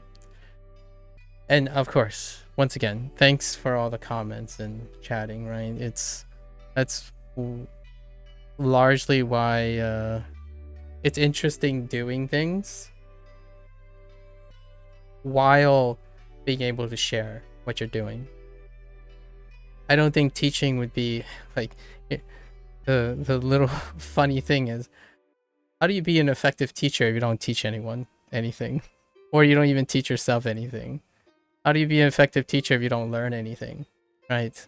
And that's kind of why it's a big reason why I choose to stream, right? Or share me learning something, because learning together is very revealing. You'll get your critics, you'll get your stuff. They're all, most of them are valuable things. It might not be the thing for your focus. Like my goal is not to become fluent in Japanese. It's one of the goals. Okay, all right. It's one of the goals, sure. But it's one of many goals. If your advice is for me to optimize my time, then you wouldn't have done it in the first place. So what I mean by that is it's a paradox. Someone who is concerned about optimization of learning Japanese wouldn't do the thing I'm doing right now already. Why would you stream if you're concerned with optimizing learning Japanese? That's a paradox. So ask yourself when you're opening your YouTube stream and say, oh, this person learning Japanese cares about optimizing to learn Japanese, and the first thing they do is stream. Because if you can answer that question, 8 hours of Duolingo would be self-explanatory. In my opinion. You wouldn't get to the point, it's like, dude, 8 hours of Duolingo, what a waste of time. Like, I'm a streamer. Right? You're projecting your goals. All right. Cool. Happy thoughts. All right. Happy thoughts. Thank you, everyone. And as customary, I'm going to take a bathroom break before I refocus. Gotta clear the mind. I'll be right back. Thank you for listening.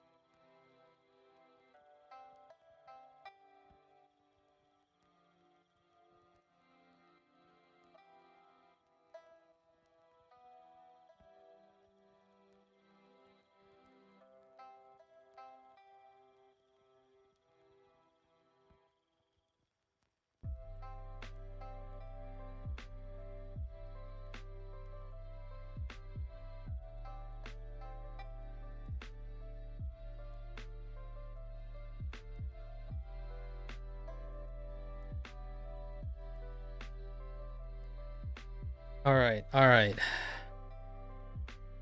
Now, let's put on our Sanic shoes, right? Sanic it all up. Let's see how quickly we can. We'll see how focused we can be. All right. あのグレーのスピーカーもワイヤレスです。Okay. Dang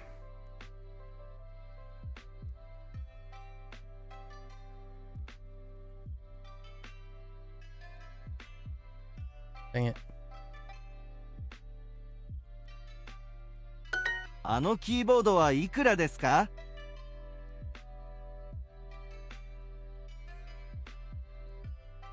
Ikura. Oh.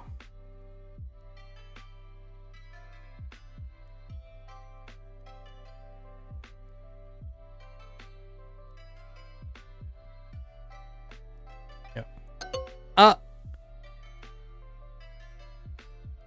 Oh, it wasn't white. I just immediately thought of a white speaker. I mean, white レジ袋は keyboard. 50円です。 Dang it. Okay. レジ袋は50円です。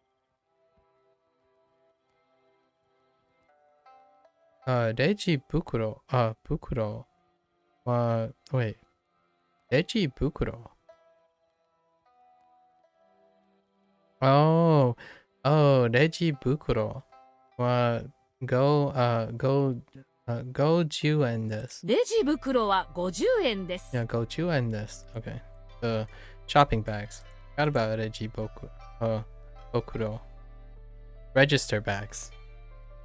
Cash register bags. The checkout bags. Checkout bags. どんなモニターが欲しいですか？ Okay. What kind of monitors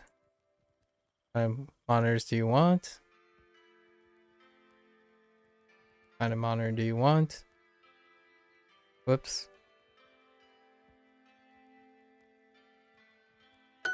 キーボードの電池を見つけました。 Okay.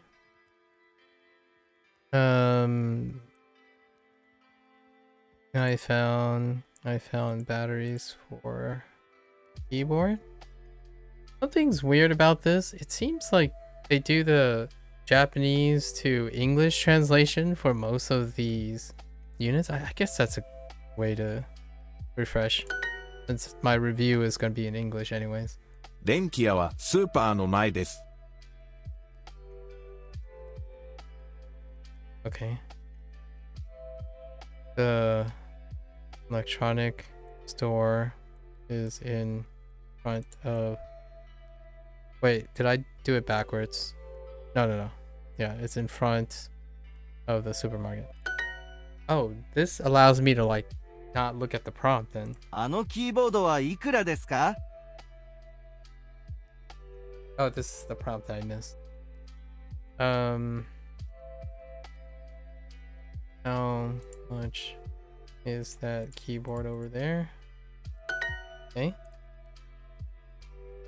マウスと電池を買いました。 Okay.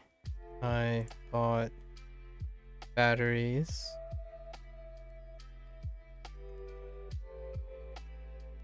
For the mouse? Wait.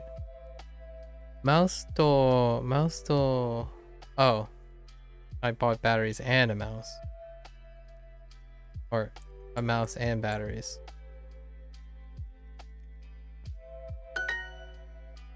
もっと長いケーブルを見つけました。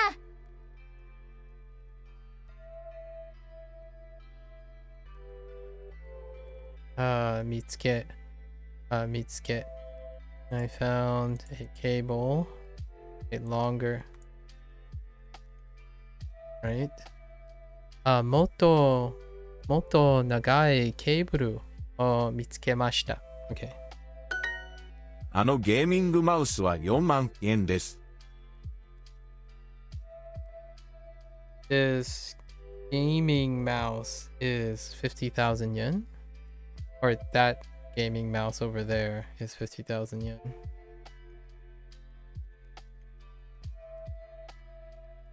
Oh. Oh, Yoman. Sorry. あのゲーミングマウスは4万円です。4. Okay. Yoman in this. I forgot 1,000. 今日一緒にゲームをしませんか？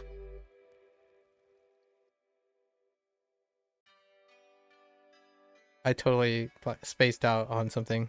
今日一緒にゲームをしませんか？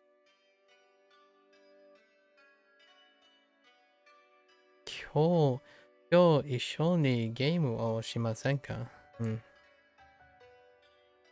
Would you like to play? Are you still going with video games? No. Just a game together today? Sure. もっとかっこいいスピーカーを買いました。I bought a cooler speaker? Alright, sure. I bought a cooler speaker. Alright, sure. 軽いヘッドホンはありますか？軽いヘッドホンが、ヘッドホンはありますか？軽い。Oh, 軽い。Yes. Do you have lightweight headphones? もっといいパソコン。もっといいパソコン。もっといいパソコン。Nicer computer. あ、レシートはどこですか？ Where's the receipt? Oh, where is the receipt?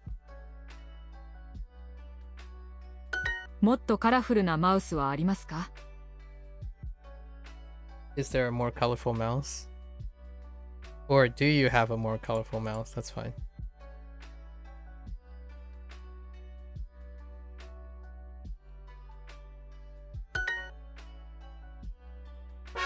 Yeah, the later things, like all these things, for whatever reason, they pick only prompts where you translate to English for the legendary stuff. Weird. I guess I don't mind that. It actually helps. It's quote unquote, it's the most efficient way for me to get ready for the review. Because all the review is me outputting Japanese audioly, and then I'm still writing in English. So this is naturally my state. This is the most practiced state I have. So let's keep going. Express what you want to do at a concert. This is like sitting, lining up, outdoors. Yeah.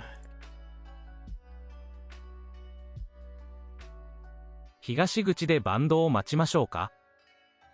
Wait. Oh no, it didn't land on that. Dang it. Okay, so there's like two sets. It has these sets and then the other sets. Okay, now we can't do that. Okay. 東口でバンドを待ちましょうか？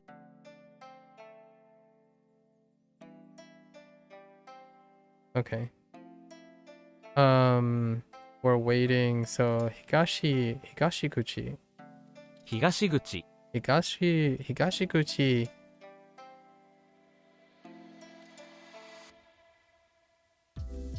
東口でバンドを待ちましょうか？ Interesting. So waiting is okay. で、東口で、バンドを待ちましょうか？東口でバンドを待ちましょうか？ Are you tired? It's つけれましたか？Whoops. Okay. 疲れましたか？疲れましか。 Can I hear this again? 疲れました。疲れました。疲れましたか？ペンはありますか？ Okay. ペンはありますか？ペンはありますか？ありますか？えこのバンドはとても人気です。このバンドはとても人気です。Right? このバンドは人気。とても人気です。Okay. もう12時半です。もう12時半です。もう12時半です。この席はステージから遠いです。So no. I forgot the first thing. Maybe like この席はステージ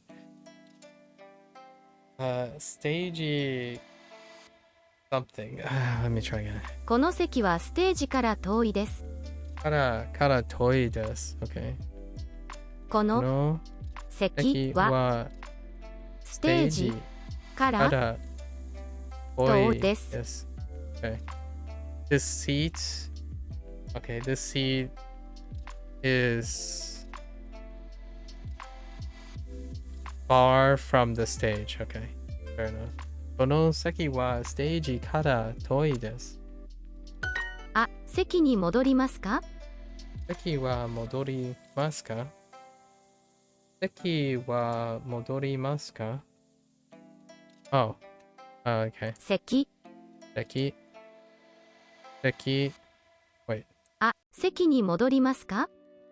に戻りますか？ Oh, should we return to the seats? Right.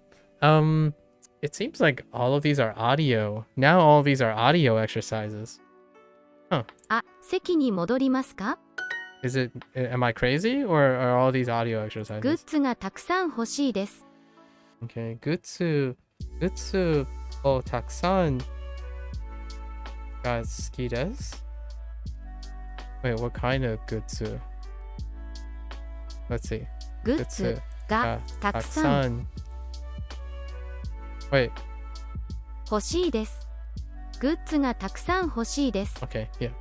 グッズがたくさん欲しいです。I want a lot of goods. Right. A lot of merch. Want some merch. Okay. コンサートに行きたいです。コンサートに行きたいです。I want to go to the concert. Okay. コンサートに行きたいです。行きたいです。ケンさん、どこに並びますか？ケンさん、どこに並びますか？ Okay. Let's see. ケンさん、どどこにこに並びますか？並びますか？ここに並びましょうか？ここに並びましょうか？ここに並びましょうか？席に戻りましょうか？席に戻りましょうか？席に戻りましょうか？また一緒にコンサートに行きましょう。またコンサートに行きましょう。Wait, I missed something. また Wait. I missed something. また一緒にコンサートに行きましょう。一緒に。ままたた一緒にコンサコンーサートにトに行きましょ行きましょう。バンドの人気の歌が聞きたいです。う。バンドの人気 What? バンドの人気の歌が聞きたいです。歌を聞きたいです。バンドの人気 Where is it? 人気歌Oh, really? が聞きたいです。Really? バンドの人気の歌が聞きたいです。Interesting. バンドの人気の歌が聞きたいです。No chain. バンドの人気の歌が聞きたいです。Oh, right, because 聞きたいです。Whoops. 聞きたいです。Right. バンドの人気の歌が聞きたいです。Right? Sure.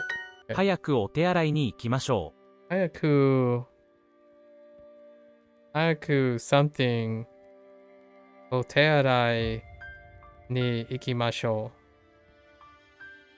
I missed something, but let's just. う。早くお手洗いに行きましょう。 Oh wait, that is the whole phrase. 早くお手洗いに行きましょう。 Hayaku otearai ni ikimashou. Yeah, we should hurry. Oh, we should go to the bathroom quickly. The restrooms quickly. この後、北口に並びましょう。 Konoato something narabimashou. Hold up.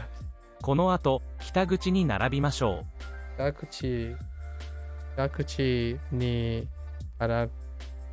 harabimashou. 北口 Kitakuchi ni. Wait.この後、北口に並びましょ I keep forgetting. あと Konoato う。この後、北口に並びましょ ni narabimashou. う。並びましょう。 I'm actually not thinking in English at all, which is great, I guess. I'm skipping the whole English thing. 今夜はちょっと。 Onya wa chotto. 今夜はちょっと。 Okay. Although I do need to think in English in order to do my review tomorrow, in 2 days. So I gotta not do too much. I still gotta want to translate in my head so I can speak in English. 専攻は歴史です。 Yeah. If you're curious, if I'm not thinking the thing in English, then what am I doing? I'm picturing things. So when I was, like, koko ni narabimashou, right? That I'm thinking of people walking in line, like they're lining up. I'm thinking of people lining up here. So I'm imagining myself in different situations. That's kind of how I remember the thing. So that's how I quickly avoid needing to translate, but also have a mental image. It's a different thing. I'm still spending time making the mental image, right? A lot of times, in my opinion, when people say they're not translating in their heads, well, you don't have to translate. You're still spending time thinking in your head in some way, right? So like when I say, I'm going to ride a bike, do you think of you riding a bike? Is that faster? Is that slower? You're still taking time to figure out what it means. It doesn't have to be in English. Unless you have aphantasia. Okay? I am familiar with some people that they might have distinctive degrees. So it's not faster or slower, it's how efficient it is, right? In my opinion. Or what I mean is, how practiced are you in the thing? So if I don't have to think in English, I just think of images. So, are you used to that? Kotomo. What do you think when I say kotomo? I think of a little young squirt. I actually think of junior in Duolingo. So when I say kotomo, I'm thinking of junior in English. Kuma, I'm thinking of Falstaff, right? I could, funny enough, my sister is very moody, and her name actually lines up with this character. So, and she does sound very apathetic. Anyways, you do different things ahead. Now we're thinking in English, so we'll naturally think in English here, right? Senko wa reikishi desu. That's history. My major is history. Right. 大学の郵便局は小さいです。 You know what? Now I just got it. It bounces between these two exercises. So you're always either translating Japanese or you're listening to Japanese. Well, you're always listening to Japanese so far. Interestingly enough. I think they might have swapped up the way the legendary works. In section 2, the legendaries don't work like this. Or maybe it does, and it's always on the last. Huh. I'm curious if you get like the audio prompts, like the chat and response things anymore. Huh. 大学の郵便局は小さいです。 Okay. 大学の I don't under 大学の郵便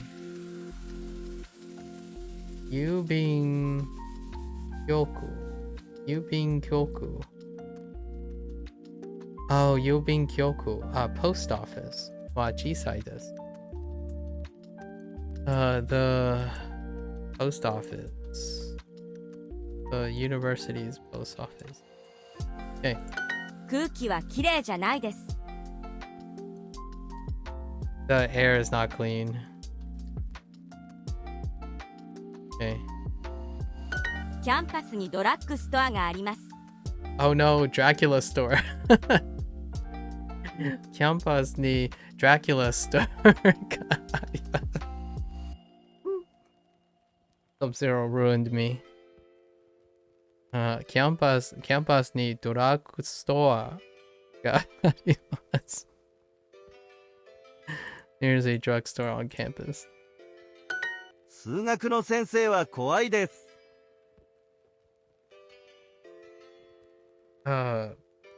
Wait. Is that really what it's saying? Oh yeah, it is really saying that.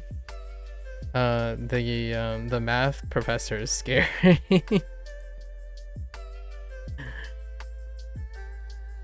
修学の先生は怖いです。この町におしゃれな服屋はありません。おしゃれ。Oh, wait. I missed one. おしゃれ。おしゃれ。おしゃれな服屋はありません。There isn't a fashionable store in this town. Okay, or yeah, sure, fashionable. Yeah, that works. Oh yeah, they're using that. There's no fashionable clothing store in town. Oh, in this town. Whoops, I missed it. ルームメイトは親切な人です。 Do you feel there's a disconnect between the form of the words and the concepts they refer to? Oh, like wait, can you elaborate?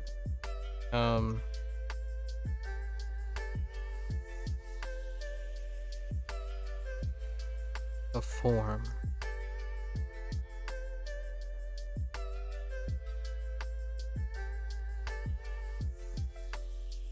Like saying I need an example if you have one. I don't know what you mean by the word in general. Like these statements, right? These statements here. Kodomo, etc. So there's a disconnect between the words and the concepts. Yeah, they're completely disconnected. And what I mean by that is I think they are because they restrict themselves to the collective of words that they have. So like example, you don't talk about a young child, right? They don't say young child is running around. You know, it contextualizes what a young child does, for example. Like there's a conceptual connection between. Sometimes they do connect, but not enough because they don't have I don't know how much they're juggling. It kind of becomes more noticeable later. So when you get later into like section 3, the discussions tend to be contextualized, but they're rarer. And I don't know what's the deal with this legend thing, but when you're doing the legend exercises, they don't have those exercises. They're more and more frequent much later. So things like the prompts are really fun. Like the most recent one was something like every single day I always have to do all the work by myself. I'm always doing this and I'm really tired. Right? Like the expression is like, this person doesn't want to do, like, I don't want to do this anymore. I'm really tired. I'm overexhausted. Or like, there was one saying like, wow, all the people at work are disinterested and they're not hardworking. I do want to switch companies, but I'll stick it out. I'll try my best for a bit longer. So you hear a context, like the concepts of those things. And for this, you know, these like single sentences, I don't know why they're sticking to these single sentences for these interviews. I provide the context myself. So when I think of an image of the sentence, I see it in the context of the scene I paint. Unfortunately, I think that doesn't help a lot of people.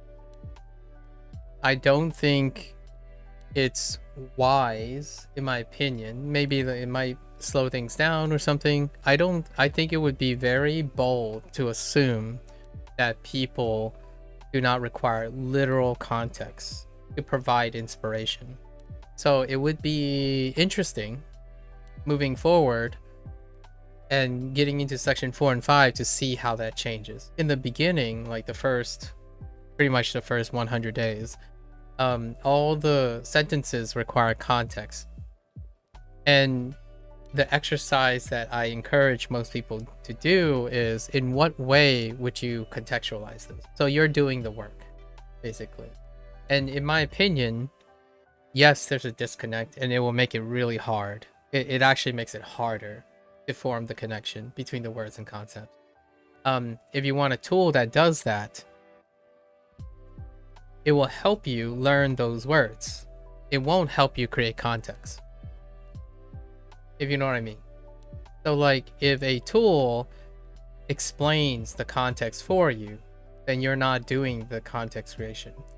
With that said, Duolingo isn't telling you to do that either. So not only are they not helping you form context so that you can use that context to build upon, it is literally expecting you at the moment to make that context yourself. So you have to ask yourself, do you need that context in order to learn words and associate concepts? Because if the answer is yes, I would definitely encourage you to find a tool that relies on conversation, stories. There are stories in Duolingo, but it's in section 3, unit 47 or something. It's like way down there. I'm not going to even get to it by day 125. So they really take their time in providing context. You don't get prompts that I described until section 3. So you have to blast through section 1 and 2 to get to section 3. And section 3 is when they start 3, 4, 5 sentences, where they contextualize all the vocabulary that you had together. And that's when it really starts picking up steam, in my opinion. I actually really love the new units, but I also have to exercise discipline in reviewing all my foundations. So as much as I want to blitz forward with the 3 days of super, I told myself that I would keep myself regular and prepare myself for the day 100. So they do provide more context now. And because you were so contextless your entire time, most of the context that I provide is based on my own experience. So for example, when I hear this, like, right, game, wait, not game. ルームメイトは親切な人です。ルームメイトは親切、right? 親切な人です。The image I have are basically my friends. They are brothers, right? So you could probably put like, you could even express it. Can I even express that in English, in Japanese? Like, all, I treat them, yeah, they're basically Oni-san. Are they older than me? Yeah, they are. Yeah, they're my Oni-san. So I picture brothers. I picture brothers. I picture us sharing in apato together. Onisan to, right? Onisan to apato ni sundeimasu. Or ni sundeimashita. You could even say daigaku. Yeah, how about daigaku de Onisan. Yeah, Daikaku de Onisan to. Oh, wait. Or would you use personal? I consider them, so I would probably say like Daikaku de. It's not the same because I can't express it, but one to. I mean, ane to. I mean, ani to. Sorry, ani to apato ni sundeimasu. Ni sundeimashita. I lived in an apartment with my older brothers at the university. There's this idea that people use their better language to bridge the gaps between L2 forms and concepts. It takes a long time for the link to be instant. Yeah, that's what I do. I actually think not only is that true, you can bridge concepts that are beyond language. I focus specifically on that to encourage people to do things. I bridge people's skills using their dominant skill.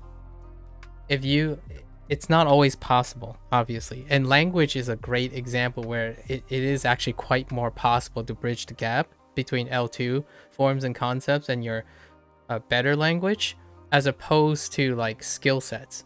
But it is still possible, and when it's possible, it's so powerful. Like bridging the gap of video games, the concept of video game objectives, to nutritional maintenance, right? Your dominant skills are how you micromanage your video game progress, or like how familiar you are with video game mechanics. You can use that type of conceptual bridge to understand how to micromanage, for example, nutritional facts, right? Nutritional upkeep. That kind of thing is fantastic. And it also goes hand in hand with habit formation. How you quit, change, and establish habits. You can bridge the gap by using your dominant habit formation strategies in order to bolster what most people would compartmentalize as different habits. So like, for example, oftentimes what keeps this is the irony in my opinion, and it doesn't work for me. Maybe it does. I haven't really tried it. We'll see. We'll try in the future. That whole total immersion thing, I have learned that I like to leverage my superior experience, like the experience I already have, in order to enter a new skill set. However, there are tons of people, a significant number of people, right, that I must acknowledge and concede to, that they are more efficient, or like they desire to learn things by compartmentalizing. So for example, getting rid of a bad habit is compartmentalizing as different than maintaining a good habit or establishing a good habit. Like mindset and approach are mutually distinguishable between the two. Kicking an addiction is not the same as preserving fitness, right? For me, I would demonstrate how they can overlap a lot of times. And when they overlap, you can choose, if that person is open to that, they can choose to leverage what is working for the good habit in order to control the bad habit or the undesirable habit they have. So it's kind of like entertaining both what you don't do and what you do. Sorry, poop joke. So in language, I haven't yet compartmentalized. I try it every once in a while at night. Sorry, relative terms. Outside of Duolingo, I occasionally participate in total immersion. So what I mean by, or trying to be immersive, as in whenever something comes up and an opportunity to be immersed, I try it. Does it work? Well, it's hard to tell because I only do it occasionally. It's not part of my entire routine. So I didn't commit fully to immersion. My take on most things is to do what I can stay active in. So if I'm in the immersion mood, I will tackle the immersion mood. So I don't tackle something when I'm not motivated to do so. So oftentimes I'm more farming for things I'm motivated in. And I love making up stories because Duolingo is, for lack of a better word, it sucks at providing context. But I'm not one who needs context provided for me, right? So that's kind of cool, that, or a coincidence. What is one of Duolingo's probably worst aspects for most people are allowing me to practice a skill that I was incredibly terrible at, which is having a sense of imagination. I kid you not. Like when you think of analytical, efficiency prone, hyper high functioning people, if you saw them when they were 16 years old, the first thing someone might ask is like, what are your weaknesses? I have a terrible imagination. I don't know if this resonates. This probably resonates with a lot of children now because the internet provides all the imagination. You don't need to imagine anything if the internet provides it. And for me, all my imagination was based on textbooks, right? I only studied things. So when someone says, oh, that's okay, like, just use your imagination. Let's go out for a walk. It's like, what? A walk is nothing. Your greatest weakness is caring too much. That's a fun meme, actually. That's a pretty funny one that in interviews, if someone ever says that, you know they're reading off some like 20-year-old script that how do you turn your weaknesses into strengths by taking an asset and saying it's your weakness. That's a funny one. My greatest weakness is caring too much. It's a good one, especially for like millennials. Like back then for interview questions. Like, oh yeah, but even your weaknesses, you can make them sound good. That's usually, that reminds me of, in my opinion, the whole like top 10 things you can do to be good at interviews. That's the type of stuff that is pretty funny. But I think that's what I do anyways. The idea that for me, I leverage language, and not only my language, but the imagination that is attached to the language. So the only reason I could ever imagine that this will make me picture, I don't know how you express brother from another mother, but I am waiting to be able to, my best friends were quite literally like my brothers, and I would honestly call them my older brothers. Like we all lived in an apartment together at the university, kind of off campus. So I don't know how to say off campus, but off campus. Apato, apato de off campus. Or apato no off campus. Maybe throw in like a kata, or how to say off of something. And yeah, we had a off-campus apartment. That's what this statement makes me think of. And they're kind people. So it's saying my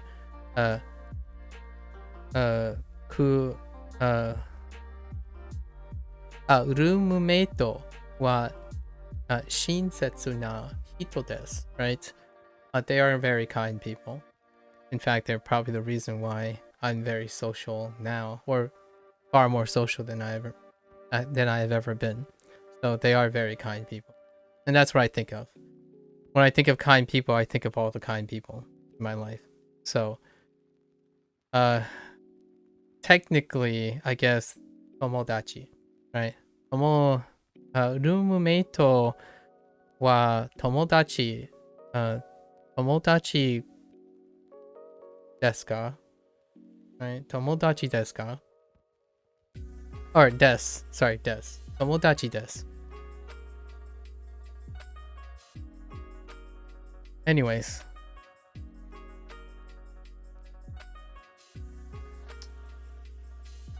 If you don't have a sense of imagination, I think it probably very reasonable to ask to start with a tool that provides the imagination for you, and then work off that. Like, oh yeah, here's the context that you would use these sentences, and then when you know those contexts, then you can use that as a starting point. I don't have to imagine when I'm going to use a phrase like this. Roommate wa but here's the thing though. I could easily have said janai desu, because immediately I think of the first year. Ichinensei. When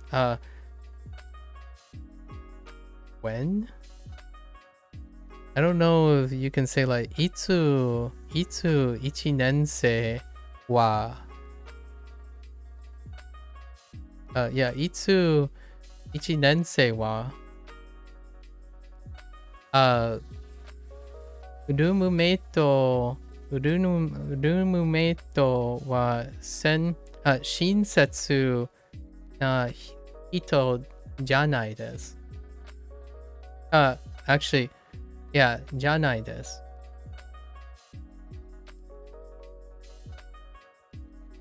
I don't know what you can say. But the thing is, I'm trying. You try to contextualize the stuff. Like, they weren't nice. Oh, actually. Oh, it is correct, though, because janai... Oh, wait. Yeah. Although, do I say shin?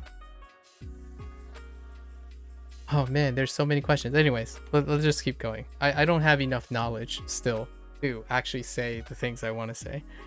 Yeah. But we keep building. I substitute with English, basically. I continue to substitute with English until I can fill in those gaps.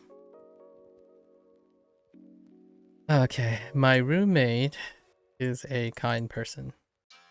And of course, it's the same as saying my roommates are kind people. Right, because Japanese. My roommates are kind people. Roommate, I don't know. Roommate wa ani desu. Maybe like. How you say like? Are like brothers. アメフトは好きですか？アメフト wait アメフト oh アメフト American football. All I thought about was the NFL. アメフトは好きですか？ Yeah. ファンタジーのアメフト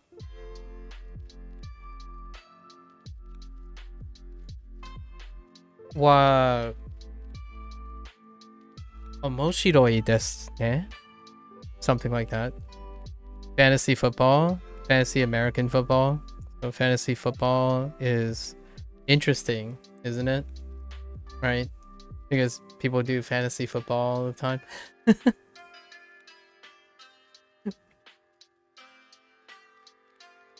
Okay, alright, let's see. Do you play football? Yeah. Demo fantasy football. Okidoki fantasy football. Oh, shimashita. I sometimes play fantasy football. I don't know.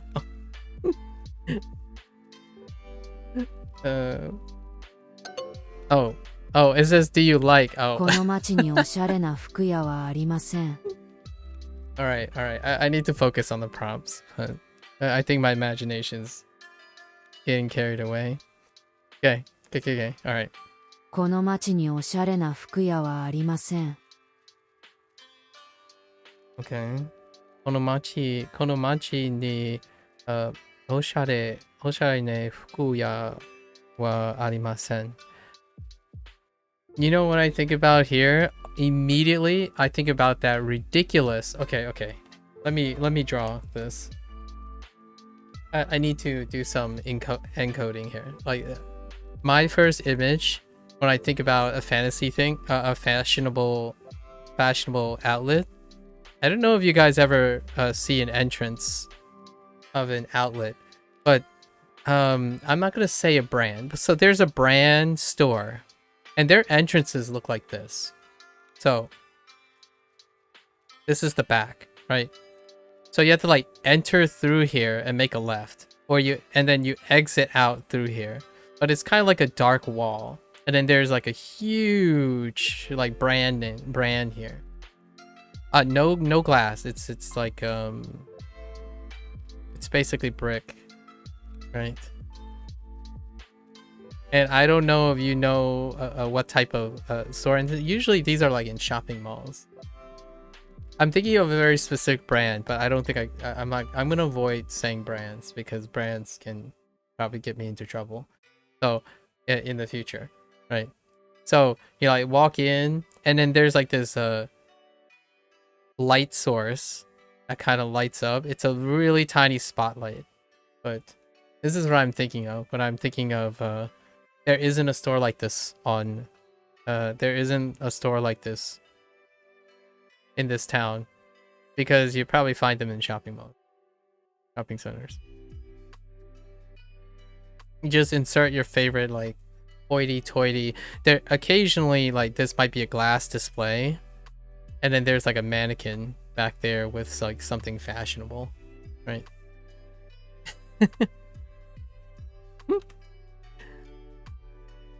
Takai desu ne. おしゃれな服屋はとても本当に高いですね。Okay.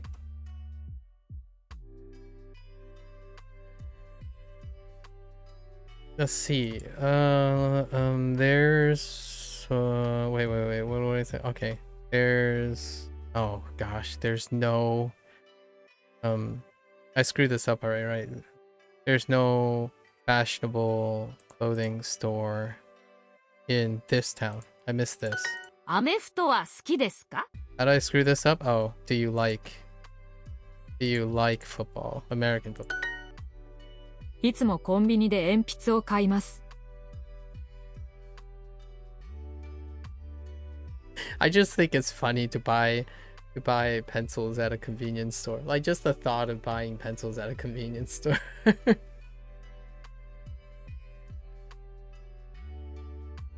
And by funny I mean it's a cultural dissonance. You typically go to an office supply store or if you're going out of your way to buy pencils, in my opinion.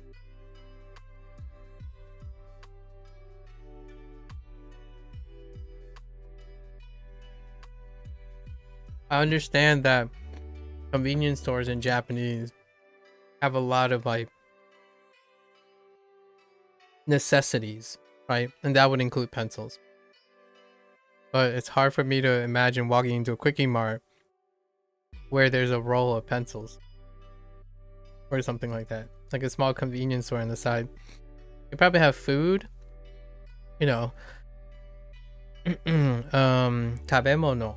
Tabemono, nomimono, ice cream.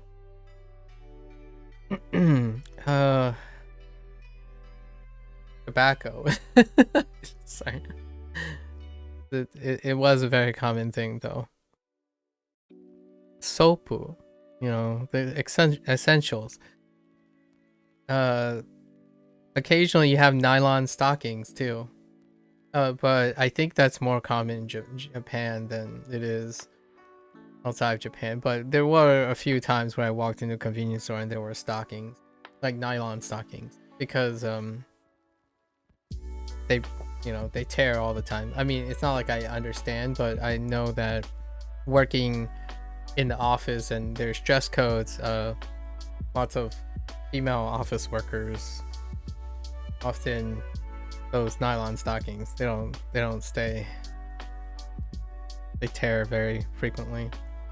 I don't know how to say nylon stockings right now. The closest I got is kutsushita, right? Kutsushita, which are socks. Closest thing I got.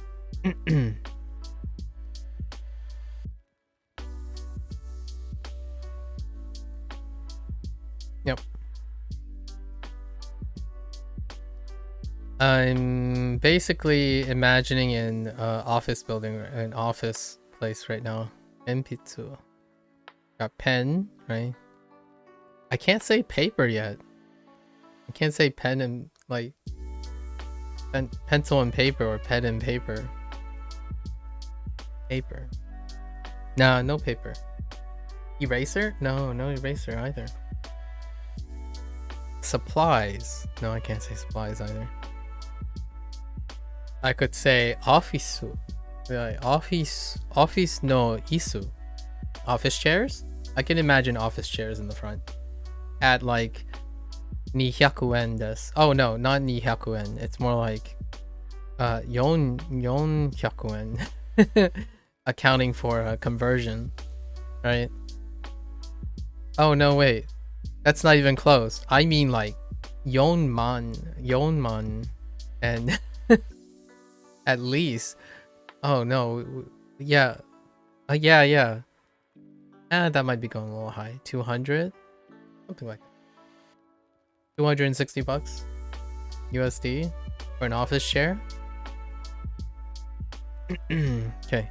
In these like office supply places, they usually have like the chairs sitting in the front, and then you have to go through the corner, the enpitsu no corner. The aisle where you have this huge long line of like mechanical pencils and stuff in the store, right?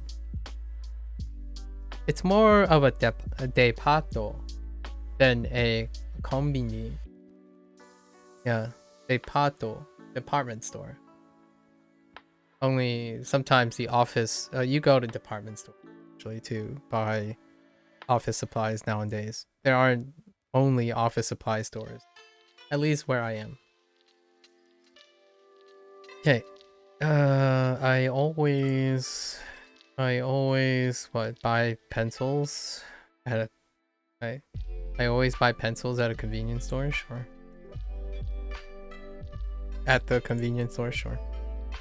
図書館は何時に閉まりますか?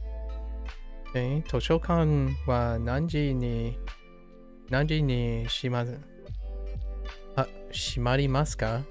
Oh, 閉まります. Wait. に閉まりますか? Close. Wait.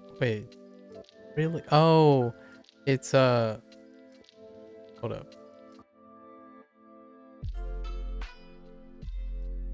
It's the intransitive closed. Yeah. Right, shimaru. Ooh, shimaru kind of looks like a kan or shimbun, but the middle, that last radical in the middle is just o, the katakana o. Okay. 図書館は何時に When does the library close? What time does the library close? Okay. 田舎から都市に引っ越しました。 Whenever I think about a library, I often think about hiroi, right?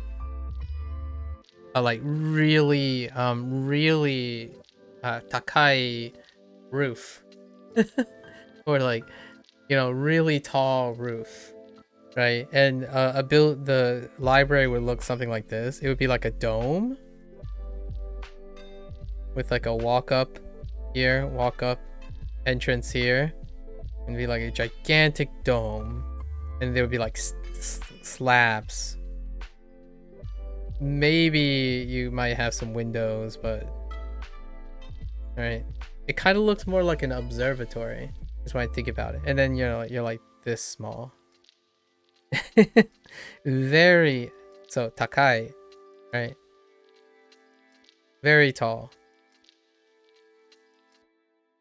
Hiroi, right? It's quite spacious. Hon, right? You would throw in some hon, jisho.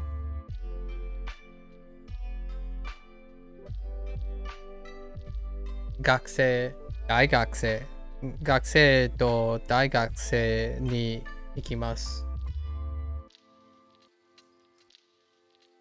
Oh, sorry. What is it? Shokan. G Shokan. Oh no. How do I say library? La biblioteca. La biblioteca ni ikimasu.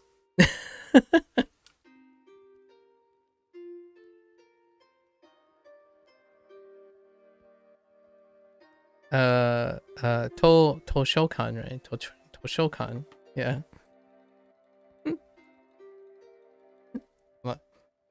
I swear, it's gonna happen. It's gonna happen. La biblioteca ni ikimasu.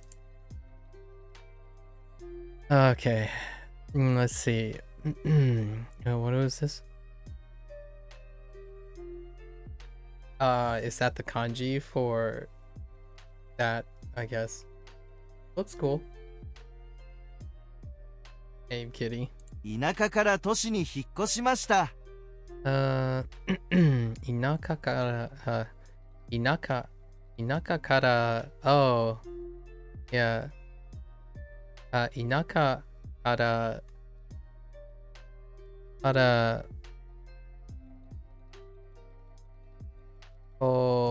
都市に移行しました。引っ越しました。I moved to the countryside.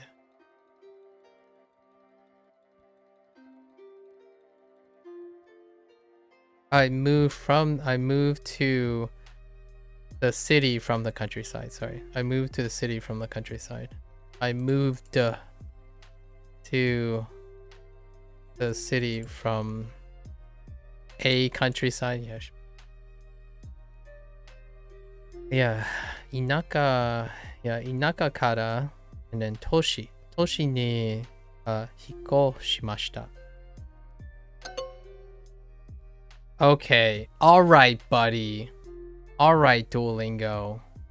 Oh.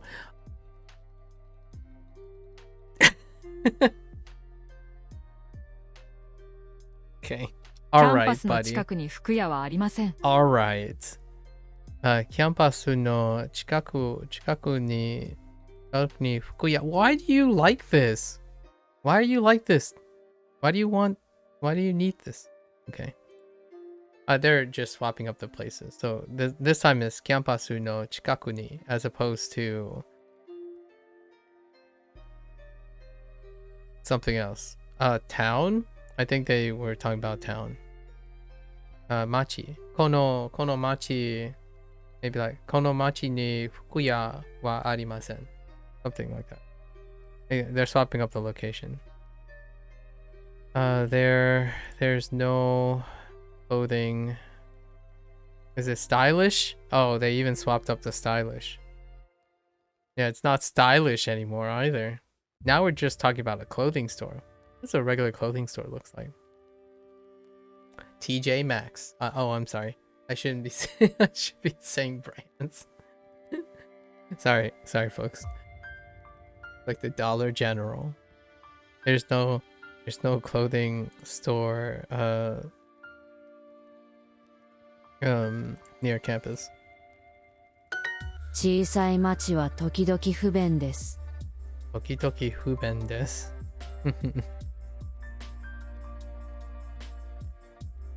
Small towns are sometimes inconvenient. 不便。クラスメートとおしゃれな服を探します。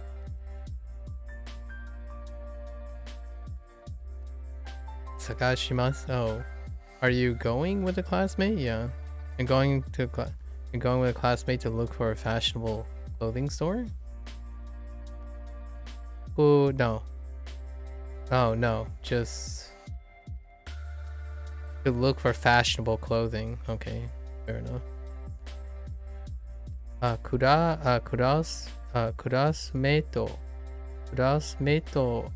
とおしゃれな服を探します。Okay. I'm going to look for fashionable clothes with my classmates. Sure. 大学にとても古い木があります。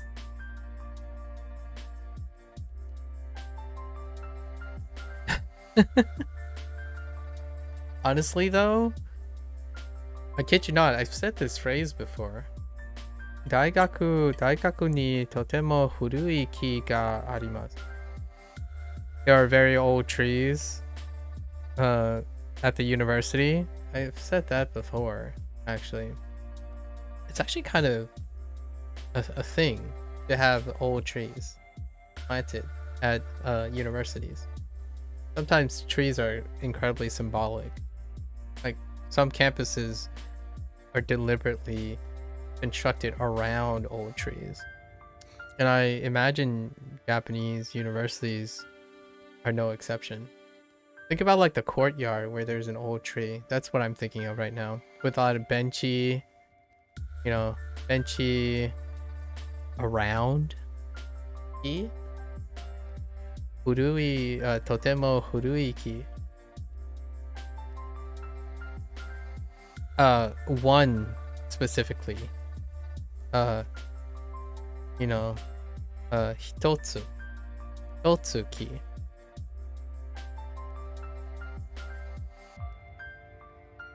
Let's see. There's a yeah, exactly. There's a very old tree at the university. Yeah. Sometimes there's like a centerpiece tree. 大学のバスケットボールコートは大きいです。I kind of remember, so like that last imagery reminds me of, if you're looking top down, there's usually like an academic quad, and a lot of times there's like lots of paths, right? But oftentimes an academic quad is square, and then you have buildings here, right? This is the building, this is a building, this is a building, right? And occasionally there's like smaller paths that kind of look like this when you're looking down on it. And then in the center, there'll be a very, very large tree if we're looking down on it. Right? And then there will be like two smaller trees here. Or smaller trees. And an academic quad would look something like that a lot of time. Right? And then yes, these are bricks. Brick paths. Something like nice and symmetrical sometimes. Occasionally they'd be like asymmetrical, but there's usually oftentimes there's like a really large centerpiece tree. And that's what I'm thinking of. Tatemono. Buildings. Tatemono. shugaku could be in this building. I don't even know if you can say something like shugaku no depato.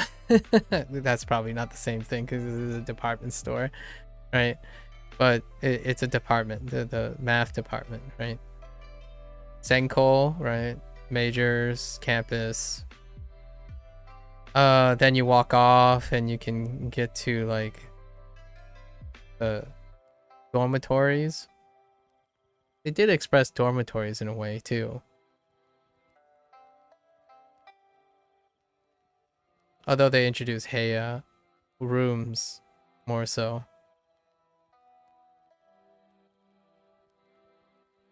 I don't know how to say science. Yet.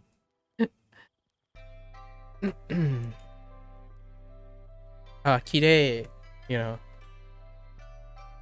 kirei desu ne.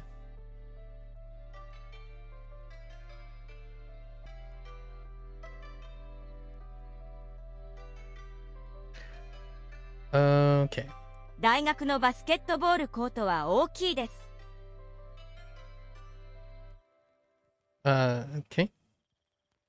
I think we had a conversation about koto and then the jimu and the other word for the gyms at the universities or colleges or high schools and stuff versus jimu, which was more of a recreational thing, right? And then the jimu kaisha no jimu in the context of a company.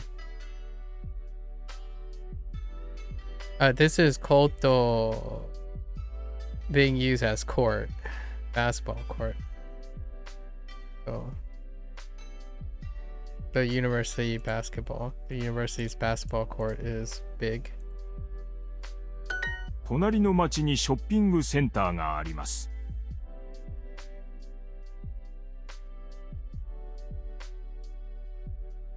Yep. This is basically life in a college town. 隣の町にショッピングセンター。ショッピングセンターがあります。It's kind of a drive. I would say a lot of times maybe 多分15分かかります。ぐらいかかります。車で15分ぐらいかかります。About 15 minutes by car to the 隣の町。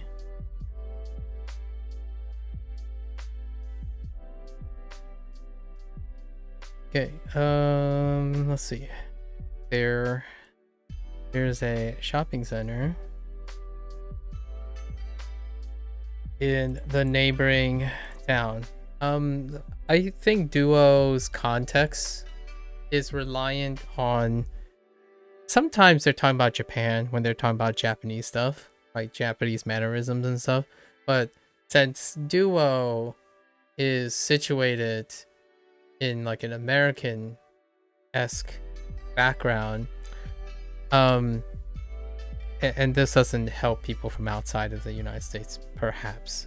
Maybe it's coincidentally relatable, but when they're talking about like things like campus life, like how colleges are, if you went to college, it is completely contextualized. Like what I mean is you can say a lot about college life, even in between the lines. The downside is if you didn't go to college and you're not going to these particular colleges, because the thing they're describing here is a college town, not a city university. A city university is surrounded by the city. So we're not talking about like New York, right? Not a Daigaku no New York or New York no Daigaku, right? That's not what we're talking about. We're talking about like an isolated college town. I have no idea. College town, Daigaku no Toshi? I mean, Daigaku no machi, like a town in a university, right? So, I just coincidentally resonate with it. So I don't really need too much help here for imagination. Most of these phrases make sense. Actually, I would say most of these phrases, even if they're unnatural Japanese, I would say most of these phrases if I was describing my university life. Both my university lives, because I have more than one university life. Yeah. You go to the neighboring town to find a shopping center. 田舎から都市に引っ越しました。What did I screw up here? Oh, right. Prepositions. I moved from the countryside to a city? Is that what they wanted? I think. Sure. Okay. Alright. Shop for clothing. Ooh, I got a lot of context for shopping for clothing. Okay, one thing I have to say though. Here's the thing. Here's what I would say that is a double-edged problem. It's a coincidental double-edged problem. Gamification. Let's think about gamification for a moment. When you think about video games, what are the coinciding pre-selection for gaming? For gamers, right? Interesting gamers. Right, typically, this is not to sound bad or good. I'm going to say this very carefully. Gamers tend to be less creative. Okay? And what I mean by that is they don't necessarily have the desire to be creative a lot of times. Because video games provide imagination. Right? You don't have to technically, literally create the stories. You don't literally have to create the challenges. Video games provide these things, right? So here's where the funny double edge about the gamification. When the way Duolingo is designed attracts gamers because of the properties that bridge gaming and Duolingo. But one of the pre-selections that happen with gamers is that they want content. And content in the form of anything. Stories, like lots of content, dynamics, tools, mechanics, right? So here's the downside, right?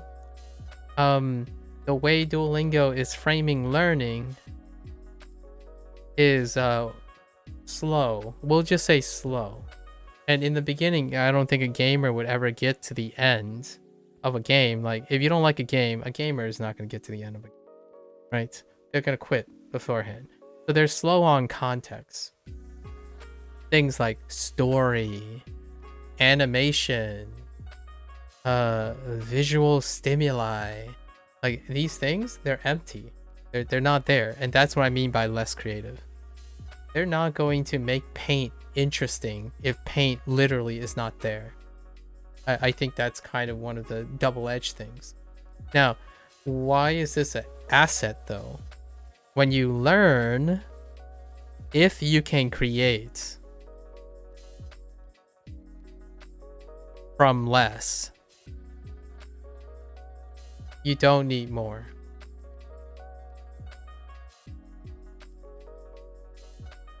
And I think that's where the division is coming from.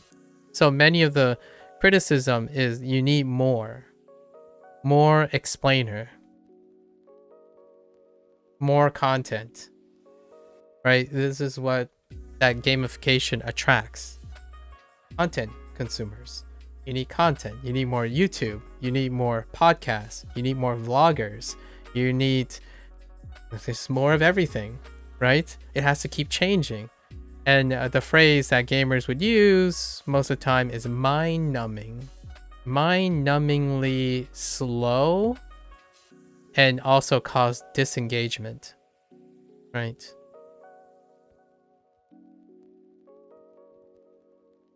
Well, I don't want to sound like some old boomer, but there was a time when you didn't have any of these things and you're left with your imagination. So how do you occupy with that? And that's a different time. It's a different life, it's a different time, it's a different period. So what happens here is a lot of times they're playing something to be engaged, but Duolingo doesn't offer content in the form of engagement. It offers content in the form of gamification. So in the sense, you are still reliant on providing an input of effort.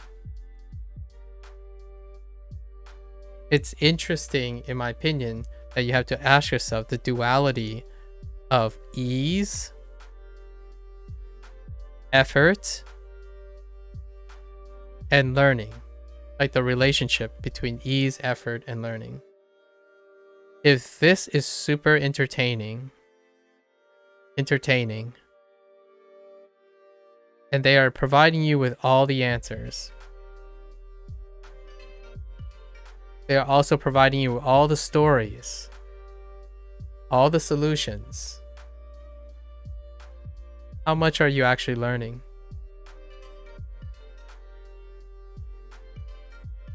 Now, for a beginner, any of this is useful, provided you're learning from them. But the double edge is you're attracting gamers, right? Gamers learn when they need to, the minimum amount of they need to enjoy something, and then they move on, in my opinion. Do they find that their gaming learning lessons are transferable? The closest you can get are sequels. I don't think it goes beyond that. So I play games to learn about design and stuff. I don't play games to learn like mechanics, right? When you think about mechanics solely in the sense of the game, yeah, none of the games are transferable skills, right? So if it's not a sequel, then it's a new IP. And that new IP, I would be very impressed if more than 50% of gamers try to adapt sequels and IPs and link them and bridge them, right? Bridge them like language learning, like taking your common language, kind of like that, taking your common language and bridging them to a L2, much like taking a video game series that you absolutely love and bridge them into a new IP, and the developers are the same, right? Because if the developer is likely the same, there might be like design languages and stuff. Guess what? Well, natural language, there are many things which linguists would probably try to do that, like allows the bridging of these two things. So I think that's one of the downsides. Am I doing more work? Yeah, I'm doing more work. Do people think, if someone thinks that I'm spending more time on Duolingo because I'm a slow learner, or I don't know how to be efficient with my time, well, that sounds like gaming to me. What's offered in Duolingo is certainly true. They don't offer those things, but it's not like I'm not doing those. What people don't see, in my opinion, is that I don't need a tool to do it. at least in my opinion. But I'm a different generation of people, right? It would be very convenient to do that, or maybe they move faster. Mind numbing is the key word here. Mind numbing. Hustle. You gotta hustle along, man. If you have to do something more than 2 days, I mean, somebody made a joke and say they don't even do it for more than 10 minutes and they're bored.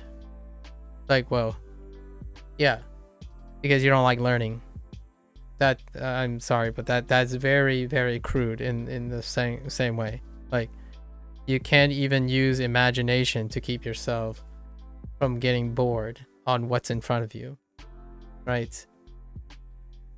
Imagine telling someone, evaluate this to the best of your ability. I probably give the average gamer 100 words. Use 100 words to describe what you can see here. I will give you a 30,000 word essay on what I can learn from this. In my opinion. Probably fairly sure. But that's because I'm leveraging my experience. That's what I mean by that whole, I totally get the idea of people using their language, their better language, to bridge the gap, because you have lots of experiences. But if you're someone who don't like to imagine how this is useful, you can just choose to do a split-second, 30-second take on, oh yeah, this is a childish cartoon. This is a childish cartoon. I don't like its simple colors. I don't like its simple colors. That's a Game Boy. Obviously, it's a Game Boy. That kind of thing. That's as imaginative as possible. What do I imagine? Think about this here.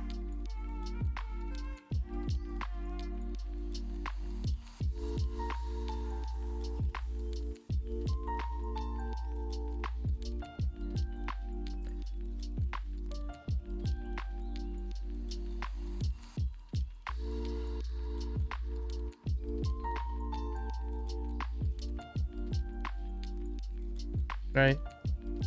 Well, you don't see the scene there, but I do.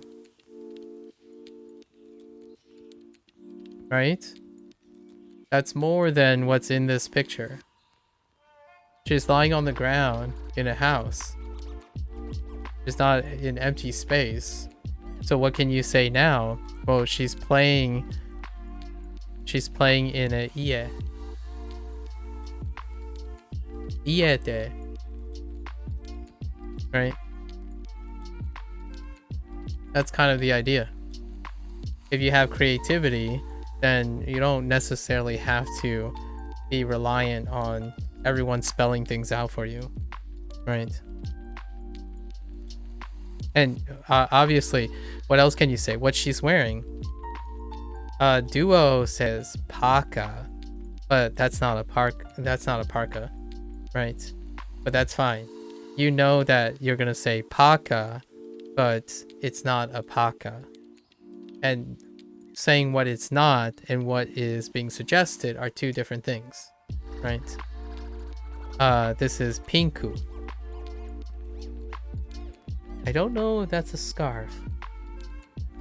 So once you get beyond the details of all the things, then you start adding, well, is she outside or is she inside?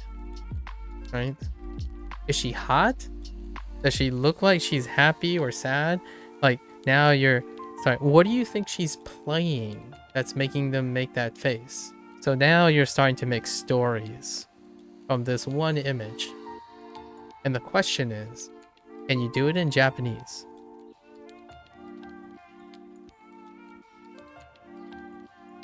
Yep. You don't have to start with Japanese. You can leverage all of your better language, your common language. And what you can do with that common language is then have the motivation to translate it So then you have a reason to go into your jisho.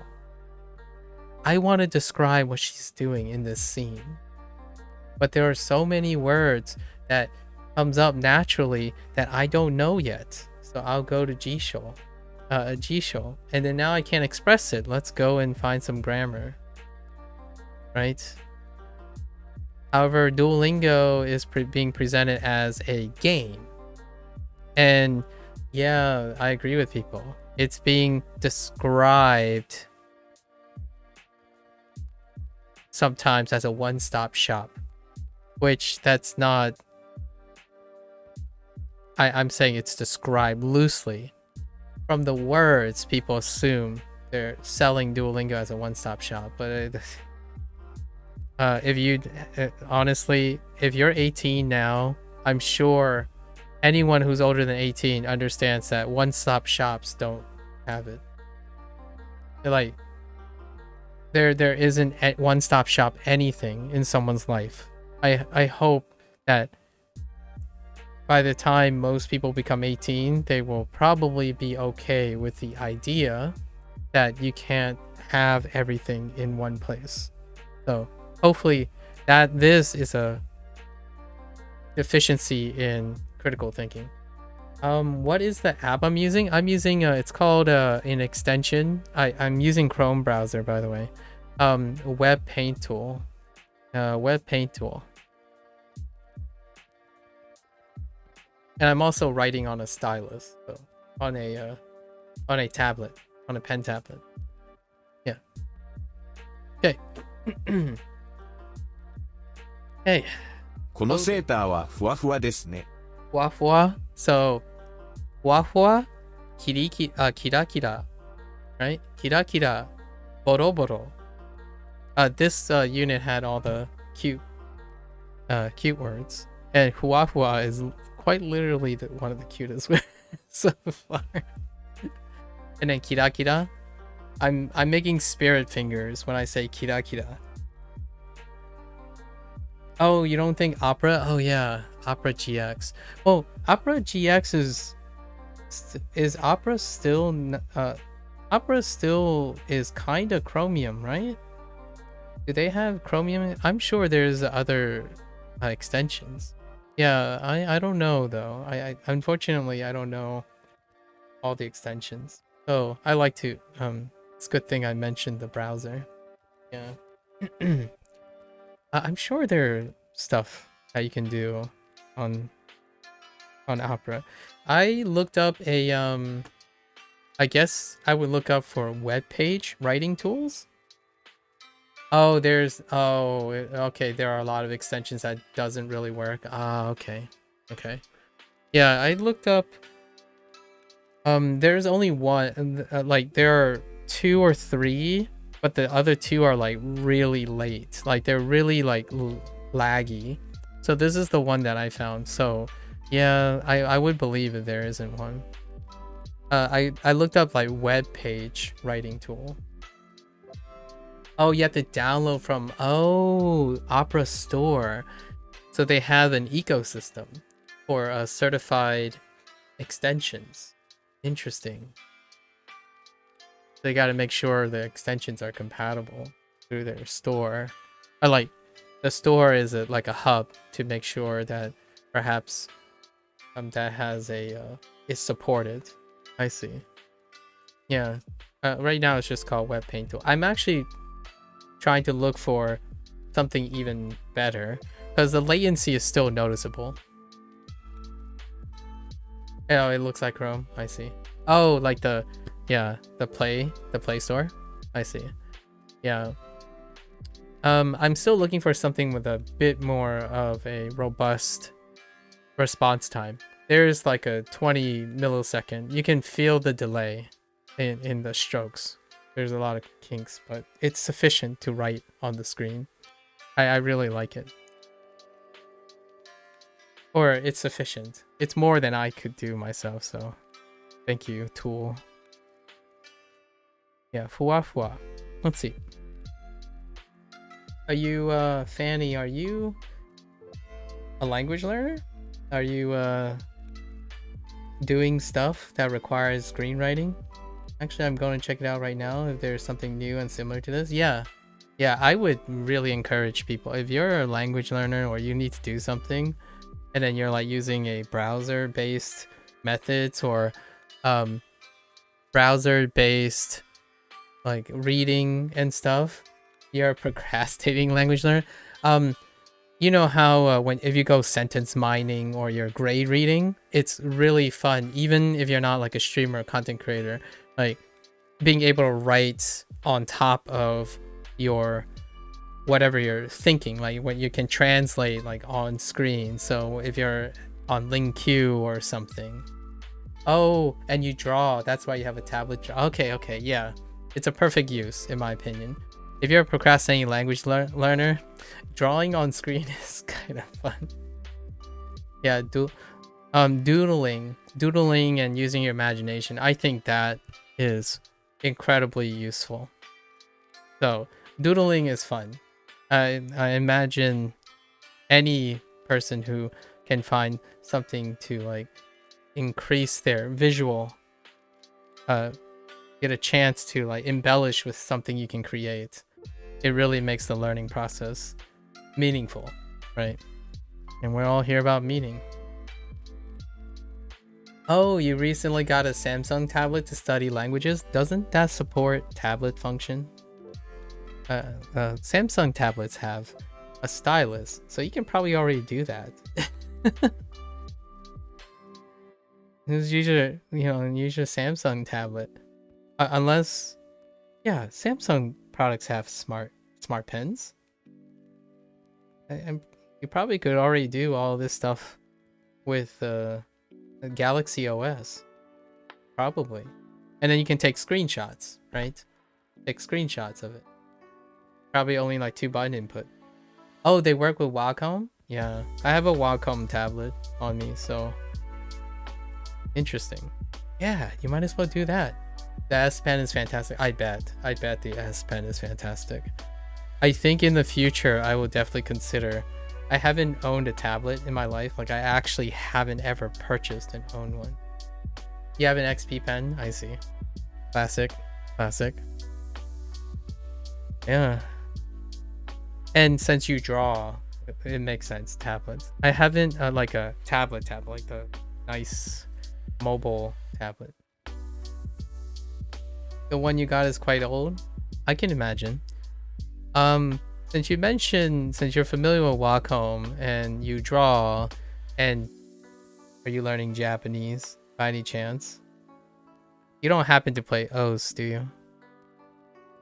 Yeah, there's a lot of checkboxes being checked here, and when I think of XP pen, especially an old XP pen,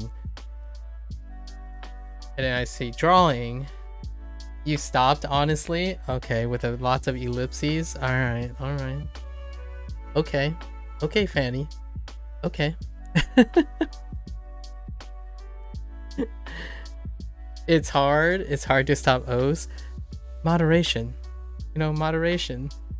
Yeah, when I think of XP pen, my first tablet was an XP pen. Yeah, when my first tablet was an XP pen. Actually. And then I replaced it with a Wacom. You love the language anyways? Yeah, me too. Welcome to the fold. Oh, well, thank you. Made desu. Mada desu. Arigato. Ganbarimasu. Oh no. Okay, so kono seta. Oh no, seta. Wait. What did I say this reminds me of? Setter. Like a setter, like a volleyball setter. Like seta as opposed to a sweater. Seta. I'm curious, is it seta for a volleyball setter? Hold up. Volleyball setter. Volleyball setter in Japanese. Oh, come on, Gemini. I don't need Gemini. No. In how do you say? Oh, here we go. Oh,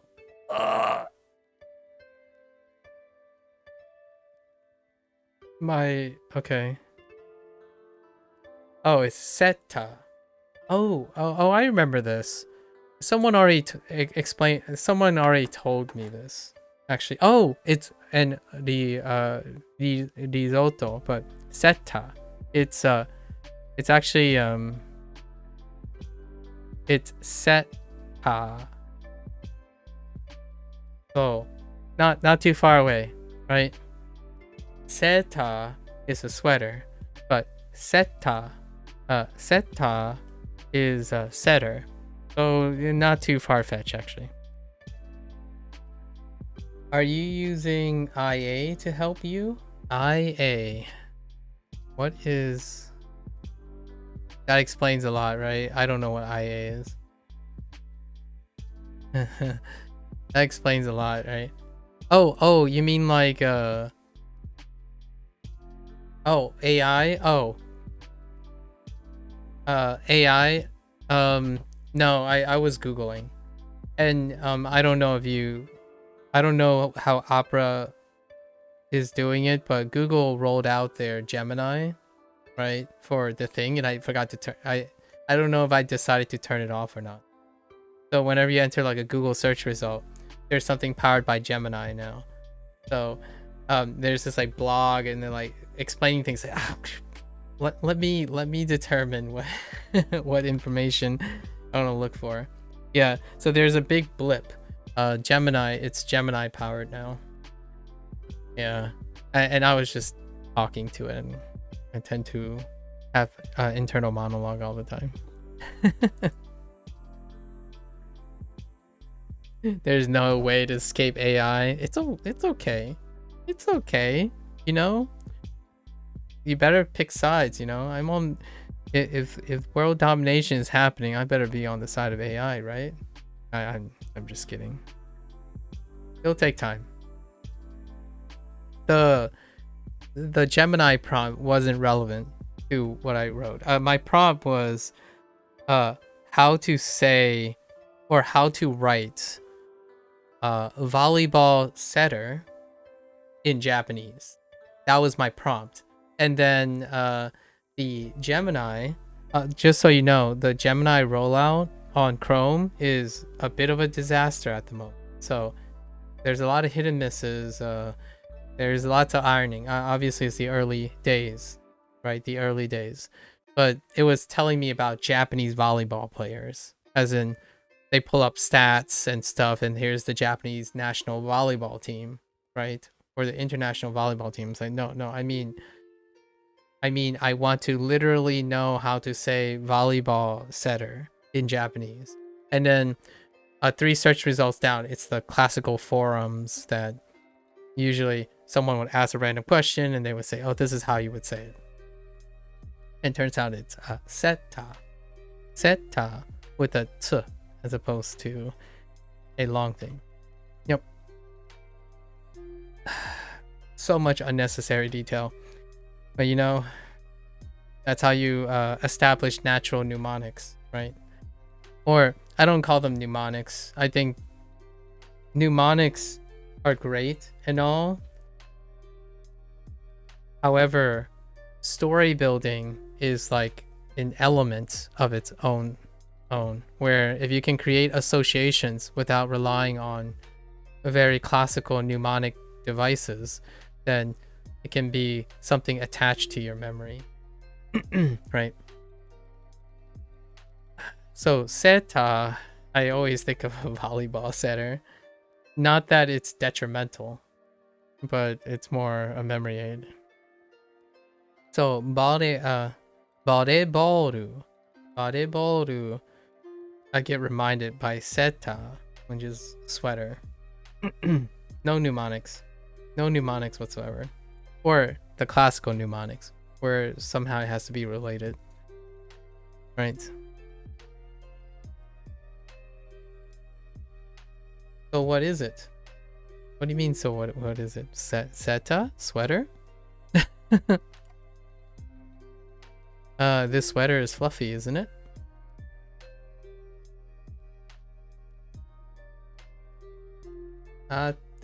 It's sweater. Yeah. Seta. This sweater is fluffy, isn't it? Hua hua. Hua hua. 今、店員さんは忙しいです。今、店員さん。Oh, yeah, 店員さんは、忙しいです。Okay. You love Japanese onomatopoeia sounds? I do too. Piku piku. Piku piku. And pika pika. Ku. What was it? What's the W one? Oh no. The WW? Yeah, kira kira. Very glittery. Like sparkling. Kira kira. Although I don't know what boroboro does. Even though it means worn out, but I don't know what they're going for with boroboro. And then there are other functional words like iroiro, sorosoro, or kyukyusha for ambulance. Kyukyusha. Actually, someone already explained this to me. QQ is 99, and that's like the emergency number. So kyukyusha kind of makes sense for an ambulance. The 99 sha. Can you imagine like English using this? Like, OMG, this star is so kira kira.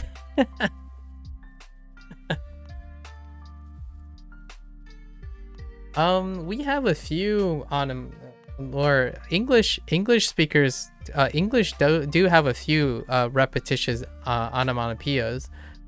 We do, and there's a lot of times they use English is used to use them as diminutives. We have diminutives, and that's probably why onomatopoeias sound very cute and funny, because English use diminutives like bun bun, bobo, bubba. They're not quite doubling, but you know, dodo.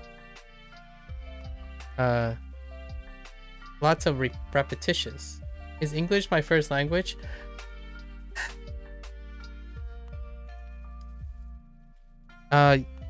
No, but it is my common language. Like, it's kind of hard to describe. I can't really think that far back, but it is unlikely that English is my first language. I grew up in a trilingual household. So, I don't know. Well, actually, I grew up in my parents are trilingual, but English is not one of the languages. So the natural inclination to say is English is probably not my language. Not my first language, but it is my common language.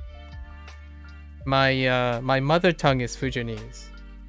And two of the first languages that I've heard was Mandarin and Fujianese. Which Fujianese is a dialect of Mandarin. So if I had to guess, those were probably the first languages that I've heard or was able to process. However, my parents, much like lots of Chinese parents, it was very pragmatic to learn English. Japanese is so technically Japanese is my fifth language. Because I'm in the United States, and typically you end up being educated in one of three languages, minimally. So German, French, and Spanish, and I chose Spanish. You're still exposed to German and French, but exposure is different. And I also had a Latin class. But those are like, they're not like languages I would use or read. So Spanish would be number 4, technically. And they're varying levels, so they're not considered like I wouldn't consider myself multilingual. It's one of those things when someone tells me, oh, I like immersion, oh, I like formal education, oh, I like grammar. All those languages are learned differently. Fujonese is total immersion. So I learned Fujonese. I can only speak Fujonese due to total immersion. I can only hear Mandarin and Cantonese due to total immersion. I know English because it's my common language. And Spanish I learned formally through high school and college. And then Japanese is self-study. So, been around the block. I don't usually keep to one way of learning. In fact, we're about to add Mandarin soon. So I'm gonna spend like half days with Mandarin and half days with Japanese on Duolingo. And Mandarin's gonna be a different experience because I have phonetic intuition with Mandarin.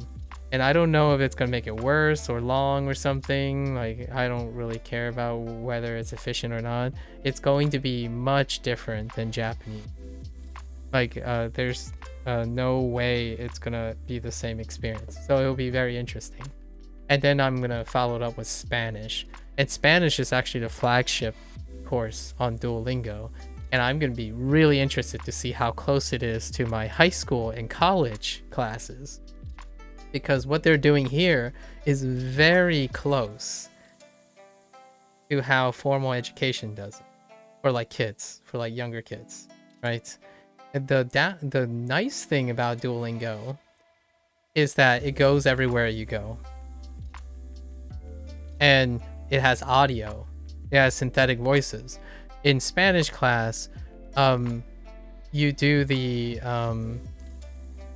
situation, the immersion situation, where a lot of people like, where when you step into the Spanish class, you only speak in Spanish, or you try to only speak in Spanish, that kind of thing, with other people who are speaking in Spanish.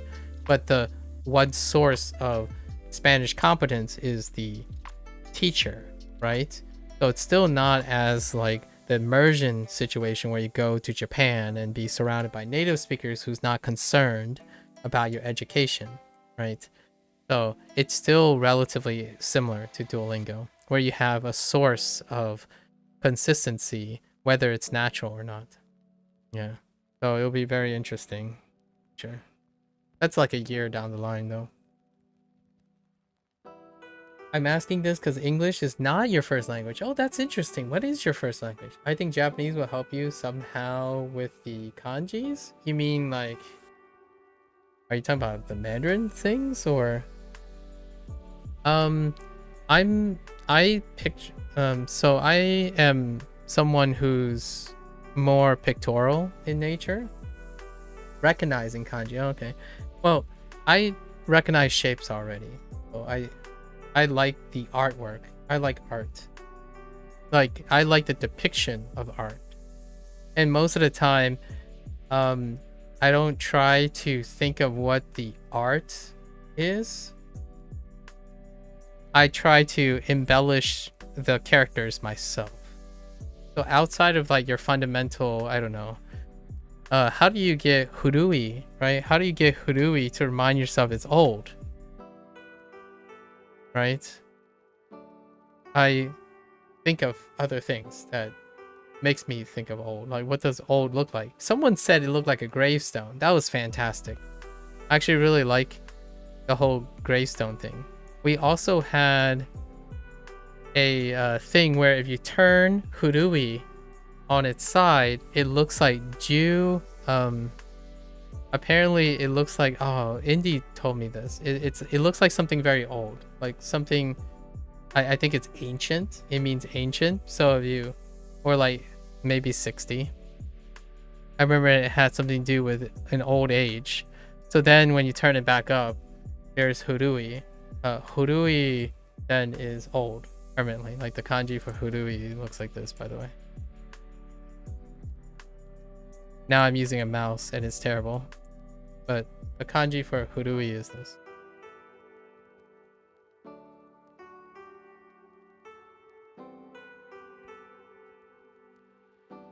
Oh wait. Do I have to write urui? I don't think I have to write. Do I? No. Yeah. Yeah. Anyways, your first language is Portuguese. I see. Brazilian. Exactly. Okay. Yeah. I say this all the time to fellow Brazilian, fellow Western Hemisphere peeps. Oh no, you're not bothering me. If you know, you have to know that I'm streaming for these type of interactions, right? It's not. Otherwise, I wouldn't be streaming, right? So no worries. My Western Hemisphere friend, Fanny, well, you are, I say this to most Brazilians, you are in a place where is the one of two places where there's a high enough concentration to contribute to a measurable percentage of people that know Japanese outside of Japan. I reside in the United States, and you're in Brazil, right? I imagine you're still in Brazil. You can, I think at the moment, like 2 years ago, based on census. Oh, yep, Sao Paulo, yep. 0.1%, I5, 0.1%. Get that representation outside of Japan, right? 0.1%. The United States contribute about 1.1%, if not more now, and so does Brazil, 0.1%. And then, the rest collectively are less than 0.1%. And then Japan. And then Japan's the rest. You know what's kind of funny though? I'm curious if the statistics that they are collecting include like, oh yeah, but the people who learn Japanese in the United States or Brazil eventually move to Japan, so they end up contributing to the percentage of Japanese speakers in Japan, and then it's always steady state or something. Whenever someone like learns a language, they want to go to the country.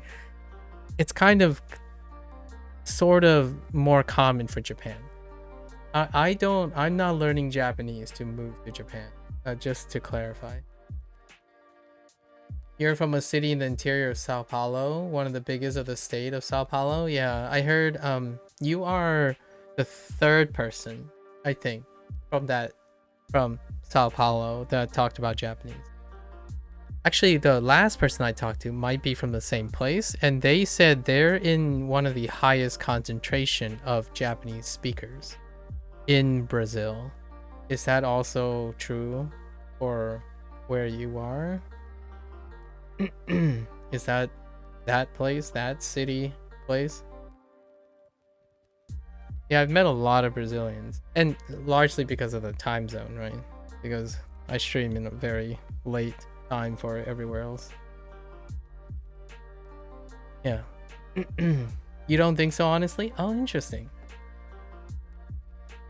Do you have a little Tokyo or something where you are, like Japan? I don't know what they call it in I guess we would say like little Tokyo or something, like a place where there's a collective of either Japanese immigrants or multi-generational Japanese people. Oh, you have a square? Nice. Very nice. Yeah. That's a lot. That's quite a lot. As someone that is American, having these pockets are like indicative of high concentration. With that Japanese Chinese thing, I don't know the name. Usually red, the Japanese Chinese thing.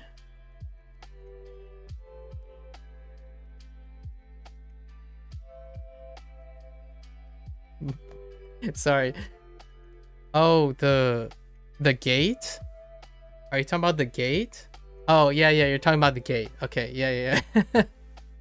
Yeah, the pass-through. Yeah. I think the English word that I would use is a gate. It's a gateway. Gateway would be like the English equivalent. It's a gateway. In China it can be like a dragon's gate, a heaven's gate. In Japan it could be like a shrine or a situation, something that deals, with a bit of mythology, not mythology but spiritualism. Yeah. They usually put gateways in the front of Asian collectives. Yeah. If you have one of those, then personally, in my opinion, that's a high concentration. I don't think it's far rarer than most people present itself. Like having Chinatowns, little Tokyos, or little Seouls, or Koreatowns. Those things are very far rarer relative to everything else, right? I'll be honest, I don't know how many Japanese are living in the city right now, but I would say that Sao Paulo has the high concentration of Asian, Japanese, and Koreans and Chinese. Yep. At least that's the impression I got from the other person. Well, that's pretty cool. Do you have any... I don't know, since you're learning Japanese, do you ever have any opportunities to meet a Japanese person? I don't have any Japanese here. I actually live in a coincidence. Ironically, maybe, I actually live away from these places. You would love to have... Yeah, me too. Me too. Someone asked me, I think a couple yesterday. I think Granola is the one that asked me. Do I have someone who someone asked me yesterday, do I have like a Japanese person I speak to, or a friend or something? I would definitely welcome someone. The only the major concern is I tend to want to have a non-conflict of interest. So oftentimes when I think about exchanging languages, I also would like to know if we have common interest, because usually I think learning is wonderfully done when there's a common interest and not a conflict of interest.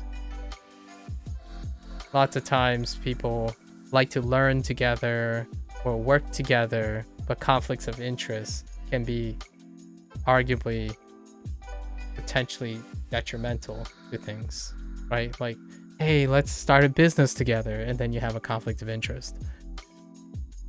There's a Japanese guy who has a channel in Brazil sharing his experiences in all states of the country and meeting Japanese communities here in Brazil. That's great. I swear someone... I don't know if this is the same guy, but there is someone... I don't know if this is the guy is Brazilian or Portuguese, but Yu is something someone brought up. And this person apparently speaks multiple languages. I don't know if this is that Brazilian... this is one of the Brazilian guys. But Yu was brought up. I might not be that person. But I've been told a lot of things, so it's hard to keep a lot of them straight. Oh, it's Ola Guti. He speaks here. Oh, okay.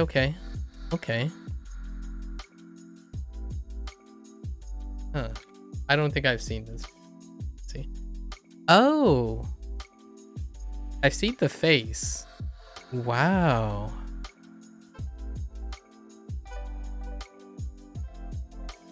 Interesting. So this person's a transplant. Huh. I see. Okay. I do the same, actually. I do the same, but with English. Yeah, I do the same, but with English. It goes to a lot of Japanese events I've never imagined there'd be in Brazil. Oh, that is definitely one way to get inspired to engage in the Japanese language. And culture in general, right?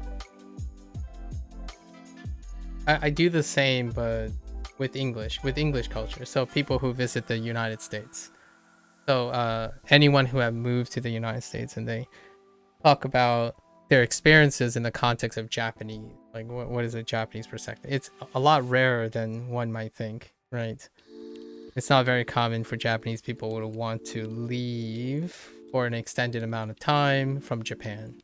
It's actually one of those types of countries. The Japanese have contributed greatly to your country's agriculture. Oh, that's interesting. I don't actually know the relationship between Japanese. That is an interesting thing. Oh, interesting. All right, I'll probably read a documentary, listen to a documentary on that. That's a really fun fact. What did Japanese? The only fun fact I have in about, oh no, they're not very fun facts, but as you can already imagine, Japan and the United States have quite a long history of things together. You would say that happened due to the abolition of slavery? Ah, I see. Huh, that sounds like a thing I would be interested in. I'll have to take a look on it. Give me like a few days. I'll probably be able to do some commentary on that. Alright, let's focus a little. How are you with language right now? How far are you in, or like, what are you doing now in your Japanese learning? How long have you been procrastinating on and off with learning Japanese? Speaking of which, how's your English? What do you do to keep up with your English? So you stopped a lot, so I'm trying to focus on English. Yeah, I was just about to ask. Yeah, like, so how do you how's your English going? How does English work?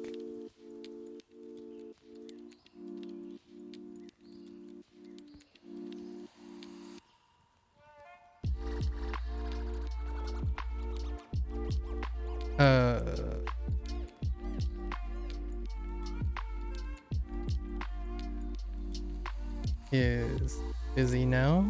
Okay. 8300円 Hasen. Oh yeah, Hasen is the part of this unit. 8300 yen. Eight. 8300 yen. メンズのコーナーまでまっすぐ行きます。 Honestly, you're better at writing than speaking. I feel like a lot of people say that a lot of times. Why do you think? I believe that your writing is probably better than your speaking, but what makes you think you're like? How do you feel about your speaking? Is it like sufficient? Are you comfortable in speaking in a way that is encouraging to you, or do you just avoid speaking? I'm kind of curious. I think most of the sentiments that I've gotten from anyone who's like acquiring English later, I feel like there's a unnecessary insecurity with English, and I don't know where that's coming from, but I don't like that the idea that there's this general fear of English, because English is the most chaotic. Like, what I mean is, if you don't know what you're saying in English, I mean, sometimes I don't know what I'm saying in English. So find a comfy chair, hit up anyone online, and I'm sure if you're learning English, most people would say like, yeah, welcome to the fold. It's if you find another English learner, the feeling is mutual, honestly. Unlike other languages, in my opinion, because English is pretty chaotic. It's one of those things where I say that I share this often, and it's kind of been my bedrock for English. there are fewer native English speakers than there are people who are learning English or acquiring English at a later time. So that, in my opinion, is a testament to how people shouldn't feel about English. No embarrassment, right? I have one. Oh, you have no one to talk to. I see. You're embarrassed to talk to yourself? Why is that? You know yourself well enough, right? I talk to myself a lot, and this is what I typically do. Maybe not out loud. However, since I'm streaming, I'm also trying to talk out loud to myself. So when there's no one around, I talk to myself. Internal monologues are great if you're able to do it yourself too. Sometimes I talk, but I think you lack vocabulary to talk about specific topics. You know what though? I encourage this quite a lot. If you have like another person who's learning, right? Maybe they don't know Portuguese or something. I do the thing where I substitute English. I use my English to leverage my Japanese. I leverage my English to learn Japanese. So a lot of times it'd be like, I don't know.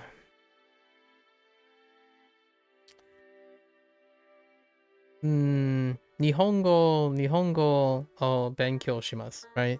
But if I forgot something like Nihongo o a lot benkyou shimasu, it's actually takusan, but if I do that, it'll still be kind of understandable. And if you happen to know other Portuguese speakers who also want to learn Japanese, then I think doing any spoken words is still wonderfully rewarding. So although that might increase the embarrassment, so I don't know how embarrassed you are. I'm very shameless when it comes to these things. Oh yeah, reversal context, yeah. And deep, I see. Okay. Good talk. All right. Yeah, people have their tools. Reversal, I'm familiar with. Not sure about deep L. Not sure about that one.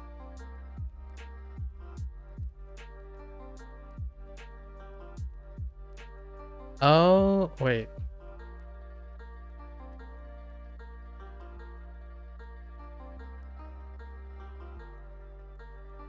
Oh, deep L. Okay.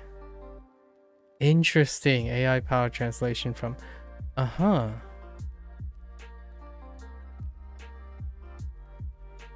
When I don't know a specific thing I want to say in Portuguese, I go to these websites and learn the equivalent. Yeah. Well, there you go. Now have a dialogue with yourself.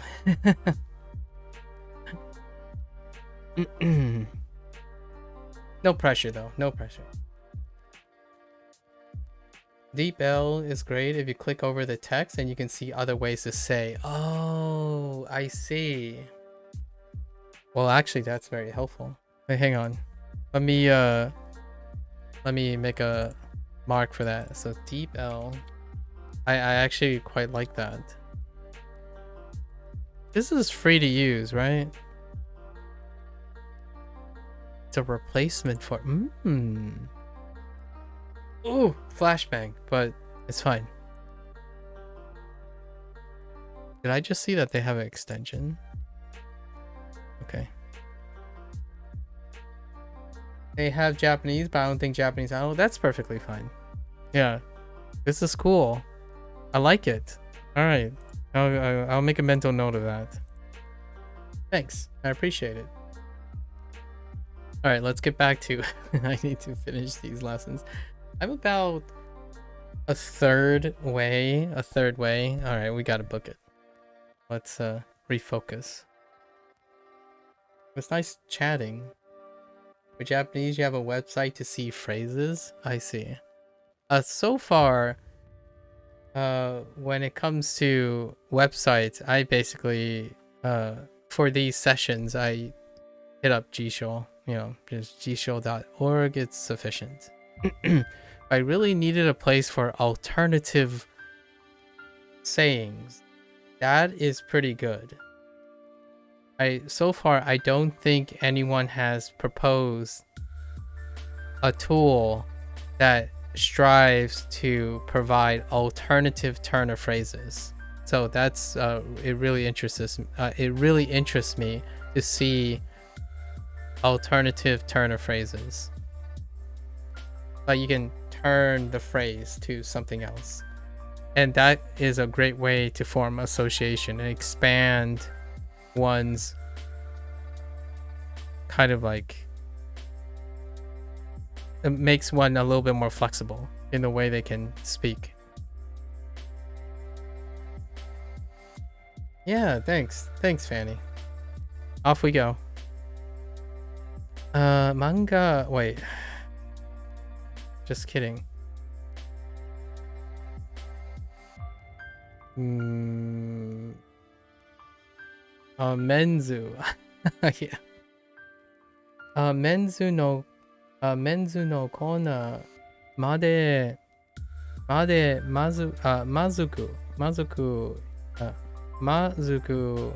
mazuku ikimasu. Why can't I keep saying that? Head straight to the men's section. Go straight to the men's section? Sure. You go. Okay, sure. You go straight.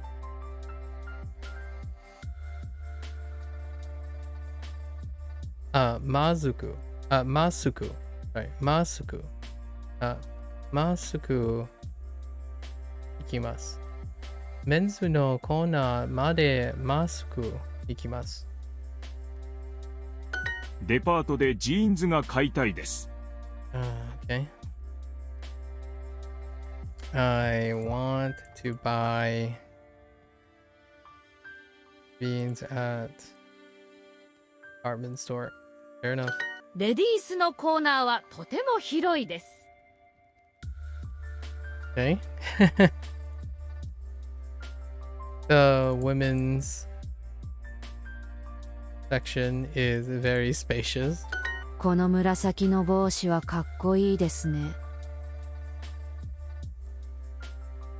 Okay.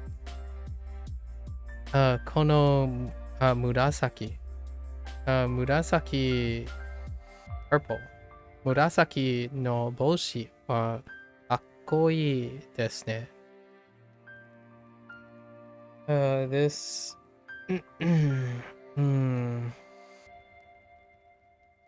this purple hat is cool, isn't it? 今度コートが買いたいです。 Okay. I don't buy. Oh, wait. Ondo. Oh, I want to buy a coat next time. Sure. 今度コートが買いたいです。コートがどんなこんな今度コートが買いたいです。I want to. These phrases are funny. Yeah, they certainly are. I want to buy a coat next time. Although I've heard these phrases in English, I don't know about the Japanese, but you know, people say this like, "Oh yeah, next time we gotta come back. I want to buy a coat. I want to buy a coat."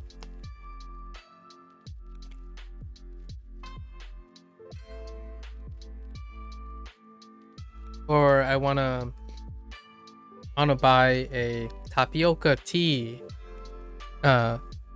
Kondo. Okay. ジーンズはブラウスの右です。ジーンズはブラウスの右です。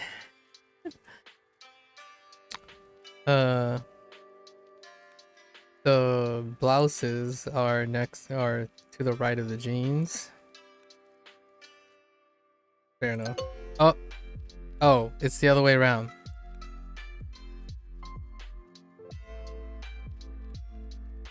Oh, yeah, the other Never mind, I don't want to talk は about い it. ポイントカードは無料です Point card, man. Point card wa murio desu. Murio. Free, right? Yeah, murio.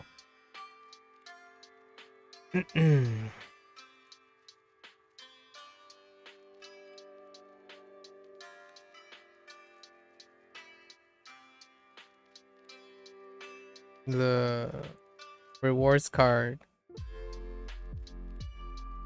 Honestly, I get what they're coming from with these point cards. I don't know how often people shop at retail stores these days, but I still remember the days when you get reward cards. そして階段を上がります。仕事 oh no そして sorry そして階段を左があり左がいます。Wait. Demons. Oh, got oh. It's agarimasu. Agarimasu. Kaidan o agarimasu. Oh yeah, this is the special. They didn't introduce this word with that. Yeah. Go up the stairs. Oh, yeah. Yeah. Agarimasu. Gotta be careful with that one. To ascend.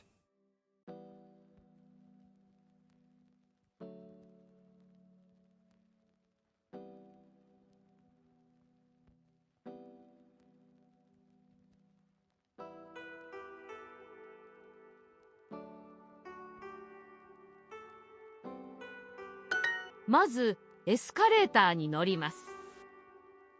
Mazu. Escalator.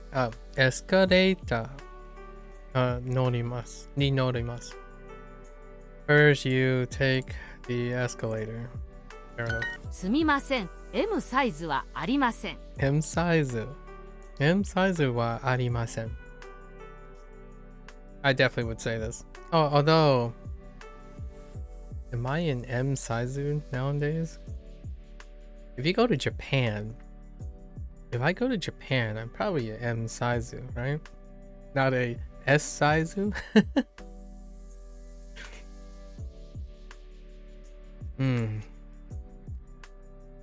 Okay.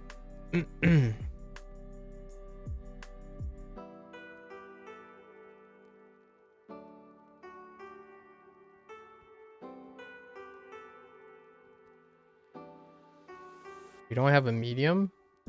Okay. キラキラの傘。 Kirakira no kasa. Imagine having a sparkly umbrella. レジはアクセサリーのコーナーの近くです。 You know what's funny about accessory? I'm kind of curious if they have kasa in the accessory no corner. There was a time when I went to buy an umbrella. So I needed to buy an umbrella, right? I was going to the department store. I was like, what the heck? Where are the casas? Right? Where are the casa?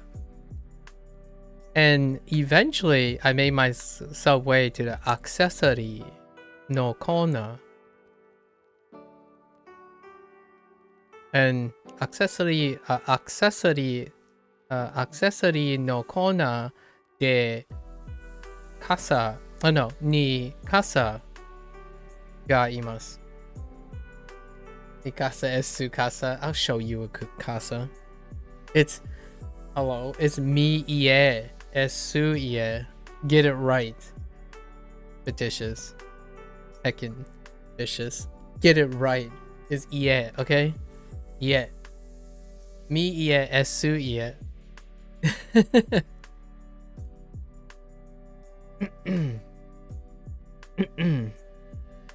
Okay. Neji. Okay, Neji wa. Wait. レジはアクセサリーのコーナーのから。No, wait, no. 近くです。Oh, that makes sense. Okay. I'm actually kind of curious if the accessories sections in Japanese places are actually next to the register. Because oftentimes a lot of the more expensive things are next to a register. That first part seems like LED, Deji. Yeah, register. Meiji, register, cash register. But it does look like LED. Like what I mean is, like it looks like an L and an E. Yeah. The accessory section is near the cash register. Oh, I did it backwards. Dang it. I need to pay attention. ボロボロのジーンズはおしゃれです。 Okay, let's focus now. I promise. ボロボロのジーンズはおしゃれです。Hold.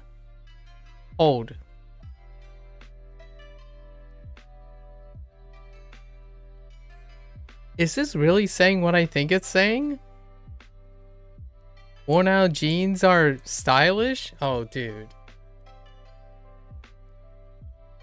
Oh, I wrote 9 instead of near? Oh. Did I? No, okay. That must be it. Worn out jeans are stylish. I don't know about you, but is this trend still real? Like, how do people feel? I remember the time when deconstructed jeans were like mad trendy.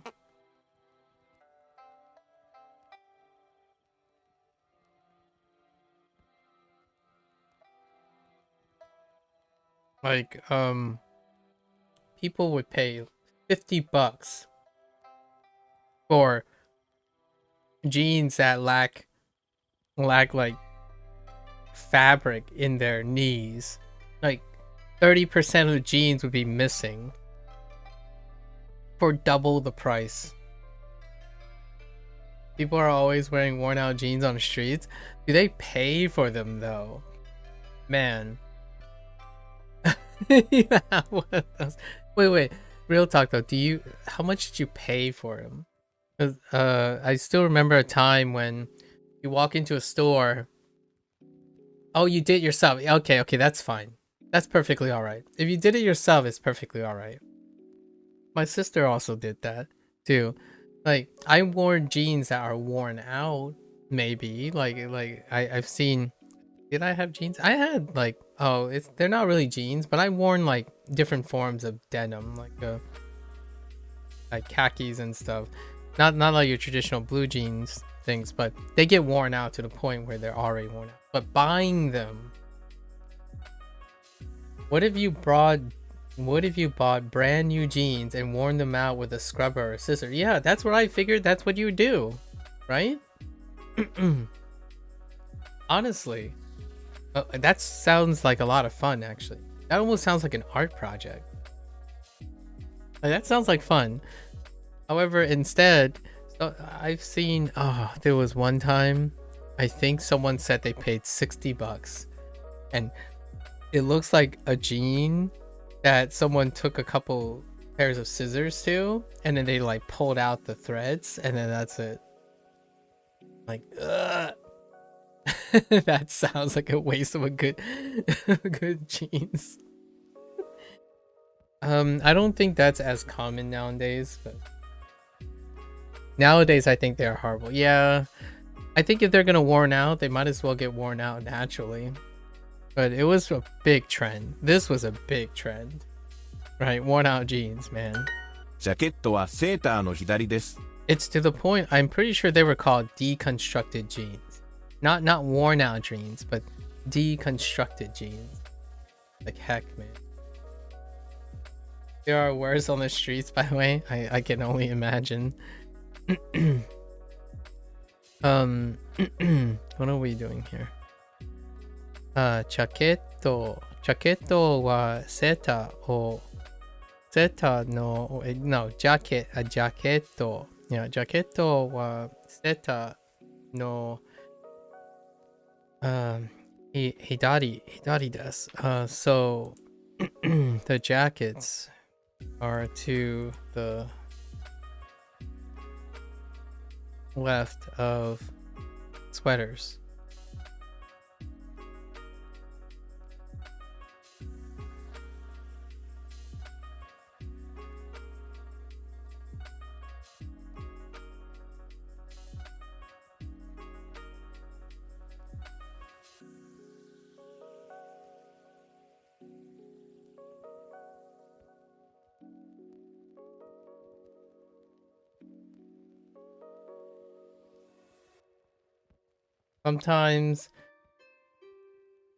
Sometimes English just wrecks me.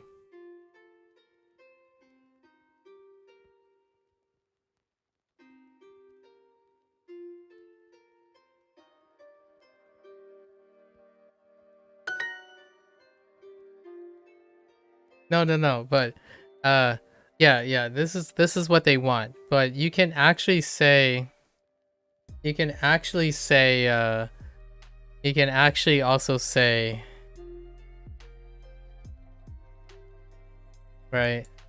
I think this would be some I wanted to say this, but I don't know if they would accept it. We should have tested this out. The jackets are left of the sweaters.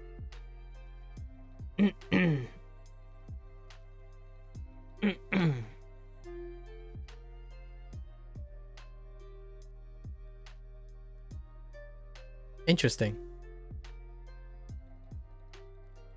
Yeah. ジーンズはブラウスの右です。Is this the one I screwed up?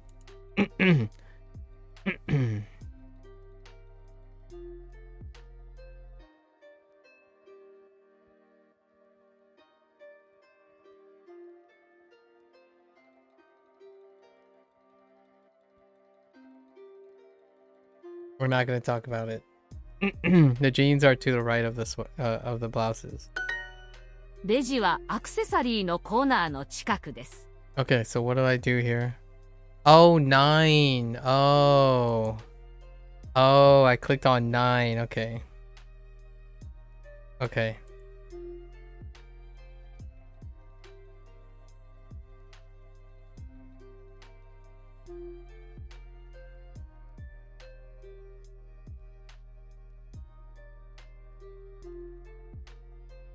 Oh, I got the phrase incorrectly anyway. Or maybe oh, you mean like mixed near and 9? Yeah. I can see that. I can definitely see myself, yeah. That's a good point. So we gotta get to unit 15. And we're running behind already, so let's we're doing review right now for our 100 day, post 100 day thing. Negative adjectives. What was this? Oh, I think it was more like weather. They were talking about weather for negative adjectives. So like not cold, not warm was how they introduced it first. 2月はよくみかんを食べます。 Mikan. Yeah, they were talking about seasonal stuff. Mikan is orange. So we have like suika. Suika was for Natsu. There was Sakura, and Saku was introduced here for Haru. Fuyu had a lot, like Skato or Skato, snowball. Things you do in the winter. Aki had maybe food? There's also what are those? Yams. Where are my yam folks? Chumo. Right? Yeah, like it's like chumo or something. Hold up. Sachu. No. Sachu. No. Oh no.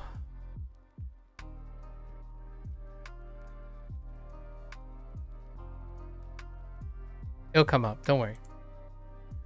Don't worry. We'll know it when we see it. For now. In February, 2月はよくみかんを食べます. Okay. In February, we eat orange. We often eat oranges. Sure.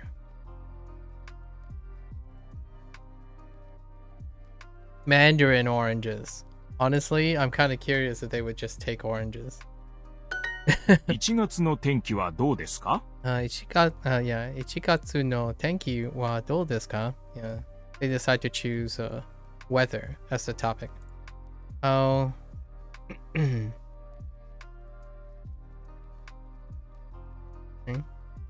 はい、辛い鍋をよく食べます。はい、辛い wait. はい、辛い鍋. Oh yeah, I forgot about nabe. That might be an Aki thing. It's more of a Fuyu thing. But you can do nabe. Aki ni nabe. はい、辛い鍋をよく食べます. Okay. Yes. We eat spicy hot pot. We often eat spicy hot pot. But not that hot pot. Not shabu shabu. Or huago. Hogo. Not that. Or dabenu. Dabenu. Not that. タイは寒くないです。タイは寒くないです. Yeah, not cold. So Thailand isn't cold. It's wet. Actually, is Thailand wet? 千葉のスイカを食べます。千葉のスイカ千葉のスイカを食べます. We eat watermelons from Chiba. That's an interesting way to say it. From, so this is an interpretation, right? It's a subset of watermelons from Chiba, as opposed to it's from Chiba, as in Chiba kata, or Chiba, even Chiba de, like in Chiba, kind of thing. But it's an interpretation. Spiritually makes sense. 北海道の冬は暗いです。北海道の冬は Oh, okay. 暗いです. Hokkaido is dark.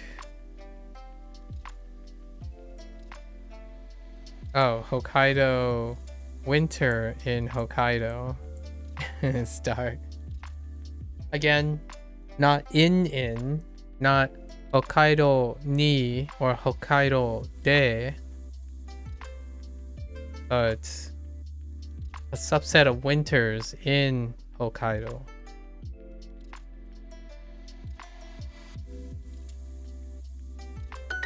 北海道に住んでいます。北海道に住んでいます. Okay.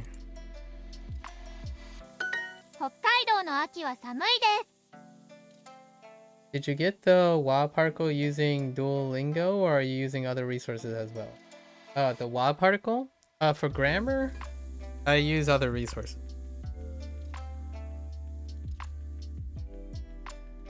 And then I use people. People are my resources.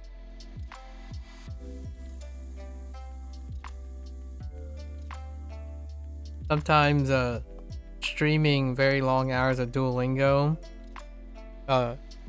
opens you up for a lot of silly goobers that can't help but want to help you out. So I use them too. I farm them for uses. The WA particle's insane to you?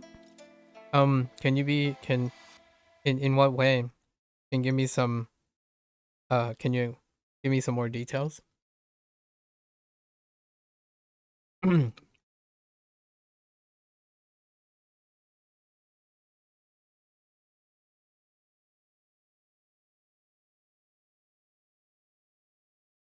Oh, because it works in many ways. Yeah.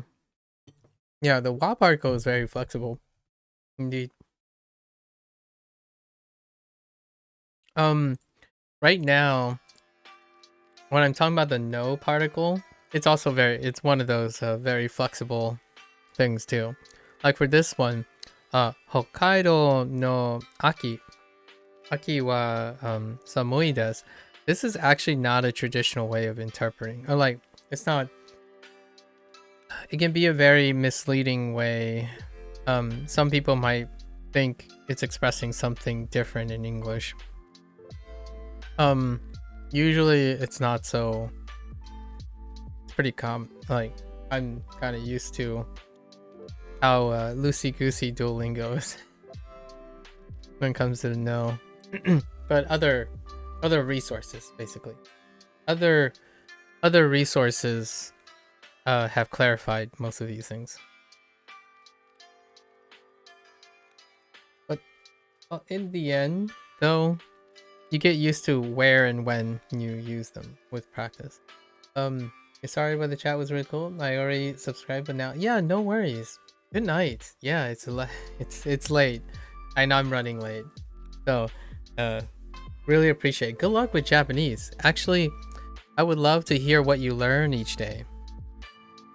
If that's any motivation, please learn something in Japanese and we can talk about it. That would be kind of fun. I look forward to if you had anything interesting to say in Japanese. Like, feel free.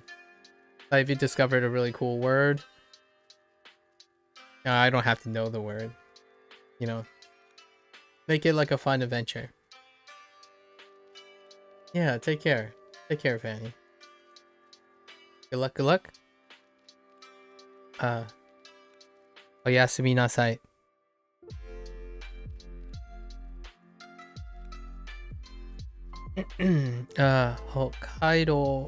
Hokkaido no aki. Okay. Cloudy? No, samui, cold. Okay. Cold in fall. 東京の桜は4月に咲きます。 Oh, there it is. Sakimasu. So, we were expecting this. We kind of remember all the units now, because these are all the recent units that I need to remember in my recall. So, Tokyo no... cherry blossoms. Cherry blossoms in Tokyo bloom in April? Yes. Shikatsu. Shikatsu ni sakimasu. 中山さん、スケートは好きですか？ And there's skato. Skato wa suki desu ka? Sure. Do you like ice skating? Oh, I saw a funny skit today. Where I have the same feelings. It was a Dogen skit. Talking about imaji. Imaji or something. Imaji. And he was pretending to be someone who's learning English, and they're like, well, that's kind of silly. Like, this is an image. Like, the picture is an image, right? Like, sashin wa imaji desu or something, right? When he was reading. And the joke was like, isn't that funny? Like, the picture, I mean, all pictures are images, right?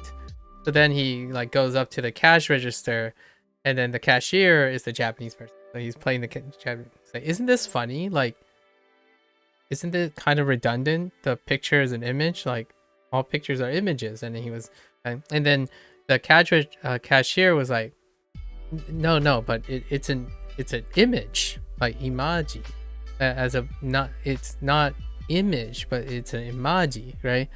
And then they kept going back and forth, and then suddenly the cashier like broke out of characters, sort of, and then spoke in English like, dude, it's a representation. And then Dogen's character was like, wait, what do you mean this picture is a oh. And then he had like a really good little kind of like disgruntled thing. There's another customer coming in, and he talked to the guys like, I knew that. And then the cashier was like, you see, loan words in Japanese don't necessarily mean the same in English. And yeah, I knew that. And the first thing I can think about when for that in Duolingo is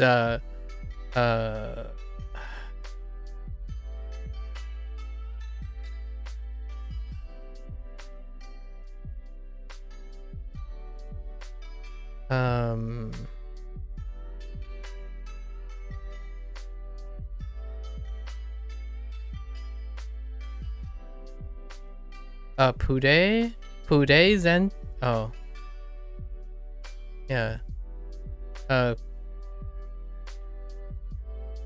Pude Zento versus Pude Zen. Pude Zento. Oh yeah, Pude Zento and Pude Zen, right? Pude Zento is present, but Pude Zen is presentation.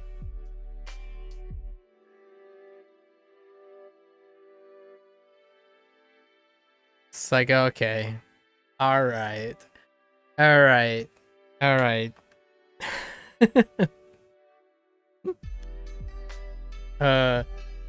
Because a present is still a present, which is not a presentation. And it's kind of funny that they chose the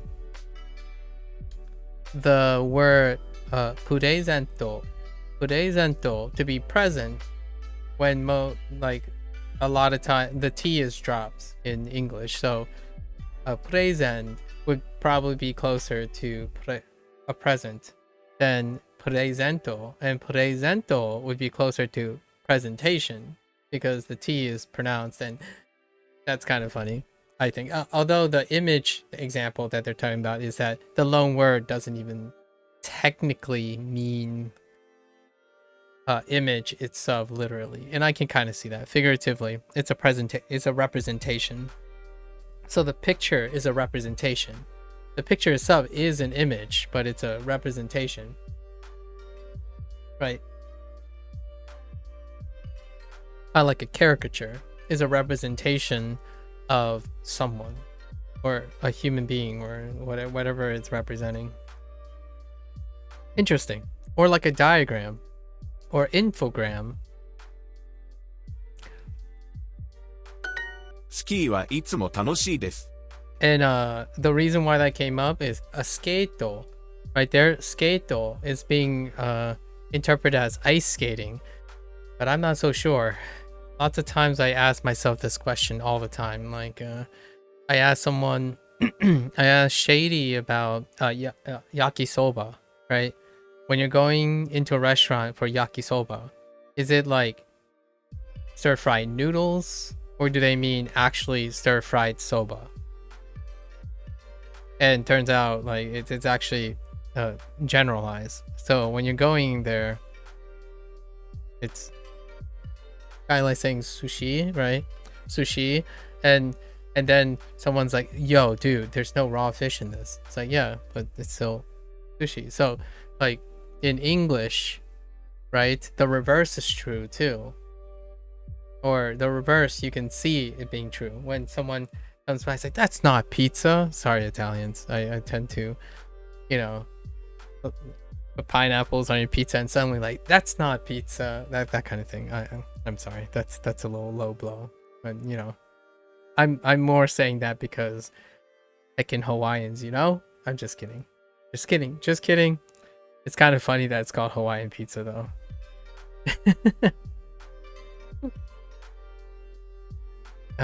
Okay. Ski wa okay. Ski wa itsumo tanoshii desu. Okay.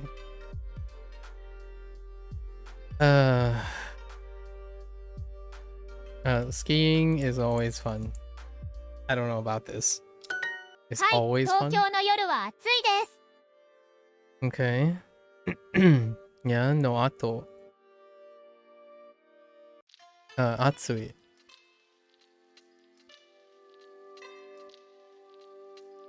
Tokyo nights are hot. 冬のスポーツはあまり楽しくないです Amari, oh right. Negative stuff, right? So amari tokush tono tanoshikunai desu is a thing. And so far they only used e adjectives for this section. We get na adjectives later. It actually is the most recent unit we completed, unit 15. Winter sports aren't very fun. 富士山の近くでスノボをします。 Oh, Fujisan no chikaku de sunobo oshimasu. Wait, can you actually snowboard on Fujisan? I gotta ask Indy if he's gonna go snowboarding or skiing as well.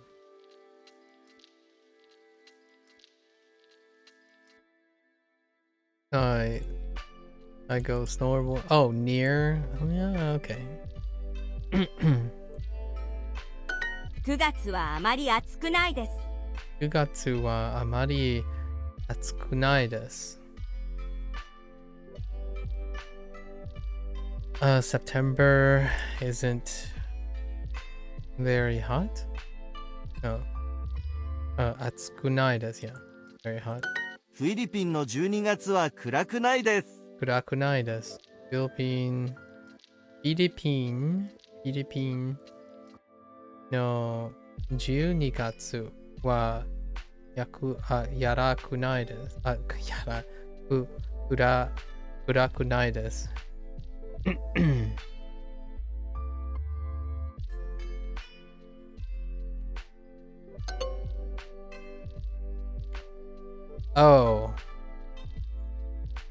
Oh, my bad. 10月も暖房をつけますか 10月も暖房をつけます。つけますかturn on. So,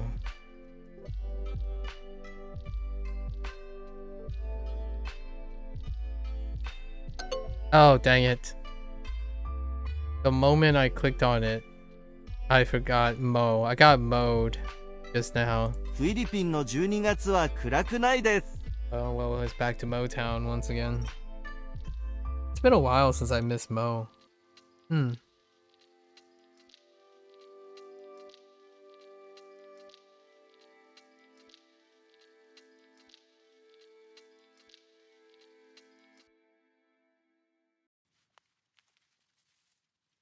フィリピンの12月は暗くないです。Okay. 10月も暖房をつけますか Excuse me? What did I do there?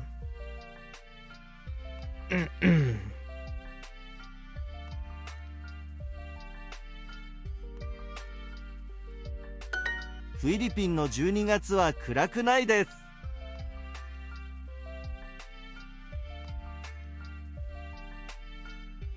Oh. Wait.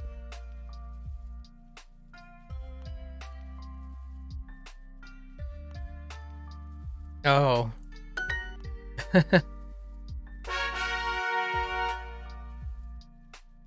Make plans for a party. This is party. What type of party? I think it's like anjobi, like birthday parties.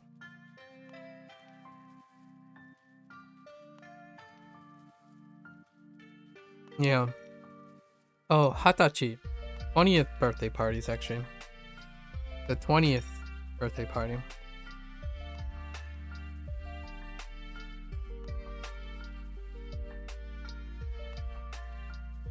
I don't remember what else.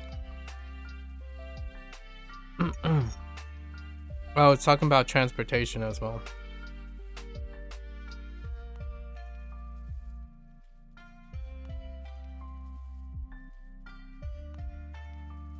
I think kuruma was introduced here too. Cars. Traveling. 兄は22歳になります。 Oh, and what time they're gonna arrive.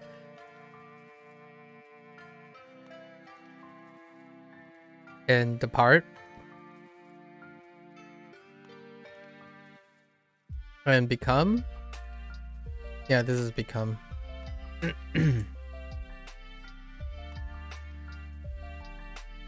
Naru.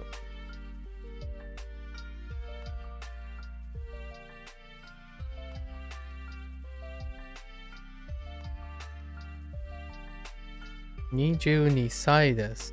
22 sai. I don't remember any other situation where we talked about age in this way. すみません、そろそろ帰ります。 Okay. Sorry, going home in a bit.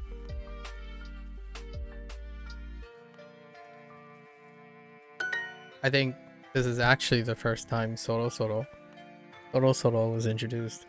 私の誕生日は3月3日じゃないです。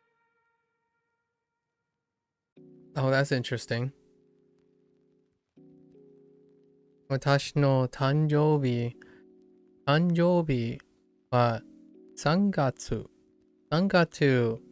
月3日じゃないです。What? My birthday isn't March 3rd? On March 3rd? It's on March 4th. Aha! 花さんを呼びましたか？ 4日。花さんを呼びましたか？呼びましたか？ did you invite Hana? じゃあ10時半の電車はどうですか？ 10 o'clock train? How about the 10 o'clock train?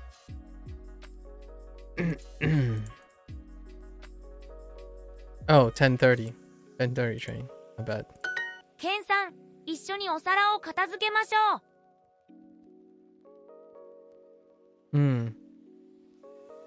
片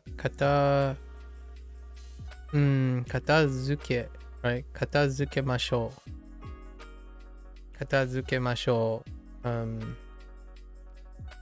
tidy up, right?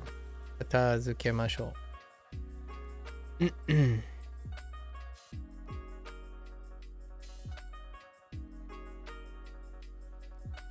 tidy the plates together. Tidy up. 埼玉は千葉の近くです。 Okay. Saitama is near Chiba. Chikaku. 埼玉は東京から遠くないです。 Tokunai desu. Okay. Saitama isn't far from Tokyo. Tokunai desu.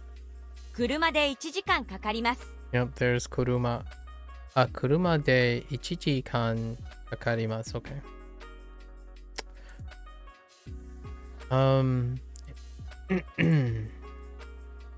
I used this earlier. It takes 1 hour by car. パーティーの前に宿題をします。パーティーの前に宿題をします。I have work before the party, or I have to do homework. I'm going to do homework before the party. じゃあ、お皿を片付けます。お皿を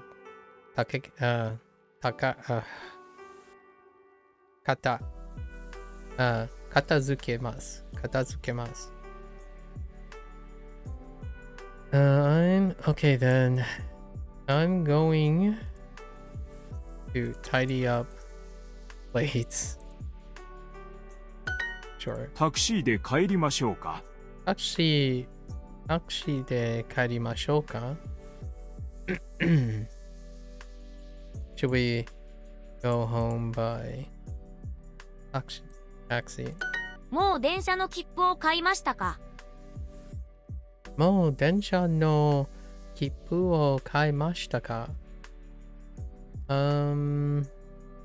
Did you buy the train tickets already? もうそろそろ行きます。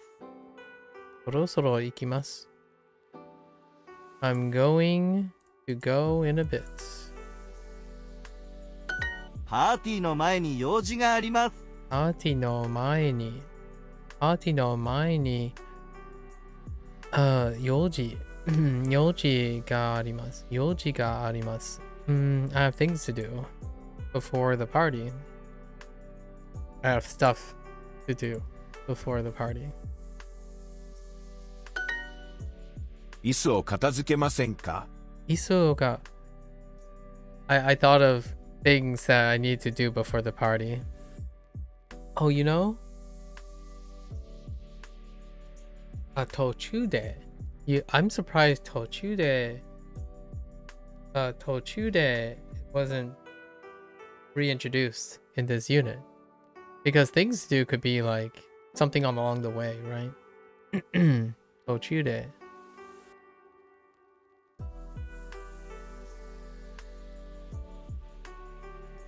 What were you saying? 椅子を片付けませんか？椅子でOh no. 椅子を片付けませんか？片付けませんか？ I struggled with this the first time, and it's still true now.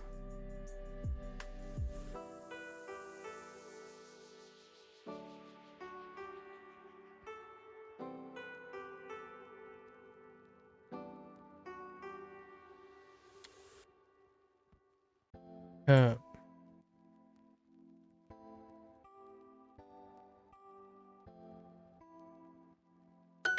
夕方の5時半にパーティーに行きましょう。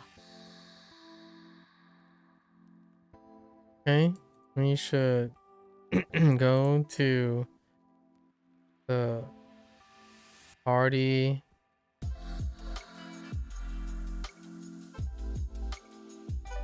at 5時半 so 5:30 in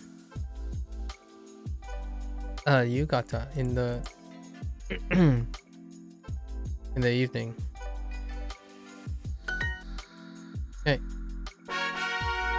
Okay, we remember most of that stuff. Describe what you don't want to do. This is about don't want to do. So this is the introduction of takunai. Right? Takunai Yes, off the Thai form. And this is about being lazy. Just like straight up lazy. Not wanting to do chores. Solji, sentaku, kaji, shikoto. I don't know. No, this isn't the health one yet. 今日のミーティングをキャンセルします。Oh, キャンセルします。That's right. キャンセルします。Okay. 今日のミーティングをキャンセルします。今日のミーティングをキャンセルします。キャンセルします。ゲームがしたいです。ゲームがしたいです。したいです。Yeah. I want to play games. Sure, video games. 暖房のリモコンはテレビの隣です。暖房のリモコン wait. 暖房のリモコンリモコン not リモコンリモコン暖房のリモコンはテレビの隣です。テレビの隣です。Oh, fair enough. テレビはテレビの隣です。The heater remote is next to the television. 暖房のリモコンはテレビの隣です。夕方まで寝たいです。夕方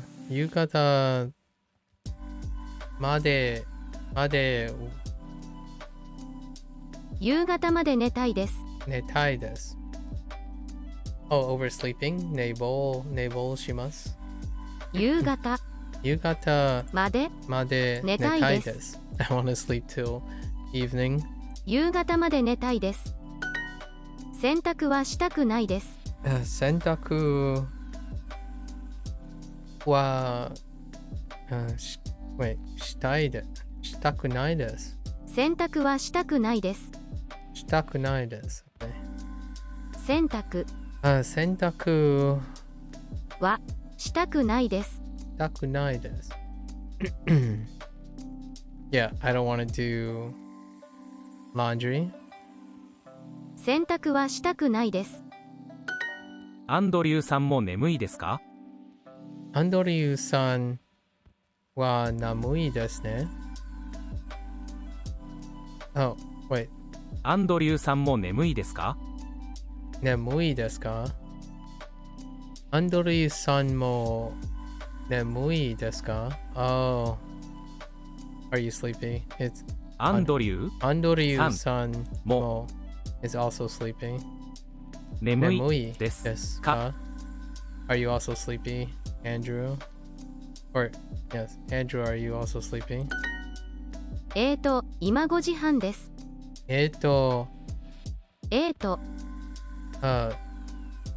今5時半です。今5時半です。This is for Ima's introduction. Ima. これはフィリピンのバナナですか？これはフィリピンのバナナですか？後で家事をします。後で家事をします。後で家事をします。Says everyone. I'm going to do the chores later. I'll do the chores later. 学校に行きたくないです。学校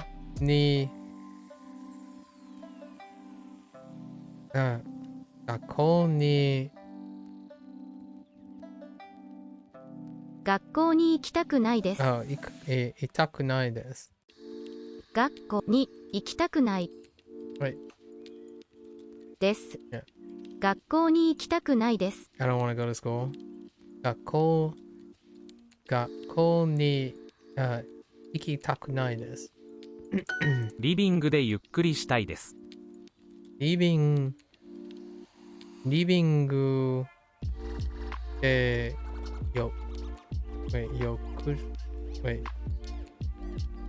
リビングでゆっくりしたいです。ゆっくりしたいです。Oh. Yeah. リビングでゆっくりしたいゆっくりしたいです。です。I don't want to relax in the living room. I'm going to relax. I want to relax in the living room. 大きいブランケット。大きいブランケット。大きいレストランブランケット。 No one saw that. No one heard that either. ブランケット。もう少しベッドにいます。もう少しベッドにもう少しベッドにいます。にいます。Okay. ベッドもう少しベッドにいます。Wait. もう少しベッドにいます。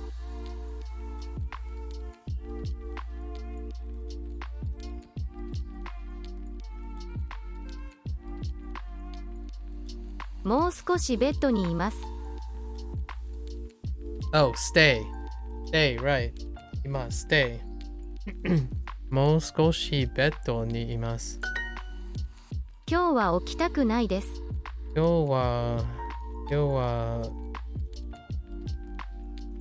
は起きたくないです。起きたくないです。起きたくないです。Get up? 今日は起きたくないです。I don't want to get up right now. Oh, I don't want to get up today. Or today I don't want to get up. Sure. 朝ごはんの後、小説を読みます。小説。小説。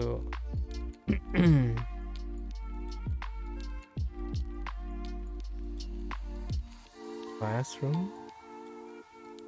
Wait. 朝ごはんの後、小説を読みます。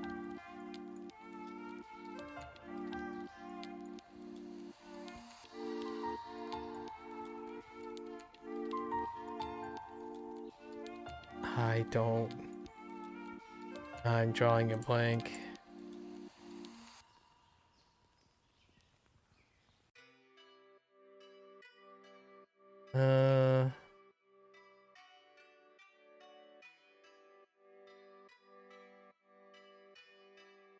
Oh, 小説. Dang, novel. So what, after school? 朝ごはんの後、No. 小説を読みます。朝ごはんの後、小説を読みます。朝ごはんの後、小説を読みます。After breakfast, I'm going to read I'm going to read a novel. 私の犬と遊びたいです。私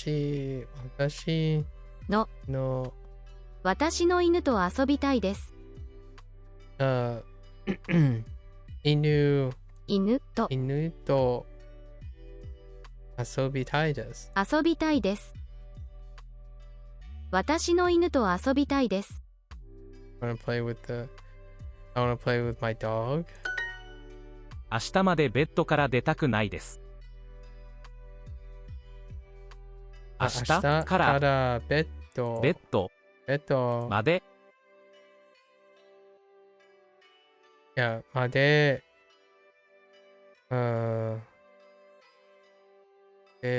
出たくないです。明日までベッドから出たくないです。Sorry. までから明日までベッド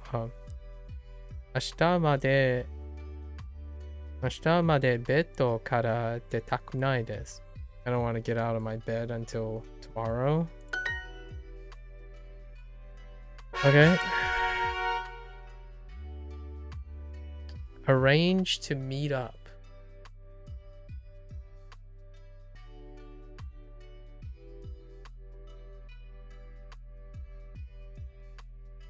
Oh, this is like talking. This is kind of talking about transit, actually.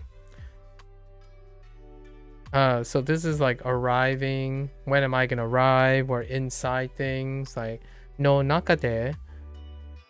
There's a panya randomly thrown in there, like the bakery. But you have. There are a lot of predicates here.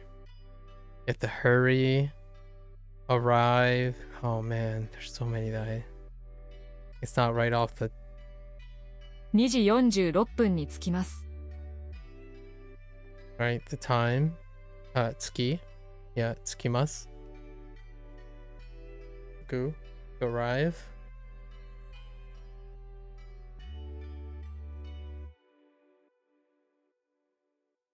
Or is it? Or is it? No. Yeah, tsugu. Tsuku.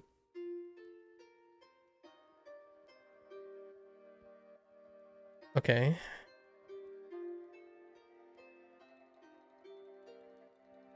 Arrive at 2:46.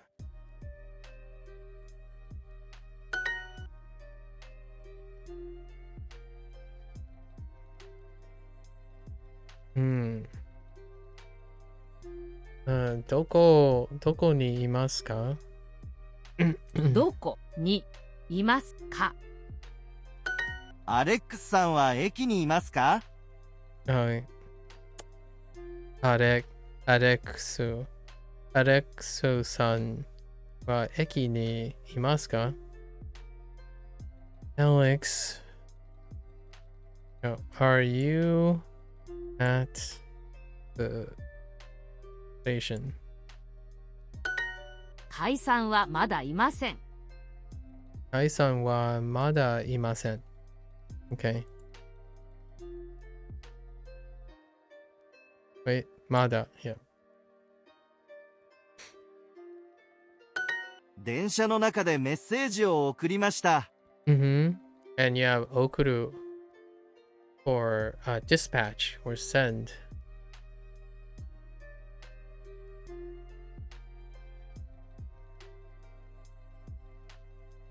Oh no. Okureru.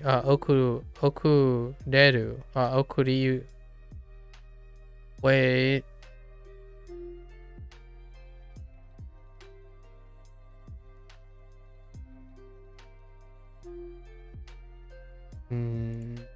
Hold up. Okuriru, right?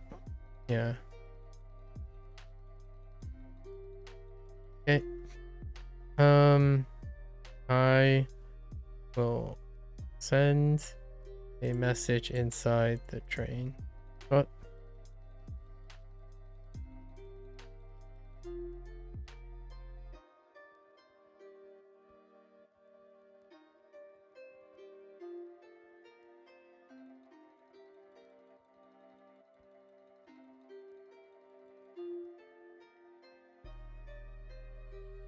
Oh, I sent a message. 送りました。電車の中でメッセージを送りました。もう家を出ましたか？もう家を出ましたか？ Have you left the house already? 出る to leave.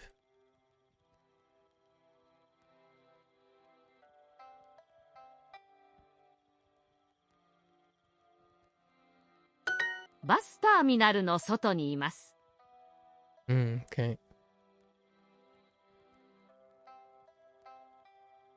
Oh, yeah, terminal, right. バスターミネルの後にいます。where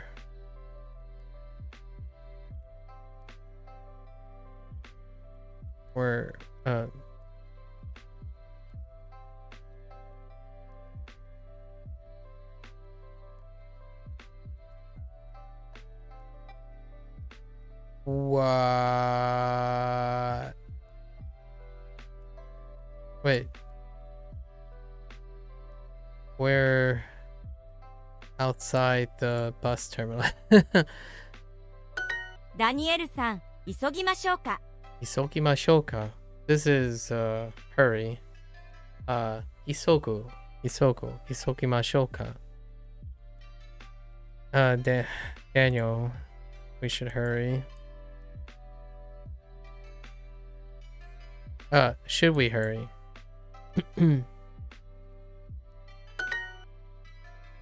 西口のパン屋の中にいます。 Oh, there's the Panya. Panya no naka ni imasu.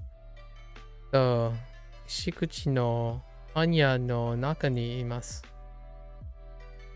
We're inside the bakery next to the west exit. Or, no.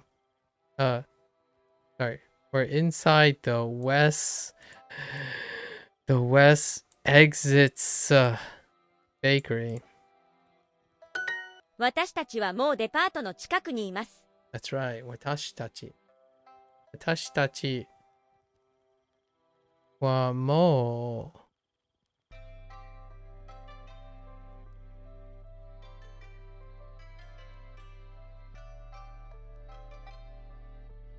What is that? Depato. Depato no chikaku ni imasu. Okay. We're near the department store. We're already near the department store. 私たちはもうデパートを近くにいます。5時36分にバスに乗りました。乗りました。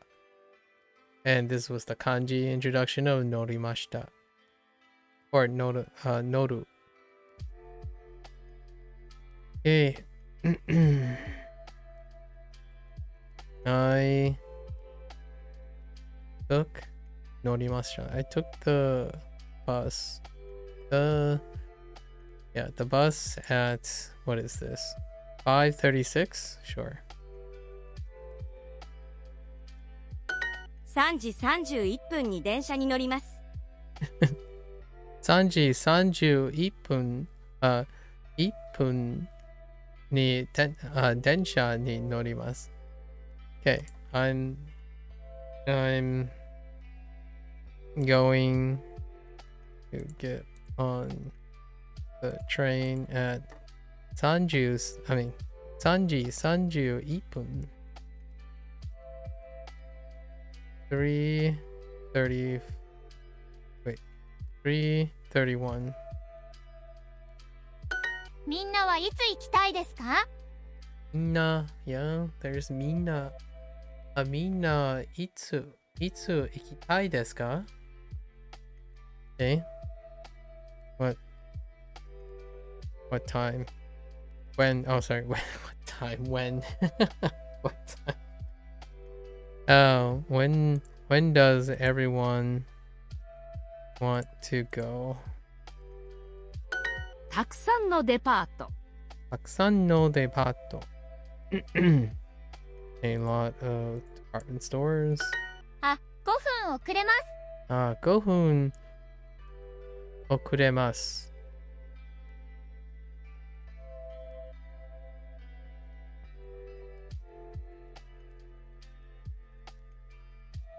遅れます。Oh, late? To be late?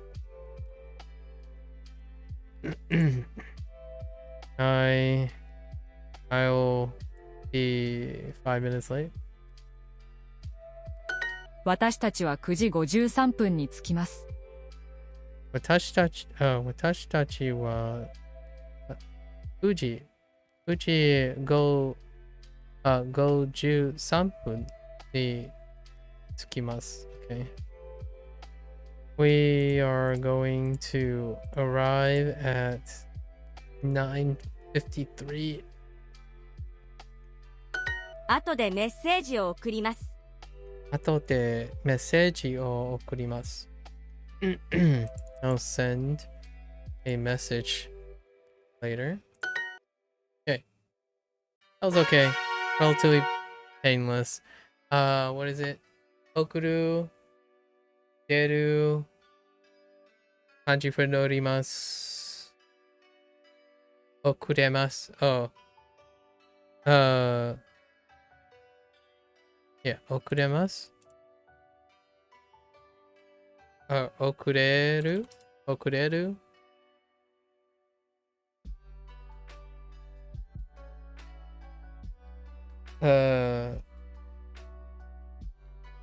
服の中で、後で、probably the kanji for 後で。Oh, no, no, that was actually last unit.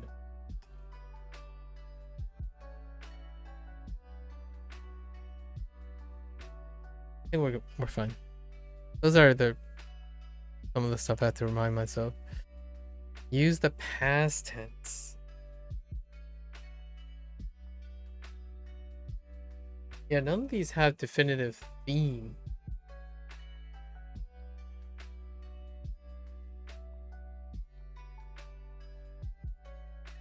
There are themes to these, but I just don't remember them because they're not listed here. What is this theme? 初めてロブスターサンドイッチを食べました。Vacation. It's about cruise. Yeah, 初めてロブスター。Yeah. 初めてロブスター。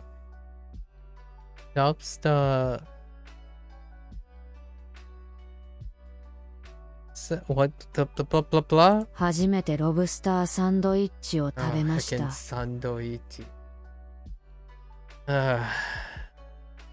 を食べました。Okay. I ate a lobster roll for the first time. Second サンドイッチ。次の旅行は1週間です。次の旅行は1週間です。1週間 1 week long, and then we had like 3日間 and stuff. So the next trip will be 1 week long. We're getting close to the present. かわいい水着を着ました。かわいい水着を引きます。着ました。かわいい水着を着ました。I wore a cute swimsuit short. 晩ご飯も食べ放題でしたか？晩ご飯は、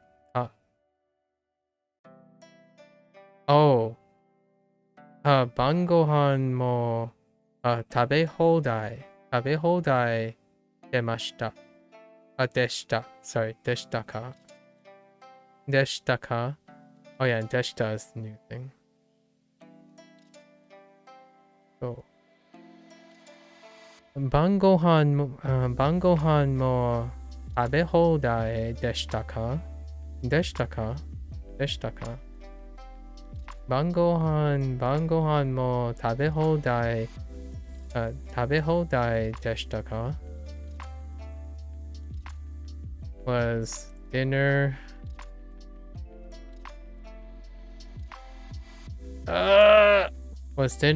all you can eat too?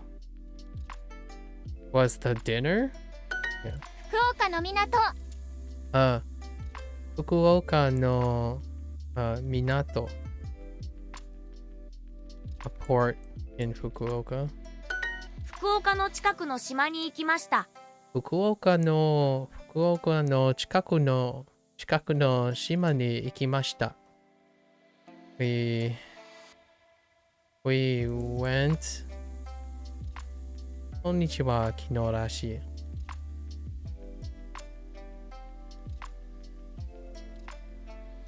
Let's see. We went near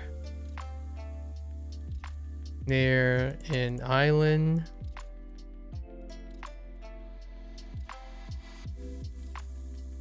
We went to an island. Went to an island near Fukuoka. ミニゴルフ Okay. Okay, wait. Mini gorufu. Hey, that's not actually too bad. I keep saying furu before. Mini gorufu. Go. Mini golf. 来月は祖父母もクルーズに行きます。来月は祖父母。いや、祖父母も来る Oh, wait. No, クルーズ。いや、クルーズに行きます。来月は祖父母もクルーズに行きます。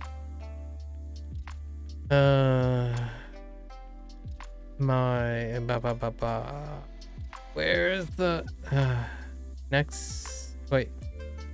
Oh, I guess they want it. Okay, next month.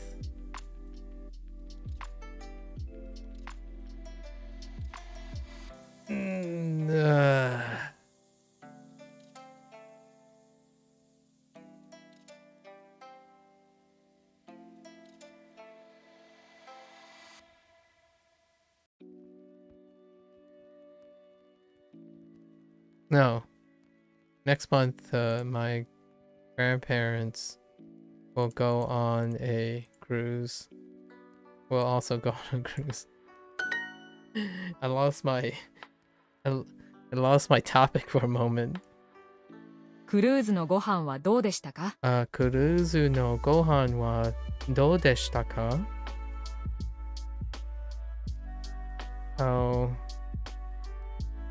How were the meals on?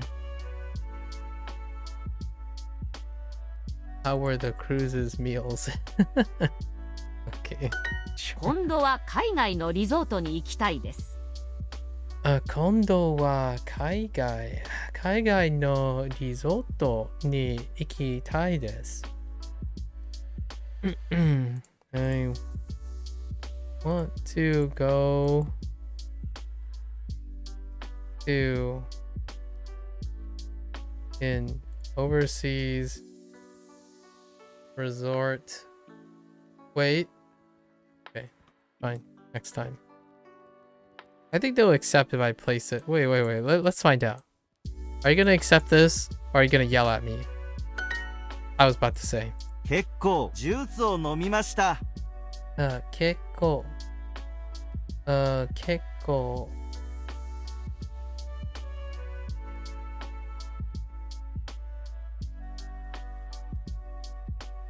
結構ジュースを飲みました。結構。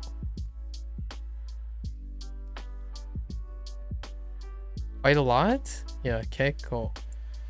Oh yeah, this is the one that is used to compare and contrast with たくさん。結構ジュースを飲みました。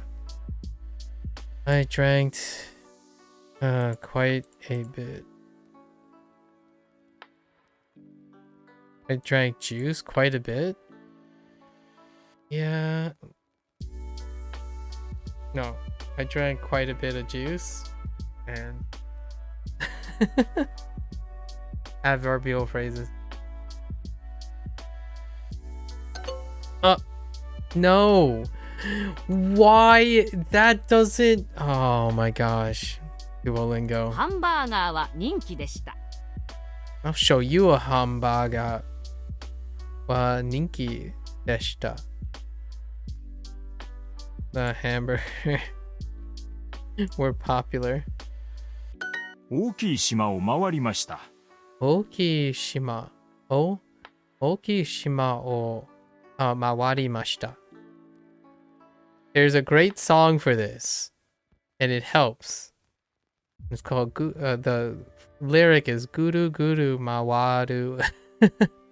It's a great song. It's a very cute song. Round and round. Let's see. We went around a big what? A big island? Sure. どんな船でしたか？どんな船でしたか？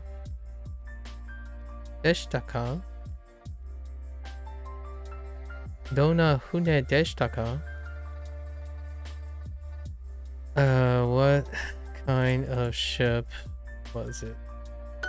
旅行は何日間でしたか？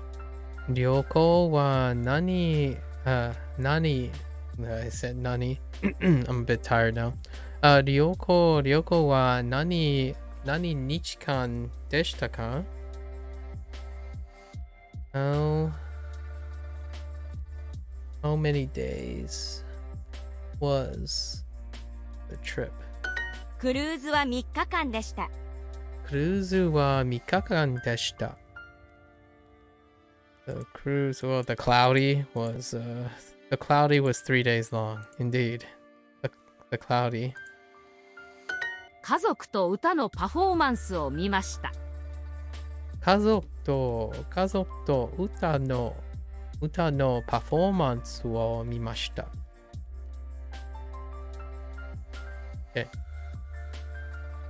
I saw a song performance with my familia.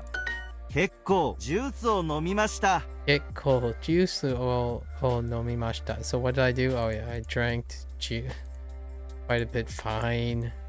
Oh, butthead.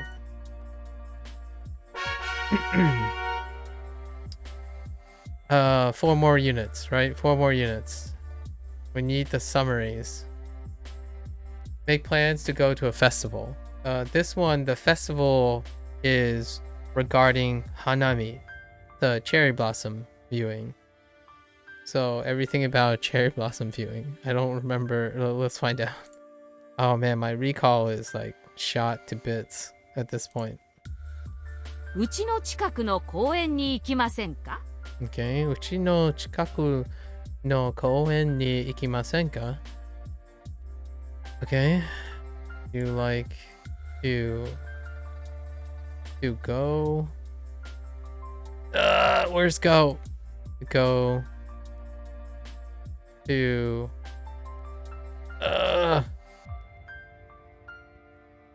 a park near home.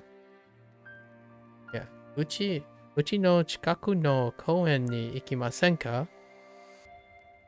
Okay. あの屋台でクレープを買いませんか? Crepe. Yeah, I think crepe is unique to this one. Oh, right. There's one more item outside crepe for the festival. Oh, mochi. Mochi is the other one. Sakura mochi, specifically. Sakura no mochi. Is there any other food item? I feel like there might have been a drink.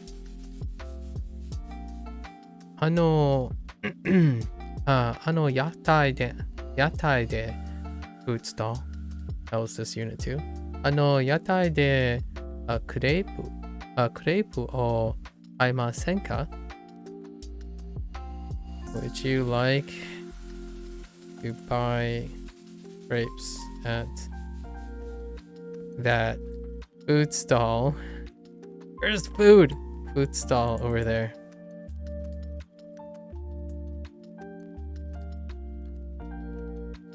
Would you like? Oh, I forgot. Like. あの橋から桜を見ましょう。oh, hashi for bridge as opposed to chopsticks. 橋から桜を見ましょう。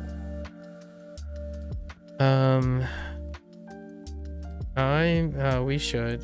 So, we should see the cherry blossoms.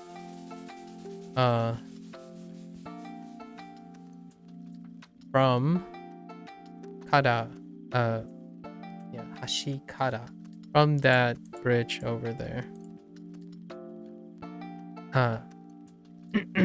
あの橋から桜を見ましょう。一緒に花見をしませんか？一緒に花見をしませんか？しませんか？ Would you like to go cherry blossom viewing together? 焼きそばを買いましょう。 And there's yakisoba. That was the other food item. I'm still streaming. Yeah, I kind of got sidetracked.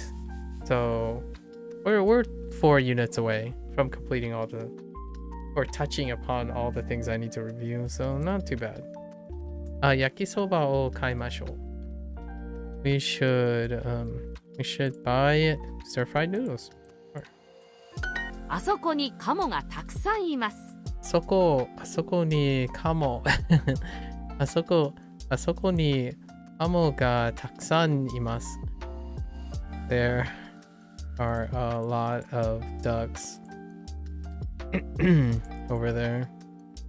有名な店で桜餅を買います。有名な店で桜餅を買います。I'm going to buy cherry blossom mochi at a store at a famous store. Whoops. I picked up here. 有名な店。Yeah. 池の隣でピクニックをしましょうか？池 pond. The pond. 池の隣で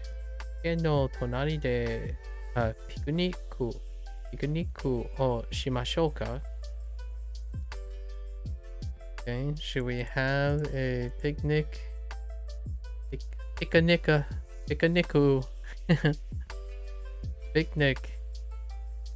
next to the pond. 次の電車に乗りましょう。 And then densha was introduced in this one. The kanji for densha. 次の電車に乗りましょ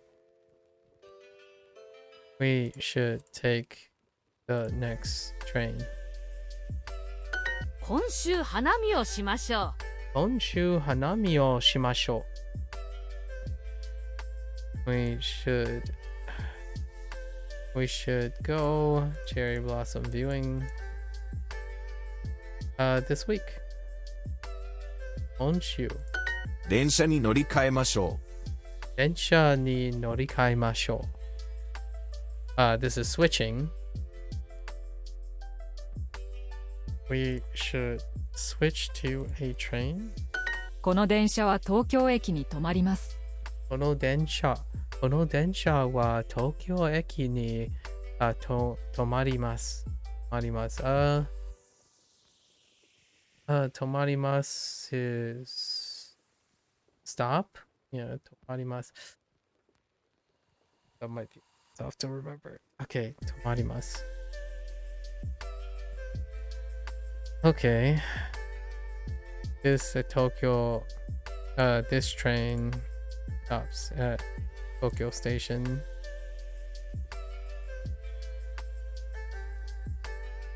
We'll stop. とホットドッグをもう一つください。ホットドッグをもう一つください。ホットドッグをもう一つください。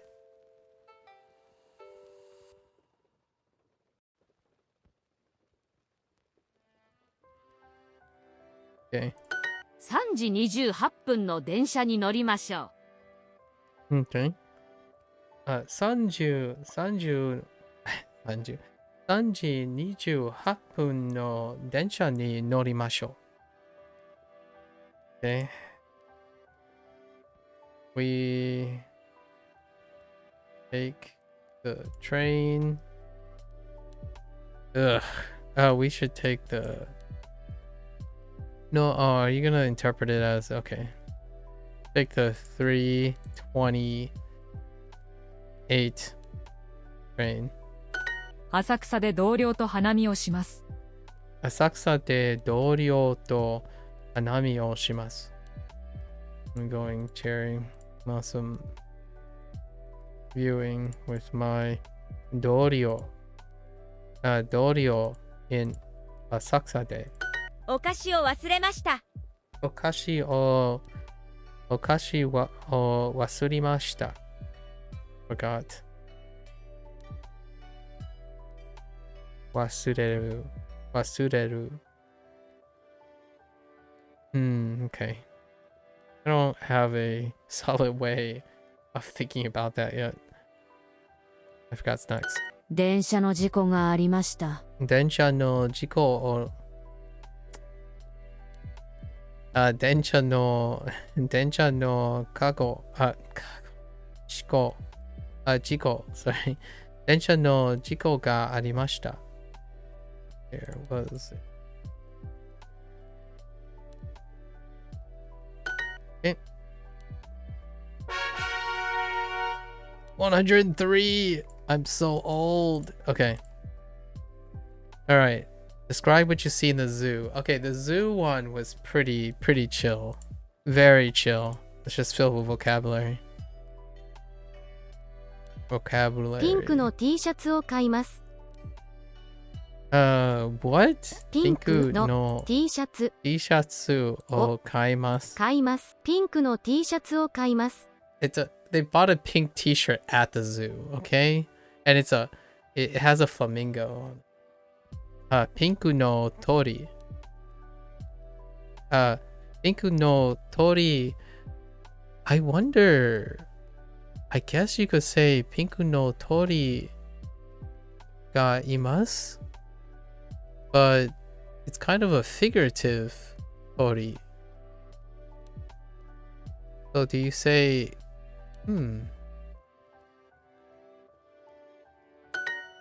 いちごのスムージーをください。いちごのスムージーをください。Okay.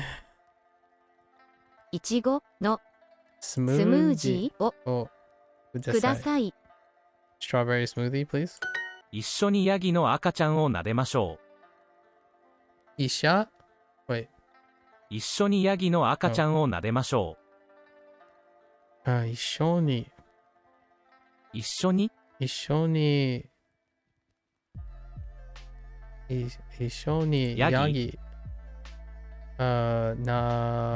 what is it? 撫でましょう。ヤギを撫でましょう。撫でましょう。Wait. 一緒にヤギの赤ちゃんを撫でましょう。の赤ちゃん。赤ちゃん Baby goats. 橋の上に猿がたくさんいます。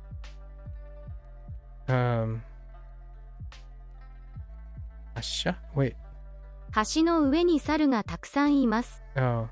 橋の上に What's on top? 橋の上に猿がたくさんいます。猿 Like in monkeys. 猿がたくさんいます。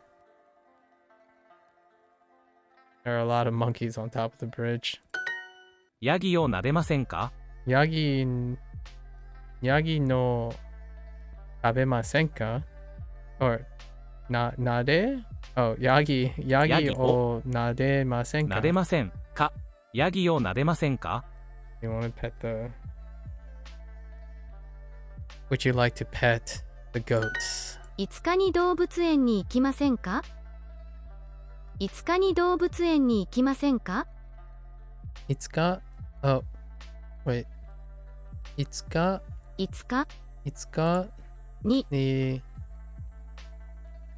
5日に動物園に行きませんか？動物園に行きませんか？行きませんか？5日に動物園に行きませんか？5日に動物園に行きませんか？タイの鳥もいます。タイも what? タイもタイも行きました。行きました。行きました。あ、タイの鳥もいます。Oh, います。Oh, oh, oh, yeah, this is so weird.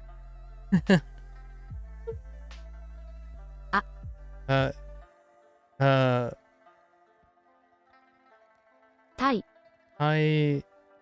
wait. あ、タイの鳥もいます。鳥もいます。Wait. の。あ、タイの鳥もいます。Yeah, タイの鳥もいます。I don't actually know if this is referring to a very specific bird, like a Thai bird. Like what is a Hold up. Time to get cultured. Iconic. Oh, well, that bird looks pretty sweet. I don't think that's the bird that's referring to.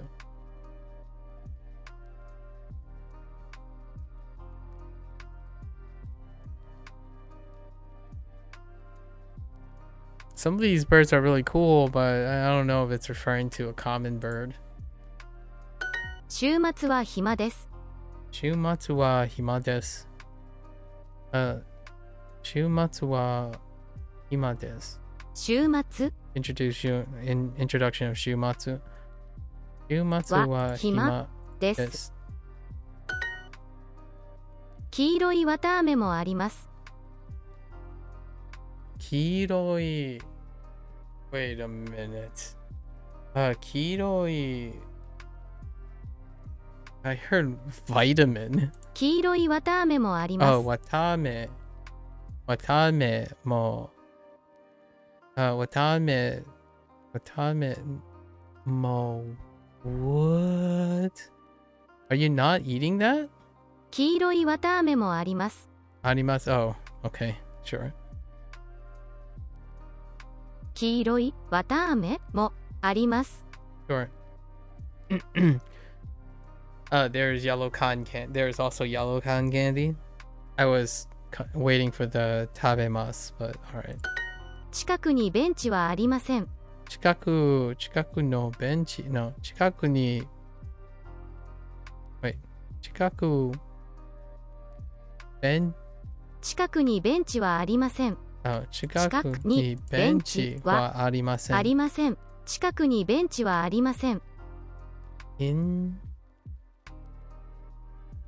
Okay. Oh, that's fair. Interesting. ハムスターの赤ちゃんを撫でましょうか？ハムスターの赤ちゃんを撫でます。wait. ハムスターの赤ちゃんを撫でましょうか？撫でましょうか？ハムスターの赤ちゃんを撫でましょうか？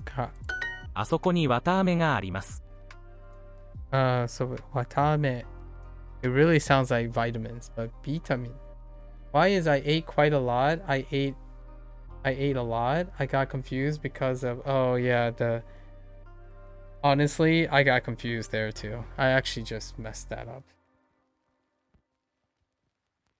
Why is I ate quite a lot? Yeah, I ate quite a lot equals I ate a lot. Yeah.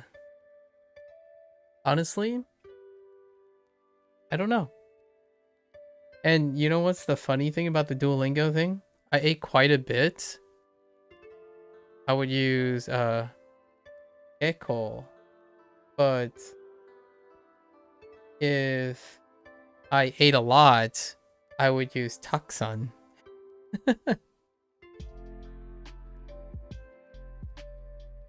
So like it would be gekko o tabemashita, right? I ate quite a lot, but it would be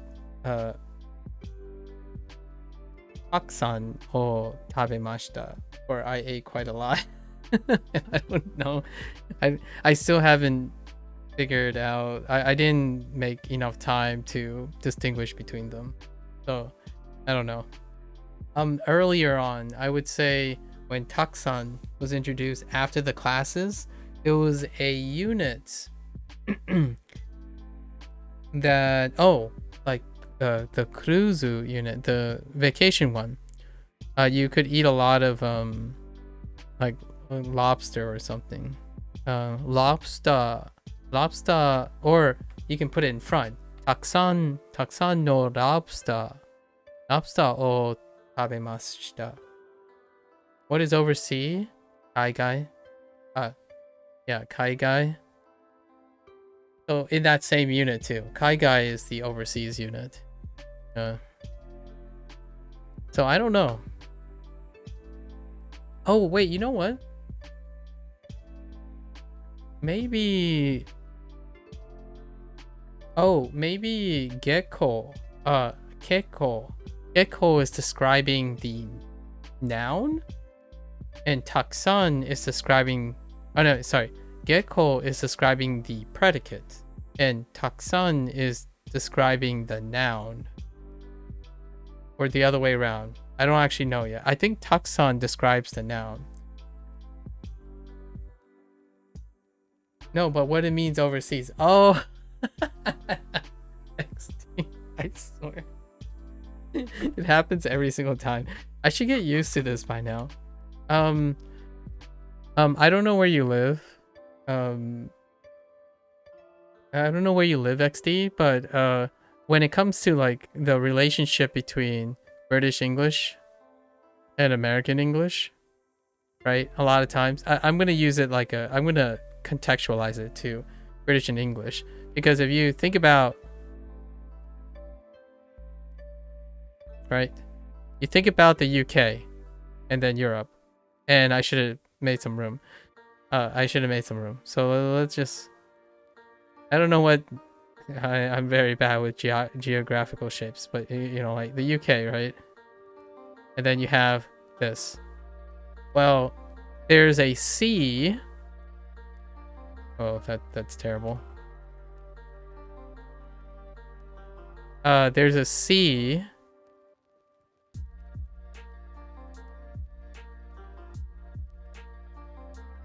There's the Atlantic, right?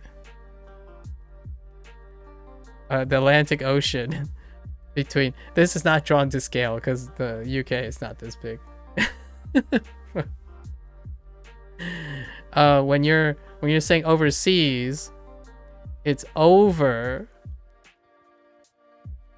the sea. The sea being like the ocean.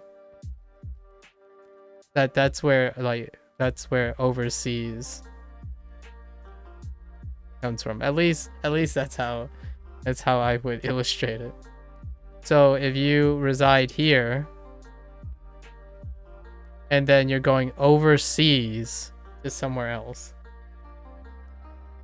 that means you have to cross overseas. And when we think about Japan, right?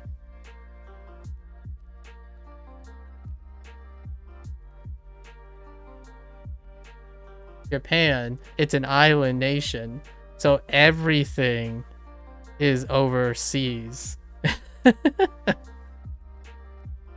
So if you're leaving Japan, you're technically going overseas no matter what. That kind of thing. Overseas.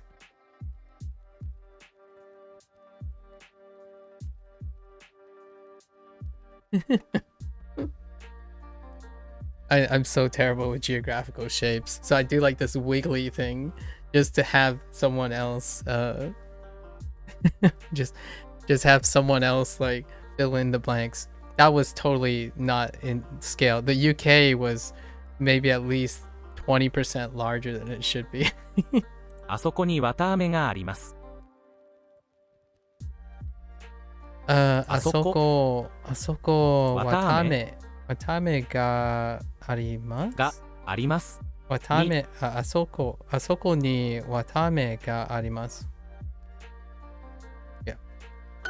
フェンスの中に猿がたくさんいます。I totally forgot フェンス。フェンス。フェンスの中にヤギ？猿がたくさんいます。フェンスの中に猿がたくさんいます。Wait. フェンスの中に猿がたくさんいます。Yeah, okay. There are a lot of monkeys within the fence.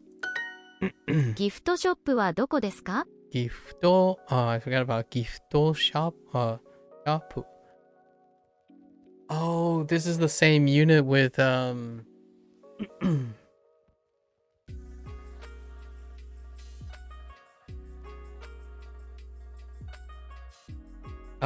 key holder. Yeah, key holder. Key holder. I told myself to try to remember this, but it's the rough one.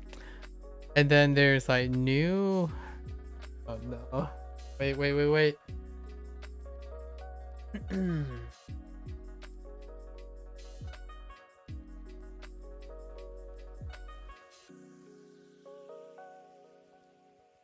New Gurumi, right? New Gurumi for. I think it's key holder, but it's keychain. But yeah, it's supposed to be keychain, but I think of key holder. Yeah, Kido holder or something like that. And then New Gurumi. New Gurumi is plushie. So I'm thinking of the gift shop right now. What's in the gift shop? Yeah, keychain, magneto, right? Magnets, like souvenir shop. It's basically a souvenir shop, but gifto shop is very similar to a souvenir shop, like omiyage, right? Omiyage. I think I'm gonna struggle. I still have one more day. Like tomorrow is gonna be another half day, and then I'm gonna struggle a lot with recalling this. I think I should have spent instead spend more time with this. We'll see how well I do. I'm preparing something else too to fill in. It's not solely based on vocabulary this time around. I'm gonna be covering like grammar points. ギフトショップはどこですか？ Man. ギフト？ gift ショップ。 gift shop. Shop. What? ギフトショップはどこですか？ どこですか？ Shop. はどこですか？ The keychain thing is gonna come up, う right? さぎのぬいぐるみを買いました。 No. Nui gurumi came up instead. Okay. うさぎのぬいぐるみを買いました。うさぎのぬいぐるみを買いました。うさぎのぬいぐるみを買いました。キリンのマグネットを買いませんか？ And there's magneto. 切符。 Kirin. Whoops. 切符。 Kipu. Kirin. キリンのマグネットを買いません。買いません。ありますか？ありますか？キリンのマグネットを買いませんか？ あります。Okay, 買いません。Fine. キリンのぬいぐるみはいくらですか？ Nope. So, キリン。キリン。キリンのぬいぐるみはいくらですか？ぬいぐるみ。ぬいぐるみ。は。ありますか？キリンのぬいぐるみはいくらですか？いくらですか？あります。 Sure. いくらです。All those versions are fine. But you can do all of them, actually. No. I think it's kiru. Kido holder. No, kiru holder. Hang on, let me see. I'm pretty sure it's on this list. We're getting close to where I am, so it's probably not that far down. There's panda. I'm pretty sure it's on this list. Oh, here it is. Oh, keyhole. Oh my gosh, keyholder. Yeah, I had a feeling I was gonna mess keychain up. Keyholder. キーホルダー。キーホルダー。keychain. That one I struggled with quite a bit. And I still continue to struggle. Okay, 2 more units. We're getting really close to where we are. So past tense, negative verbs. Past tense, negative verbs. This is about health. Like not feeling so good. Gurai ga warui desu. Right. Daijoubu janai desu. Past tense, negative verbs. I don't remember what you can't do. It's usually like ikimasen deshita. Or shimasen deshita. Something that you're doing that you're not doing due to health. So we have like kusuri, vitamin, vitamin. Use case for nomu. For those. What other things were there? All right, we're just gonna hop in here. Too much brainstorming. Okay. 雨の中でサッカーをしました。 Playing soccer outdoors in the rain. 雨の中でサッカーをしました。 What is Guai? Oh, Guai ga warui. Oh yeah, it's bad, but I don't know. They don't tell you what it is, but it's to be in a state of like your fitness. So your fit is bad, is what you're saying. So Guai, your fit, like my fit, ga warui is bad. So that's kind of like how I remember it. The state, your fitness, the state of you is bad. It's not very good. So I'm feeling sick. Is how I interpret it. Yeah, we don't well, at least me, I don't know of any other instance of Guai to be able to like tease apart Guai, but it has to do with fit. So Guai itself. I looked it up. It's the only case of Guai ga warui. So, and warui is bad or like not good.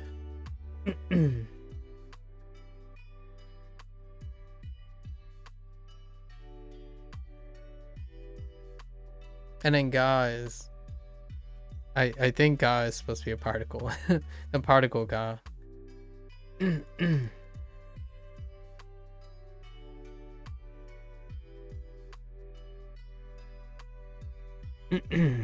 Okay. I played soccer in the rain and got sick. Oh, netsu. Right. Netsu. Fever. And that's more with ga arimasu. Netsu ga arimasu. Or aru. We also have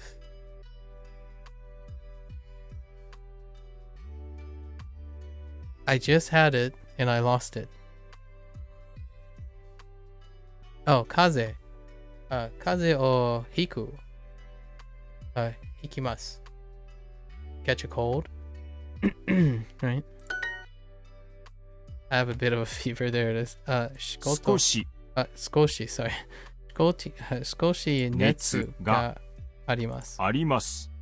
昨日病院に行きました。 The kanji for kino. 昨日病院に行きました. Yeah, the hospital. This is only the second time this ever came up. The last time this type of vocabulary came up was emergency, which was way back in halfway through section 2. Like the emergency with kyukyusha and stuff. Learn onegai shimasu.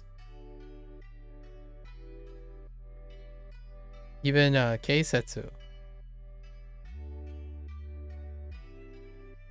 Wait. Did I? God. K. No, that's not the word.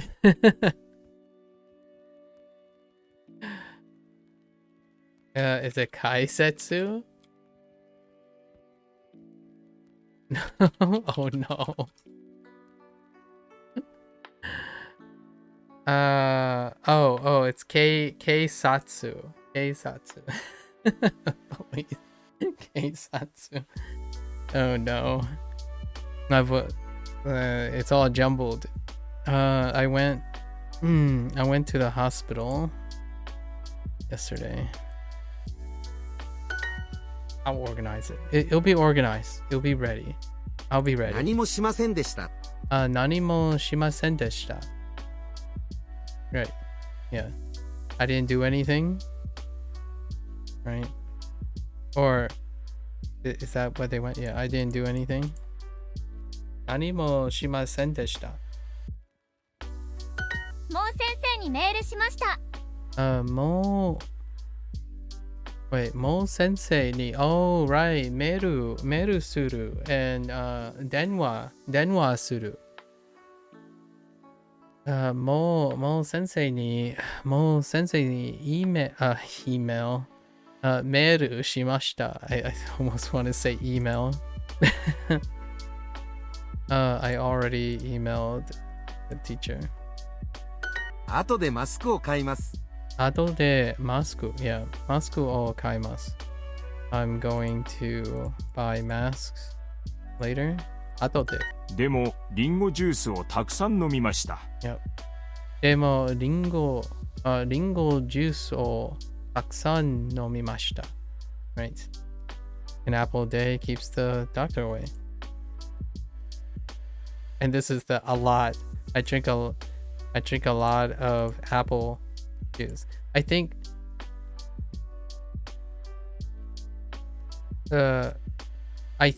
to me, taksan expresses a lot of something versus keiko is to do something a lot.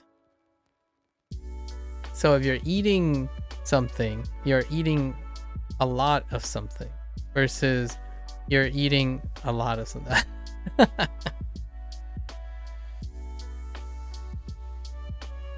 I don't know. I'm just making stuff up at this point. I'll have to read on it. I'll get back to you on that one.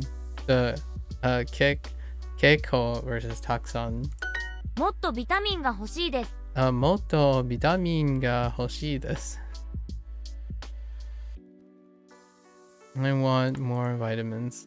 Sure. 明日仕事を休みます。明日仕事を休みます。Okay.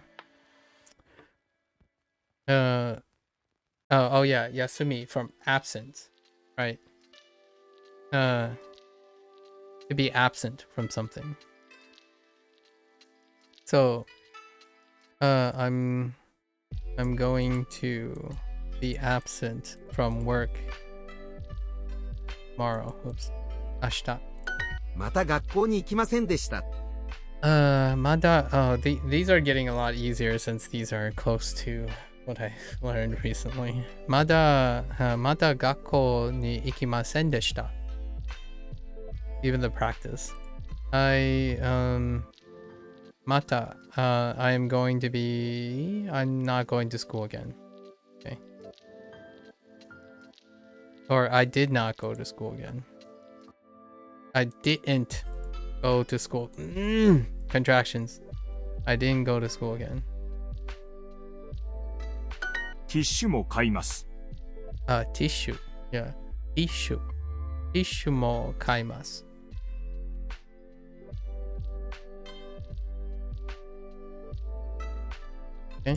はい、一日中熱がありました。はい、一日中。Oh, I forgot about that. はい、一日中熱がありました。All day long, right? I had a fever all day long. Oh, Zen is coming up, probably. Because I had I had a fever.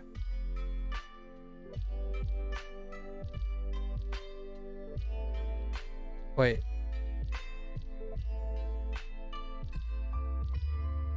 Oh. Zenzen's coming up at all. 後でダニエルさんのノートを借ります。Oh, okay, borrowing. 借ります。Right. 後でダニエルさんの、ダニエルの、後でダニエルさんのノートを借ります。For when you're sick. Although, I'm gonna say I haven't really borrowed anyone. Real talk though. But I was a very hardy kid. Perfect attendance, you know? You gotta get that perfect attendance. I like the idea of school back in the day. I don't like being around, being at school though. There's like a really big difference. I like the idea of school. I like school more than I like being around school. There are some deep cuts in there. I'll let you use your imagination. I'm going to borrow Daniel's notebook later. 窓を開けませんか？窓を開けませんか？ I mean, 開け、so, oops. 窓を開けませんか？ To open, right? And 窓 is the window, right? Would you like to open the window? This is the transitive open.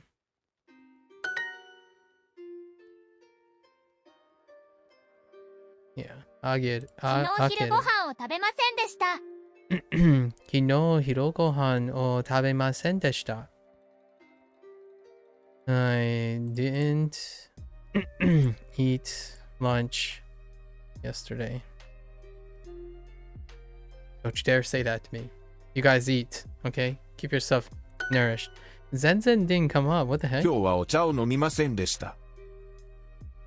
Okay. 今日はお茶飲みませんでした。Okay, I mean, that's fine. I didn't drink green tea today. Oh, sure. この薬は苦いです。Interesting. この薬の、oh, 苦い。bitter. この薬の苦い薬の、この薬は苦いです。This medicine is bitter. Oh, I'm really tired. What? We got one more. Work issues. That's self-explanatory. This one is fresh in my mind. New words.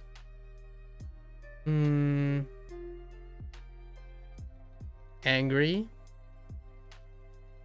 Lots of like not friendly, not interesting.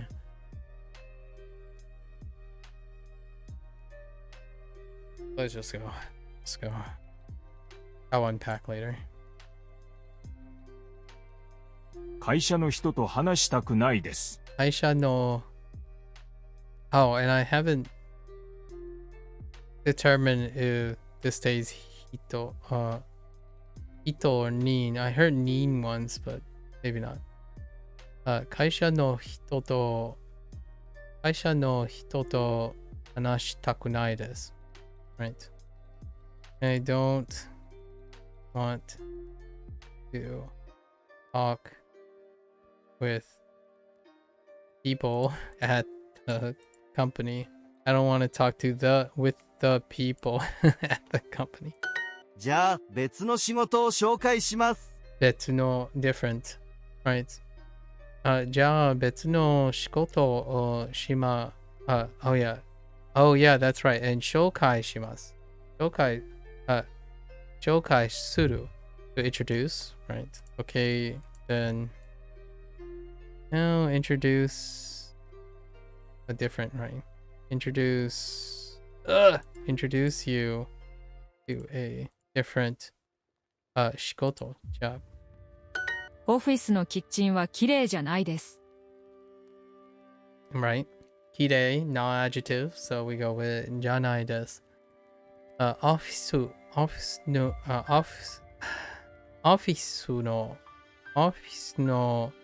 kitchen wa kirei janai desu.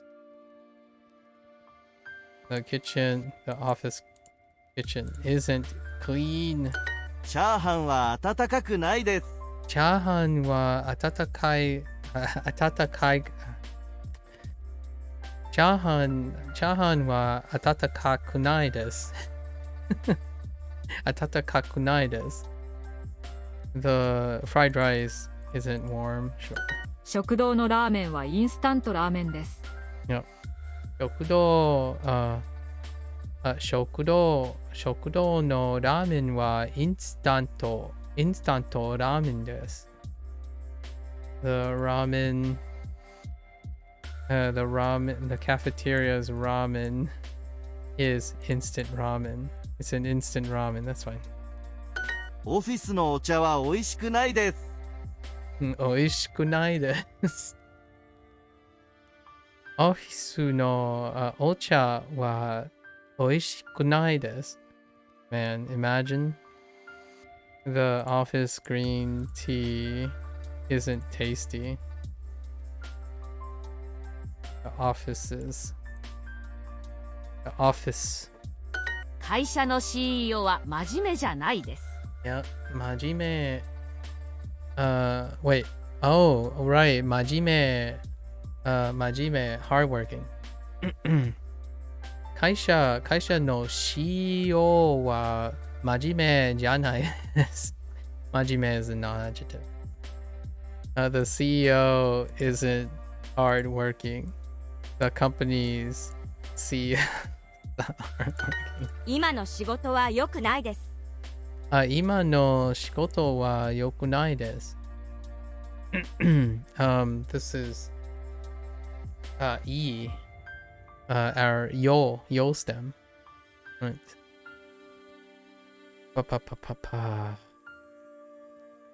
The current job. So imano for current.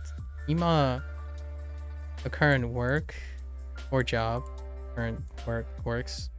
The current work isn't good. Right.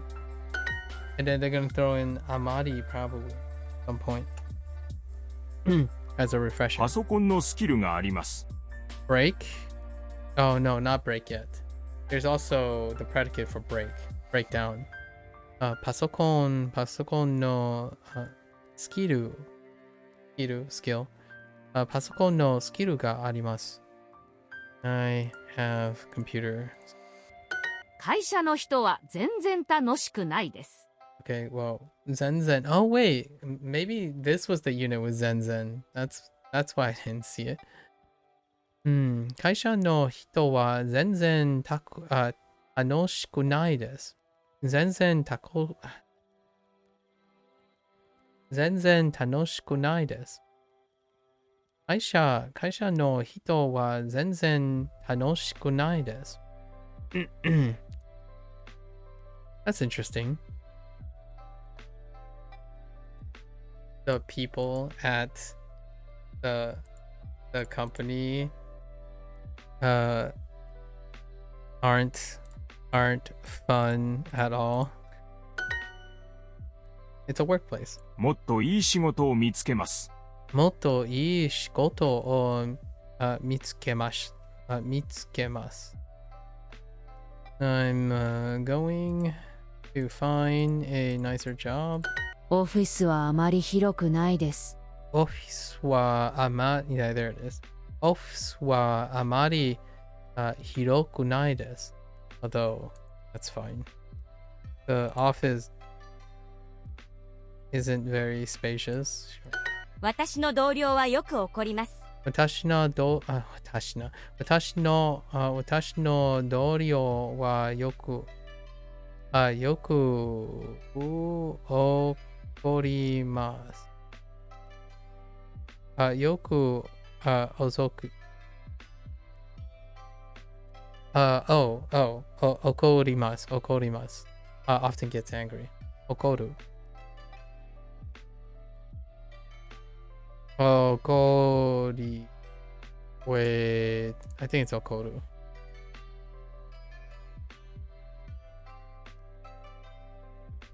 Okoru. 私の同僚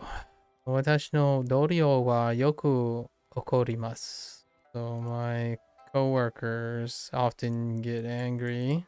Sure. 花さん、最近どうですか？花さん、最近どうですか？ Classic. How are things recently? 毎日食堂でまずいご飯を食べました。Mazui. Mazui is the vocabulary. Bad. You should make an emote so I can modify it. I do have emotes, but can you not modify it? They're all like there anyways. What do you mean by modifying it? Oh wait. So I placed them. I've made emotes already. But I haven't made any emotes that are placed onto with channel points. Oh, okay. I see. Well, I'm pretty sure I placed all the emotes that are like free. I didn't place any of my old I didn't place any of my emotes in the slots that require like payment or like subscriptions. So I think they're all there. I'll take a look. Sure. I'll take a look. Again. Thanks.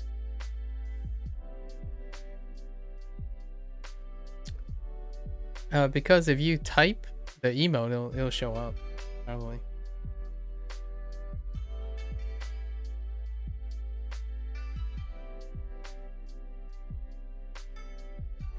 I think the tag is, yeah, that. Yeah, that.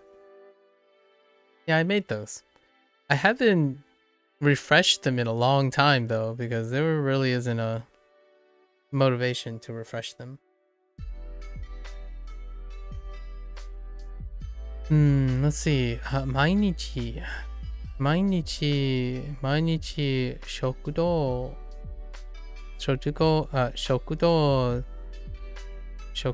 でまずいご飯を食べました。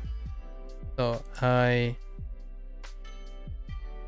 ate bad meals at the cafeteria every day. 毎日食堂でまずいご飯を食べました。RIP。すみません。もうすぐ辞めたいです。すみません。もうすぐ辞めたいです。Oh, quit. As well. 辞める to quit. Interesting. I'll take a look. Jake. I don't know how modifications work and how you do modifications. So I'll take a look. Sorry, I want to quit soon. 入り口から10階まで遠いです。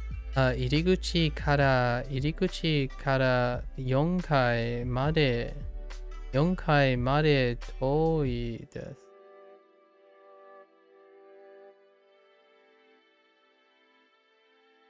Oh, that's interesting. Sure. Okay. It's not far. The 10th floor is not far.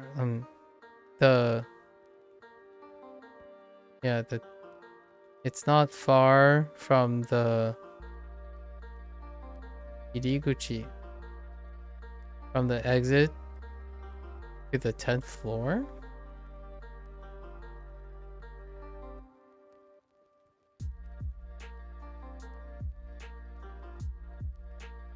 Oh no, it's far. Sorry, it's far. It's far from The entrance. Oh, entrance. Sorry. Iriguchi.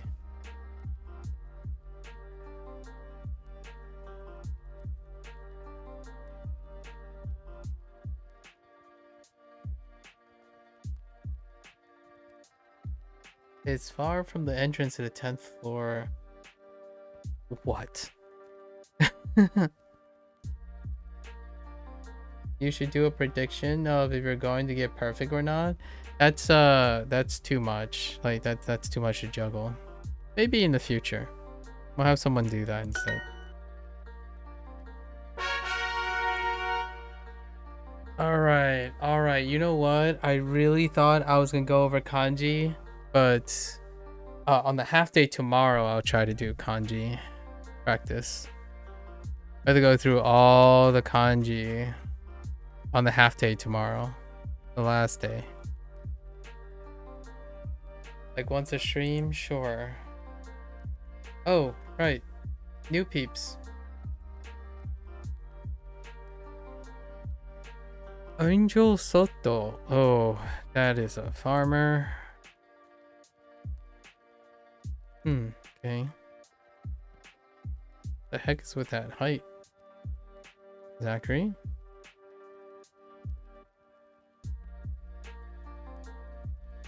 Okay.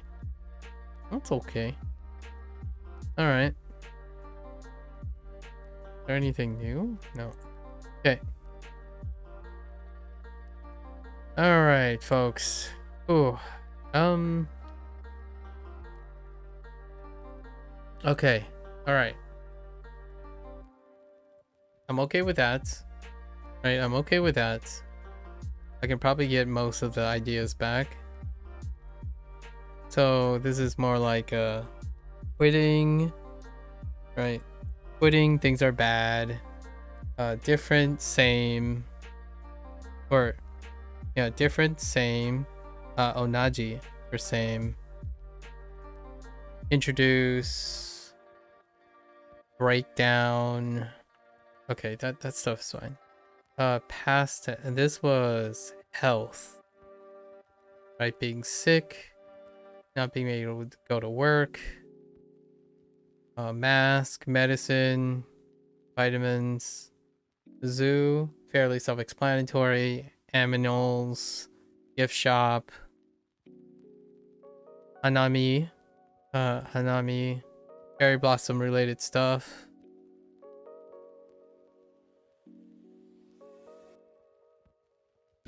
There's more to this and I keep forgetting. Like mochi, switching trains, requesting. There's not a lot of vocabulary here in this one. I might have to review that one. This is vacations. So cruise and stuff. Cruise to this one's pretty good. This is pretty vivid in my mind. Arrange a meetup. When, arrive, where you are right now, us as a group, us as transit still. Okay. Describe what you want to do or what you don't want to do. So this is the kunai stuff. Takunai stuff. Don't want to go to bed, don't want to do chores, relax at home. Okay, that's kind of fine. Make plans for a party. This is birthday parties, turning 20 related stuff. How to get to the place. Mode of transportation, walking. How long it takes to get to a place. Asking. Meeting someone for like meeting with someone after a while, and then asking how things are recently. Fair enough. Negative adjectives. Weather. This is dealing with weather. Right? Negative adjectives. Oh, and locations. Like things aren't cold and dark. Things to do in the winter. Eat things in the spring. Summer. So suika. Mikan.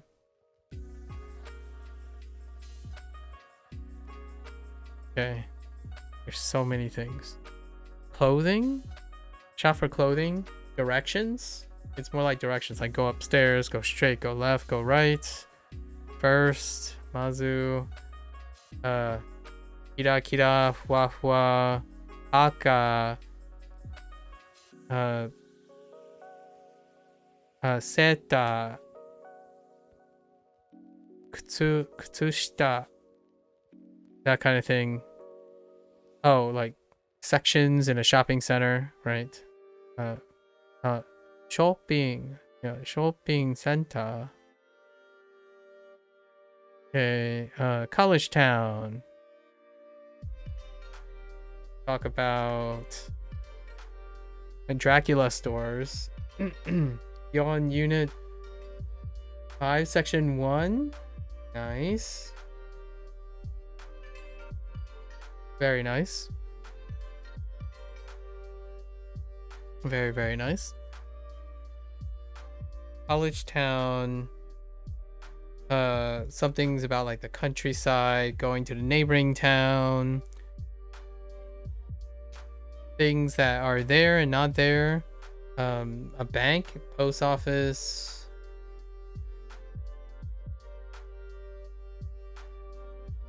Yeah. This one's gonna need some.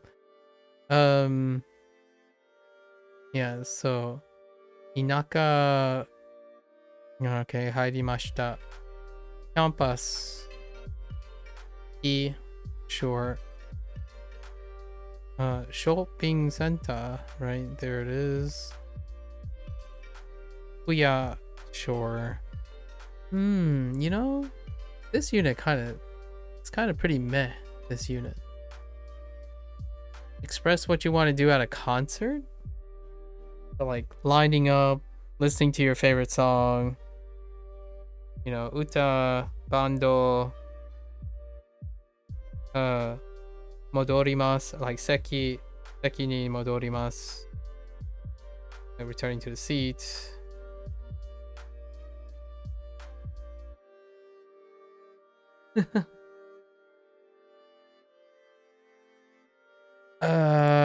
What else we got? Like those are console. Onsato. I don't even know what is new either. Oh, it's gonna be hard to keep track of what is new and what is old as well. So it's gonna be kind of a everything tomorrow. Whatever is related, I guess we'll do. Like CD, gutsu, bando, console, onsato. Again, mata? Mata might be new. Yeah, it's so hard to know what is new and what isn't.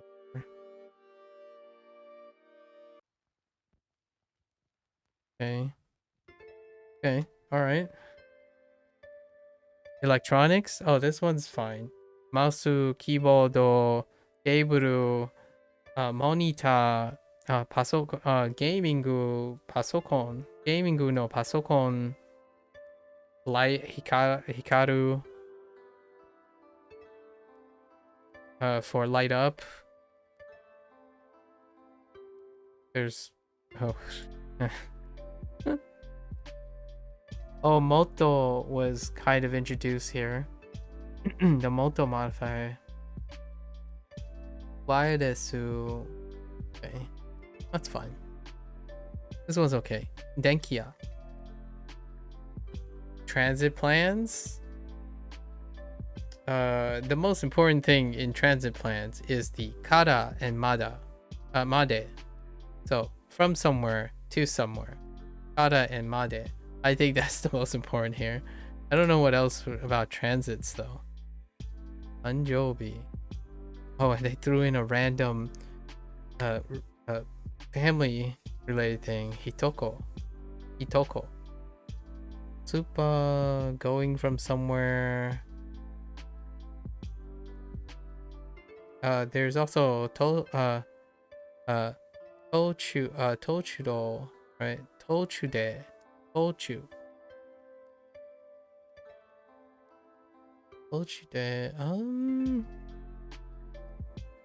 expressing time, like how long it takes more finely, I suppose. Yeah, I don't know what. None of this is new. Holy, I don't know. And then what was past tense verbs? I mean deshita, you learned deshita, but what do we do? Oh, Ginza, Chiba, Peanuts, Kabuki, eh.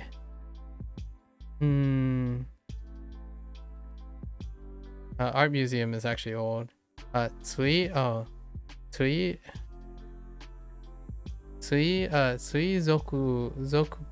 Zokukan is this one.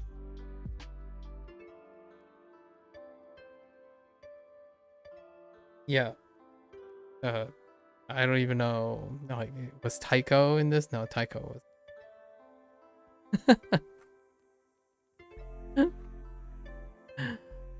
Boy, I'm gonna have to do some extra stuff. So let's review quickly here. Okay. Skill instanto, mainichi, no hito, right? Person short. Okay. Majime na. 10 kai. Oh, I didn't. Yeah, we encountered 10 kai. 10 kai. Office. Okay, imano, so current. Yeah, we got nagai, ringo, vitamin, usuri, tissue, mask. Ichinichi ju, right? Yeah, mado, noto, netsu, no naka de. Oh, arashi. It didn't pick up arashi. Nanimo, didn't pick up Nanimo at all as well. Pinku. Keyholder,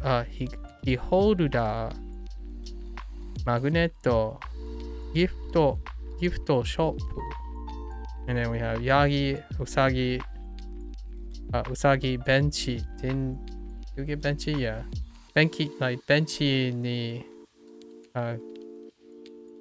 actually, yeah, Benchy ni sawarimasu. Smoothie, saru ue pori. We didn't get an ashi. Gogatsu. I mean, no, sorry, no, itsuka, it's fine. Shumatsu, anda akachan, kamo. Nainen. Nainen. Yakisoba. Jiko. Mochi. Onshu. Okay. Hi guys. So now we're going into. Okay. Alright. Okay, softball.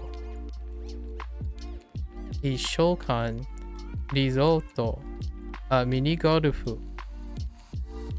Sheesh. Nichikan. Lobster. Gohan. Hamburger. Une. Mizuki. Shima. Nishikuchi. Watashi tachi. Naka as an inside. Takusan no the other way. Okay. Mina. Oh, I'm gonna forget this. I'm gonna forget shosetsu. Shosetsu tomorrow. Banana. Blanket. Ima. Nemui. Chizu. Dang. Oh my god. Oh, you know, we didn't get a Jitensha. This is Jitensha goes with Kuruma. Yeah, there it is, Kuruma. And then oh man, Yugata. That might slip my mind. Maini before, sure. Hatachi didn't actually come up. They used just a year. Sai. Like express something with sai. At that time. Okay, yoka. Sure, yoka. Sangatsu. Nigatsu. Snowball. Right, snowball. There's also skato, ski. Right. And ichikatsu. Oh, and that's satsumaimo. That's the seasonal kind of thing. Or into seasons. Yoru. Right. Yoru. Yeah. Suika. Yeah. Sakura. Saku is the predicate. Right. Shigatsu. Kondo, which is next time. Hasen. Oh, I forgot about scarf. Oh no. Mafuda. There's no way I'm gonna remember Mafuda. Miki, Tonari, Paka. Purple. Murasaki. It did show up. And then Boroboro, we also have Kira and Fuwafua. Right, Jinzu.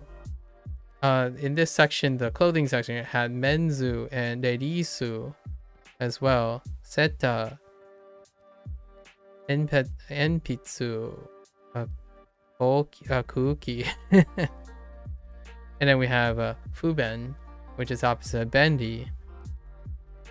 And here's the campus stuff. So now we're in the campus stuff. So Ginko and I don't know if I'm gonna remember post office. Yuben Kyoku. Yuben Kyoku. Wait. Yuben Kyoku. Yubin Kyoku. Oops, Ben. Yubin Kyoku. Yubin Kyoku. Yubin Kyoku. Oh, right. Stagia. Stadium. Stagiamu. Sensei, Yaki, Koko. Forgot about Koko. Inaka. Rekishi, Daigaku Pen.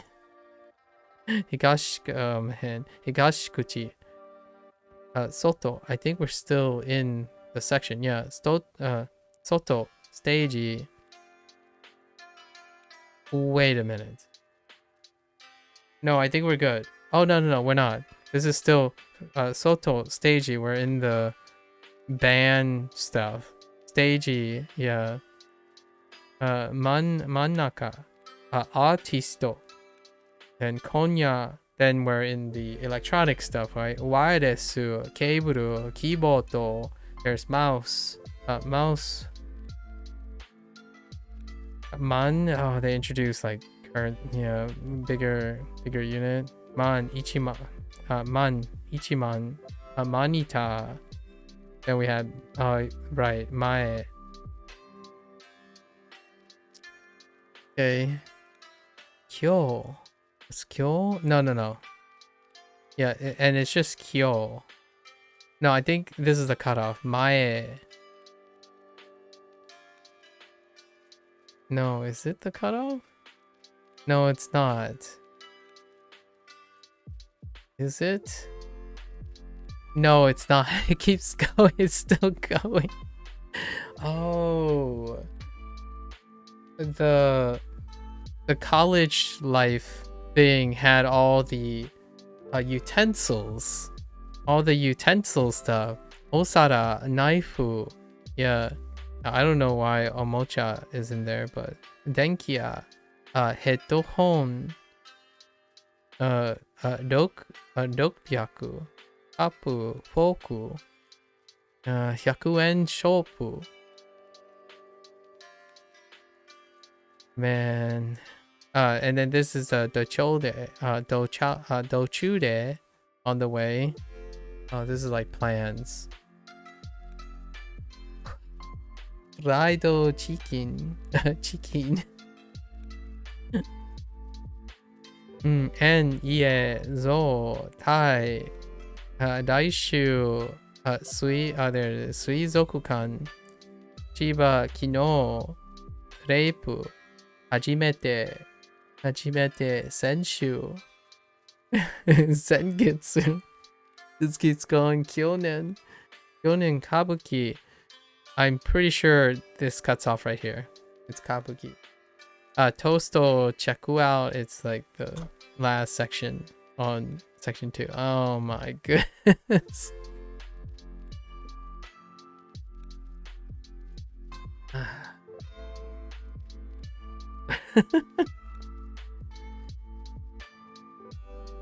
I forgot how long these sections. I forgot how many words.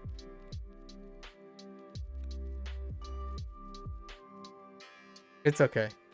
It's fine. There's so many words. All right, folks. There you have it.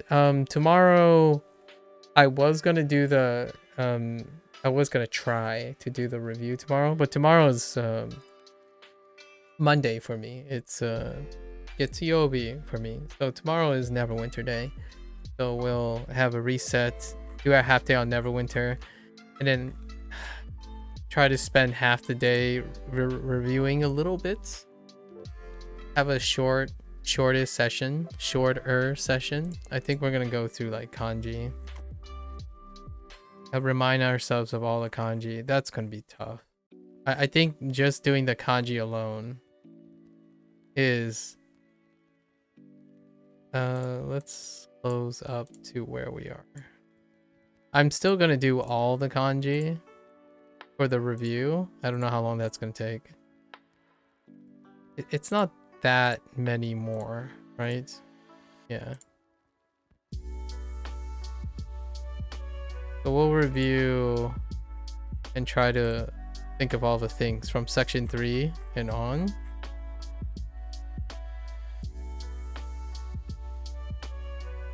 And then day 104 is the day we're gonna spend the whole day talking about the last 25 days. More than 25 days. Yeah, this is a longer period. It's like 27 days. Okay. I don't think this is necessary though. I honestly think a lot of the words that we're practicing, it's gonna be by the wayside. It will likely fall by the wayside to some extent, but it's perfectly all right. You expect this to some extent, right? You need to expose the word and then see if the word is useful. You got to know what words you don't know, and it could be a pleasant surprise to remember, like, oh yeah, that's the word, or oh yeah, that's kind of what's making it really fun at this point. It's like, oh, I forgot about this word, oh, I forgot about that word. And to me, that's a reminder that you at least know you forgot, as opposed to, oh, I've never heard this word before. But at the same time, that's also exciting, right? So, all right, folks, that's a wrap. I really need to find some time to get a little bit extra rest. Okay, guys. What was the message I was? There was a message today we were talking about. Oh yeah. Gabriel asked. Oh, historians. Right, historians about recording. What did I make it about though? Oh, facts and interpretation. Yeah, we're talking about facts and interpretation. That was a pretty nice one.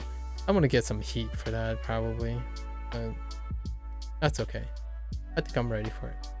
All right, folks, as always, let's leave with a final message, or like a take-home message from that. I think most people are very, very hyper-focused. The product of the internet has made it so that the internet likes to tell you what you want to see, right? And oftentimes there's a lot of potential left on the table to entertain things that you might not know. I think it's fantastic. It might be negative to accept that you don't know everything, right? But at the same time, it also offers some catharsis and perspective on it, being willing to be okay with being in a state of not knowing everything. Yeah, I know there's fear, insecurity, and uncertainty regarding things that you need to know about, like how much am I getting paid in the next year? Those things, yeah, I get it. However, in the scope of things, there are always time to engage in things without expertise and priorities and stuff. And that's kind of what I was talking about in terms of the whole facts things, in the scope of the facts things. I think the internet has given us the luxury of being well informed pretty much about everything. You know, anything you want to look for, not necessarily everything you don't know to look for, or you don't want to look for, or no one wants you to look for them. So oftentimes I think that is the state of the internet right now. That is the default setting for most people. When you try to do something, you have to be well informed. And I totally get that. Before the internet, I felt that way all the time. Like, where do I get the best teachers? Where do I get the best advice? Right? All that stuff. And it was still hard. It was much harder then. And now it might seem like it's easier. But I think, in my opinion, that there's a time for it and there's a time to not worry about it. And the things you love to do, and when you want to love someone else, or when you want to be compassionate or exercise compassion, it's not found through facts, in my opinion. It really is not. It's found through trust and experience. So if you do, in my opinion, if you spend so much time collecting information, you spend even less time collecting experiences. Experiences create noise and introduce beauty to otherwise very exacting type of outcome, right? Like, if you're into the hyper data mining and stuff, you pave your own outcome, in my opinion. Honestly, sometimes it gets to the point it's a self-fulfilling prophecy, if one might think of it that way. If you believe that the thing you research will get you to where you are, there's a chance it does. Is it the best? Is it better? Does it make you happier? Sometimes that's not even relevant to someone who's incredibly data driven, right? If it meets your expectations, then it's satisfactory. And however, I feel like in that sense, yeah, if you need to do it, that's great. However, it does create colorlessness, right? Oh yeah, now you get to do this. What next? Oh, well, you do the next thing, and then the next thing. As opposed to sharing experiences with other people, with things you love, right? Things that you don't want it to be expected. I think the wonderful phrase that's how I introduced was, if you know everything, then you don't learn anything, right? You're not motivated to learn anything if you know everything. And that lies in the lack of experience. And what I mean by that is, if you start to believe and research that you know everything, then you're not going to want to do anything, because why learn? You don't have anything to learn from doing it. It is the paradox. But knowing is very different from experiencing. But it would be a very, very tough ask for someone who think they know everything. I think knowing is not as rich as doing the thing. So many times when I say, oh yeah,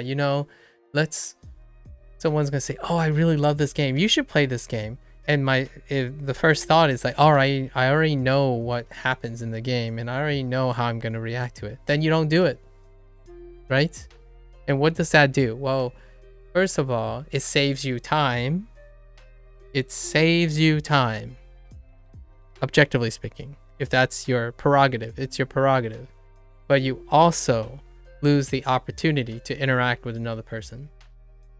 So these are the compromises. When you're doing something, you're opening opportunities for practicing skills and things that you cannot potentially get from knowing. So when someone says like, oh yeah, I'm really well studied, I got all this input, and then you don't do anything, you don't use anything, you don't output anything, you don't experience anything on that, it's like then yeah, it might provide satisfactory for knowing and doing the thing, but who are you doing it for? Yourself? For others? What is it? Right? Are you doing it because someone tells you is the best? Like, well, all right. That is useful when you're being pragmatic. I honestly think the things that you are indifferent, like you're not very motivated to be good at something, or finding the most efficient way, is fantastic. But the things you love, like, do it as slow as you want. Do it whichever way you want. That's kind of the idea, right? But the real point today, that was yesterday's point. Today's point is more about the idea that when there's a whole firestorm of information out there, there are facts and data available. However, most data and facts nowadays are interpreted. So in order to corroborate and kind of find your interpretation of it, it requires lots of interpretation. So before you take anything as fact, in my opinion, it's also worth noting that it's possibly not even feasible to be factual about anything nowadays. Data is revealed if you collect the data. Like, facts are revealed when you collect the data. So what is the most reliable source of data to confirm your interpretations of all the interpreted data online, right? When you watch an influencer say, oh yeah, this is your hack to becoming the most focused person in the world, or the most focused version of you, that's still an interpretation of whatever the data is, if you can even find the data, right? These are proprietary things. So the way you can personally collect data is by doing the thing. So that's where the experience comes from. So yes, there are things that you can possibly predict based on other people's advice, most certainly. But sometimes it's really not that fun when you talk yourself out of everything, right? Like, when you read data, do you even think it's fun that that's happening? A lot of times, knowing data, knowing what to expect, knowing what's going to happen, it's kind of like spoiling something, right? I don't necessarily think I find it any less interesting because I find something else to be interested about. But we're not even talking about that. So, know enough. What was that saying I said before? Know enough to answer the question, is it worth doing? But don't know so much that it prevents you from doing it in the first place. And for me,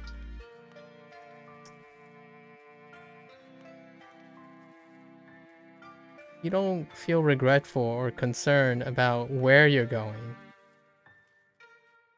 because I know that whatever I'm doing, I enjoy it, right? So perhaps I would love to hear more from people in the future. I really do. That romantic picture I painted, where in another 5 or 10 years, my future self is gonna come back, record himself and say, wow, the internet has changed quite a lot.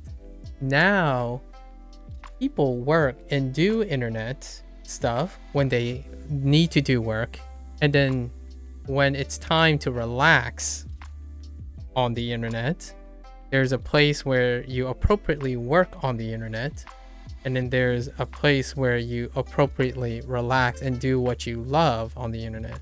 At the moment, those two things are often the same thing.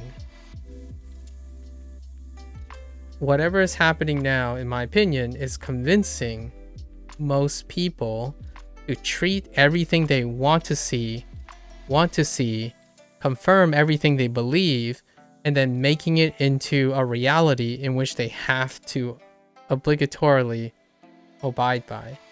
So like, to be successful in life, you have to turn your hobby into something you're the master of, and you need to know everything about it, and then you have to always perform. Those are the things that I feel are driving people to treat everyone else like they know the facts, and it's become less and less compassionate, in my opinion. Like, it's a shield. Like, oh yeah, you know, I read 30 volumes of this textbook. That's the shield.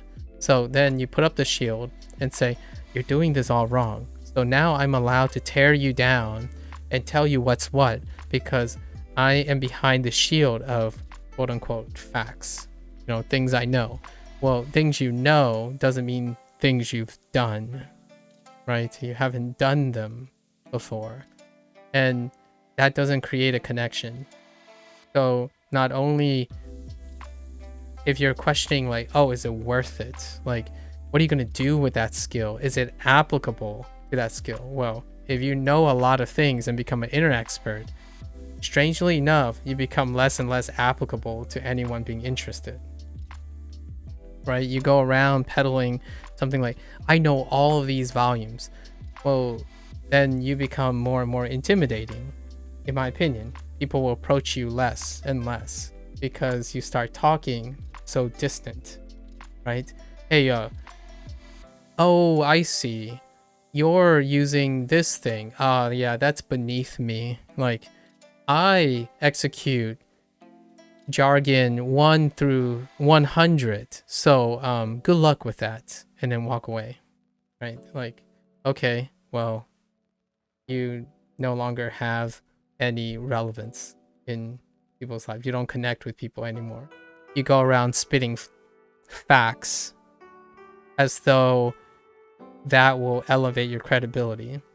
That's honestly probably the opposite of how experts get credibility in the first place.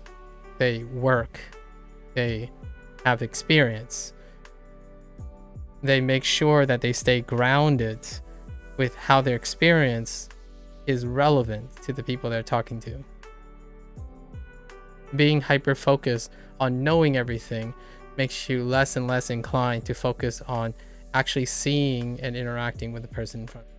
At least in my opinion. Or the language or something. Like, it's crazy when someone says, oh, I love the Japanese language, or I love Japanese culture, and then the first thing they say is, I watch anime to learn Japanese. Like, is that the thing you want to tell me? Like, do you watch anime because you like anime? Or are you watching anime because you're trying to learn the language only? Like, a lot of times it's very confusing. Like, if you want to learn language as a mechanic, that's perfectly right. All right. But I don't want to confuse it with someone who thinks that they love the culture and all they care about is their output frequency and how many vocabulary they turn over. That's a mechanic. That's numbers. That's objective. You know, like, how much is one word worth to you compared to how much is one word worth to me? I would exchange my knowledge for 10 words for a very singular important word. Like anime. Anime is a very important word for me. I would give up 10 words for that one word. How do you measure the worth? If your worth is based on how fast you acquire words, then I would be shocked if any of those words are very important to you. For me, I like to ask people, when they learn something, they go through the study, right? They study whatever, their 30 words for a day. My question to them is, what is your favorite word out of those 30 words? And tell me a story about some of those words. Because those words would be far more important than all the other words that you're using. Help me have a word between us that's common. That word will be far more valuable than a word that you learn because you learned it for the sake of learning, right? In my opinion. So Motown is fantastic. I can never forget the Mo article because of it. Although I did make a few Mo errors here. Anyways, that's a message that I wanted to say. Sometimes I want to emphasize, especially for a language learner. You're learning a language, right? To interact with people. I think if I'm way off base and you're only learning language to learn language, that's perfectly fine. As long as you're happy. I'm learning language to interact with other people. Not I'm learning language to only interact with Japanese people. Learning a language is filled with people who don't only speak Japanese. And learning a language isn't exclusive to people who want to speak natural Japanese. There are many variances of that. I prefer to connect with people. So strutting around saying how you did it a specific way without doing any other specific way, that's great. Now you only found out that I don't relate to you. So congrats. You only proved that you are different from me and therefore I can't talk to you. Right? Is your goal to be helpful to me or to tell me that you're different? My goal is to find a common ground. I'm trying to bridge feelings and I'm trying to create understanding. It's crazy how advice is used to prevent understanding. Like, oh, this is how you do it. Well, I do it this way. Okay, then why are we talking to each other? Like, you clearly don't want to listen to me. And I clearly have nothing I can relate to you because you're only sharing things that I don't do. Like people stop saying like, oh yeah, you know, I don't see you doing this. Why aren't you doing this? And the first thing you would say is like, well, yeah, you're right. I don't do that. End of discussion. Like, that's it. It's like, okay, well, you go do you, you know, and the discussion ends, right? To each their own, man, bruh. To each their own. You do you and I do me. It's like, all right. I hope that world you live in is filled with enough people that keeps you happy, because that's a very lonely world. If you go around and deliberately look for what you're doing that the other person isn't, as opposed to looking for how to add to someone and to, you know, to give someone something so you can be part of their world, and then they would naturally want to give back to be part. So weird. And I hope the internet changes in the future. Like, what I mean is, it's not everyone on the internet.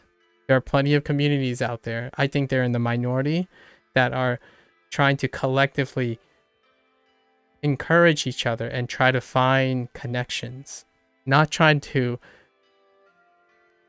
make themselves exclusively different. If you go around saying you're the best, then if you're the best, then no one can relate to you. I'm just saying. If you truly are the best and you can sustain that and live alone on top of the mountain, it's a really, really lonely top. Ask yourself, how lonely do you want to be? In my opinion. All right, there you go.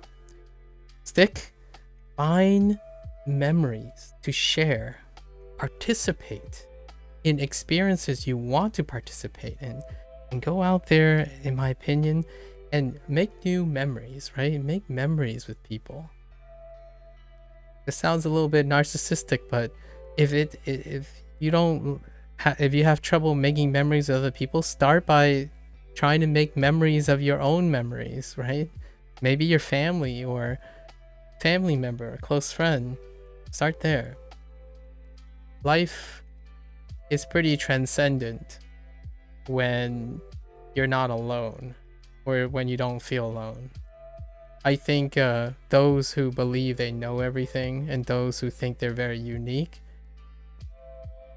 may be okay with being lonely all the time, but at some point, if you want to not be lonely or like want to feel isolated, then it can be very difficult to suddenly engage in like being agreeable or being inviting. Like you make a comment, it's like, dude, bruh, I don't understand you. It's like, good.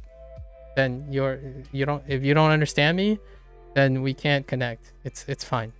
So what's your point? Do you want someone to recognize you? Do you want someone to say you're important? Well, you have to first actually actually connect with the person. It's establishing rapport. I can honestly tell you, I've been sold things where people's like, oh yeah, you need this in your life. It's like, do I know you? It's almost like spam calling, really. Like, you know how you get a telemarketer and they call you and say, act today to learn Japanese in 3 months. And then you read your video comments, it's like, oh, you can do this in 3 months or 2 months, even flat, if you follow X, Y, and Z's process. I've done it myself, and it's that's spam calling. You haven't even established rapport with anyone, and you have an opportunity to. I'm not saying I'm going to become famous or something like that. In fact, I don't even think that. But I would give you the time of day, at least, in my opinion. I will try to give you the time of day, if at least have the respect to not play by the numbers. By the time you play by the numbers, that person will probably treat you like dirt too, in my opinion. And what I mean by that is, if you're going and you're trying to be a sycophant and trying to like push your career or something, and you're trying to network with people who's already successful, that's usually not how that works. You establish rapport based on people who are working with you. So, when you're building a career, you trust people and you work with them. And over those periods of experience, you obtain credibility. Taking people's work, regurgitating people's work, is a way of demonstrating, in my opinion, it becomes very obvious to the people who are actually doing the thing. They realize that sometimes they have no idea what they're talking about. I'm sure you guys will know. Like, you spend 5 years learning Japanese and someone comes up, is like, I learned Japanese in 30 days. Like, okay. All right. Go on. I learned Japanese completely different from you, and you did nothing like the thing I did, because this is totally new, innovative, and no one has ever done this. I was able to learn Japanese, speak Japanese with zero output. Like, yeah, all right. Then I can't talk to you because I spend over 50% of my time doing output. So what do we talk about? It's like, well, let me tell you how to do it right. I'm like, I'm not undoing 100 days. Like, I love this stuff. Like, why are you telling me to give up something I love to do? Like, that's a little weird. I mean, for someone who's learning language and knowing that maybe language sounds weird and language doesn't sound weird, you have a really weird way of communicating to someone. Lack of emotional intelligence, maybe. That kind of thing. And I'm asking for emotional intelligence, personally. That's a really small bottom line. I'm not asking for like professional $1 million things. What the advice that people give, it sounds like they're like the solution to a problem I don't have, right? Establish if the person has a problem. in my opinion, it'll go a long way. At least that's what I want to leave off on. Data is fantastic. Okay? It requires interpretation to make the data useful. So ask yourself, how are you using that data? I think most of the time I like to believe I'm trying to use data to connect with people, not to exclude people. Right? Let's not reinvent the wheel. If you had that data, probably a lot of other people have the same data because you didn't collect it on your own. The people who have proprietary data are the people who have edges because you don't have access to that data. So, where do you get that data? Your own experience. What do I share? My data. Here it is. This is the data. Do you not like it? Fair enough. At least now you know.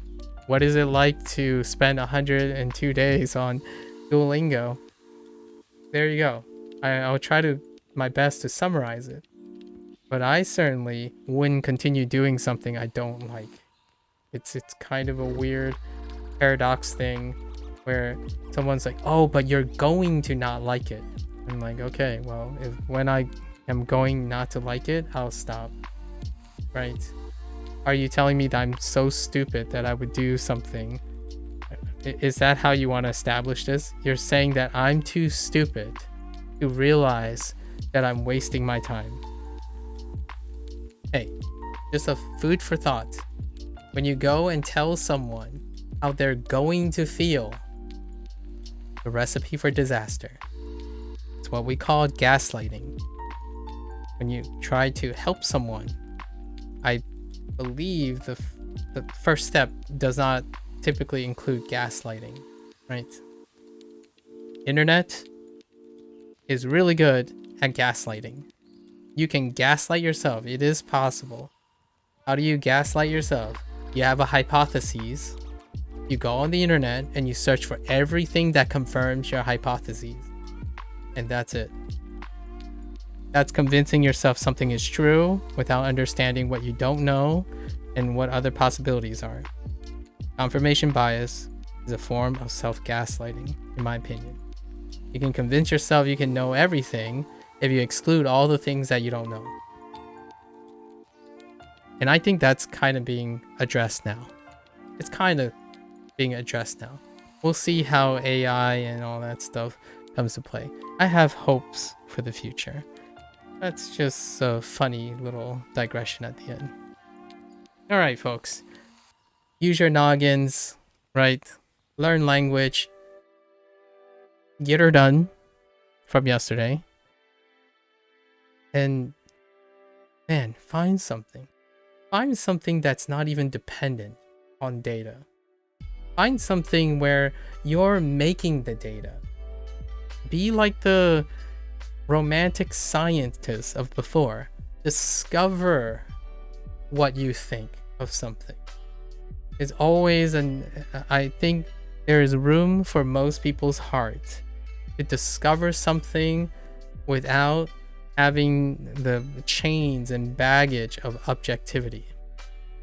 Artwork, right? Artwork, music, language learning, making silly jokes. I don't know. There's so many things you can do. The world is filled with things. You can even inspire yourself off of the very things. So find that inspiration. I think language learning is fantastic. Whatever I do next, it's probably going to be fantastic. Because it's not like I'm doing this as a job, right? At least not yet. Alright, folks. Until next time, half day tomorrow, Neverwinter, or a half day Duolingo thing tomorrow. It'll be a full day, but I'll be doing Neverwinter, and then hopefully preparing for 104. And then day 104, 2 days from now, it's gonna be gigantic. I don't know how long it's gonna take. I think it might actually take 10 hours. We'll see. It's gonna be a really long session. But hey, I look forward to it. All right, until next time, guys. Stay safe, stay healthy.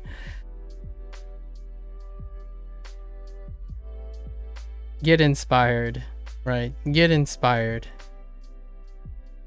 Do something on a whim, but safely, please. And then tell me about it. Until next time. また明日。じゃあね。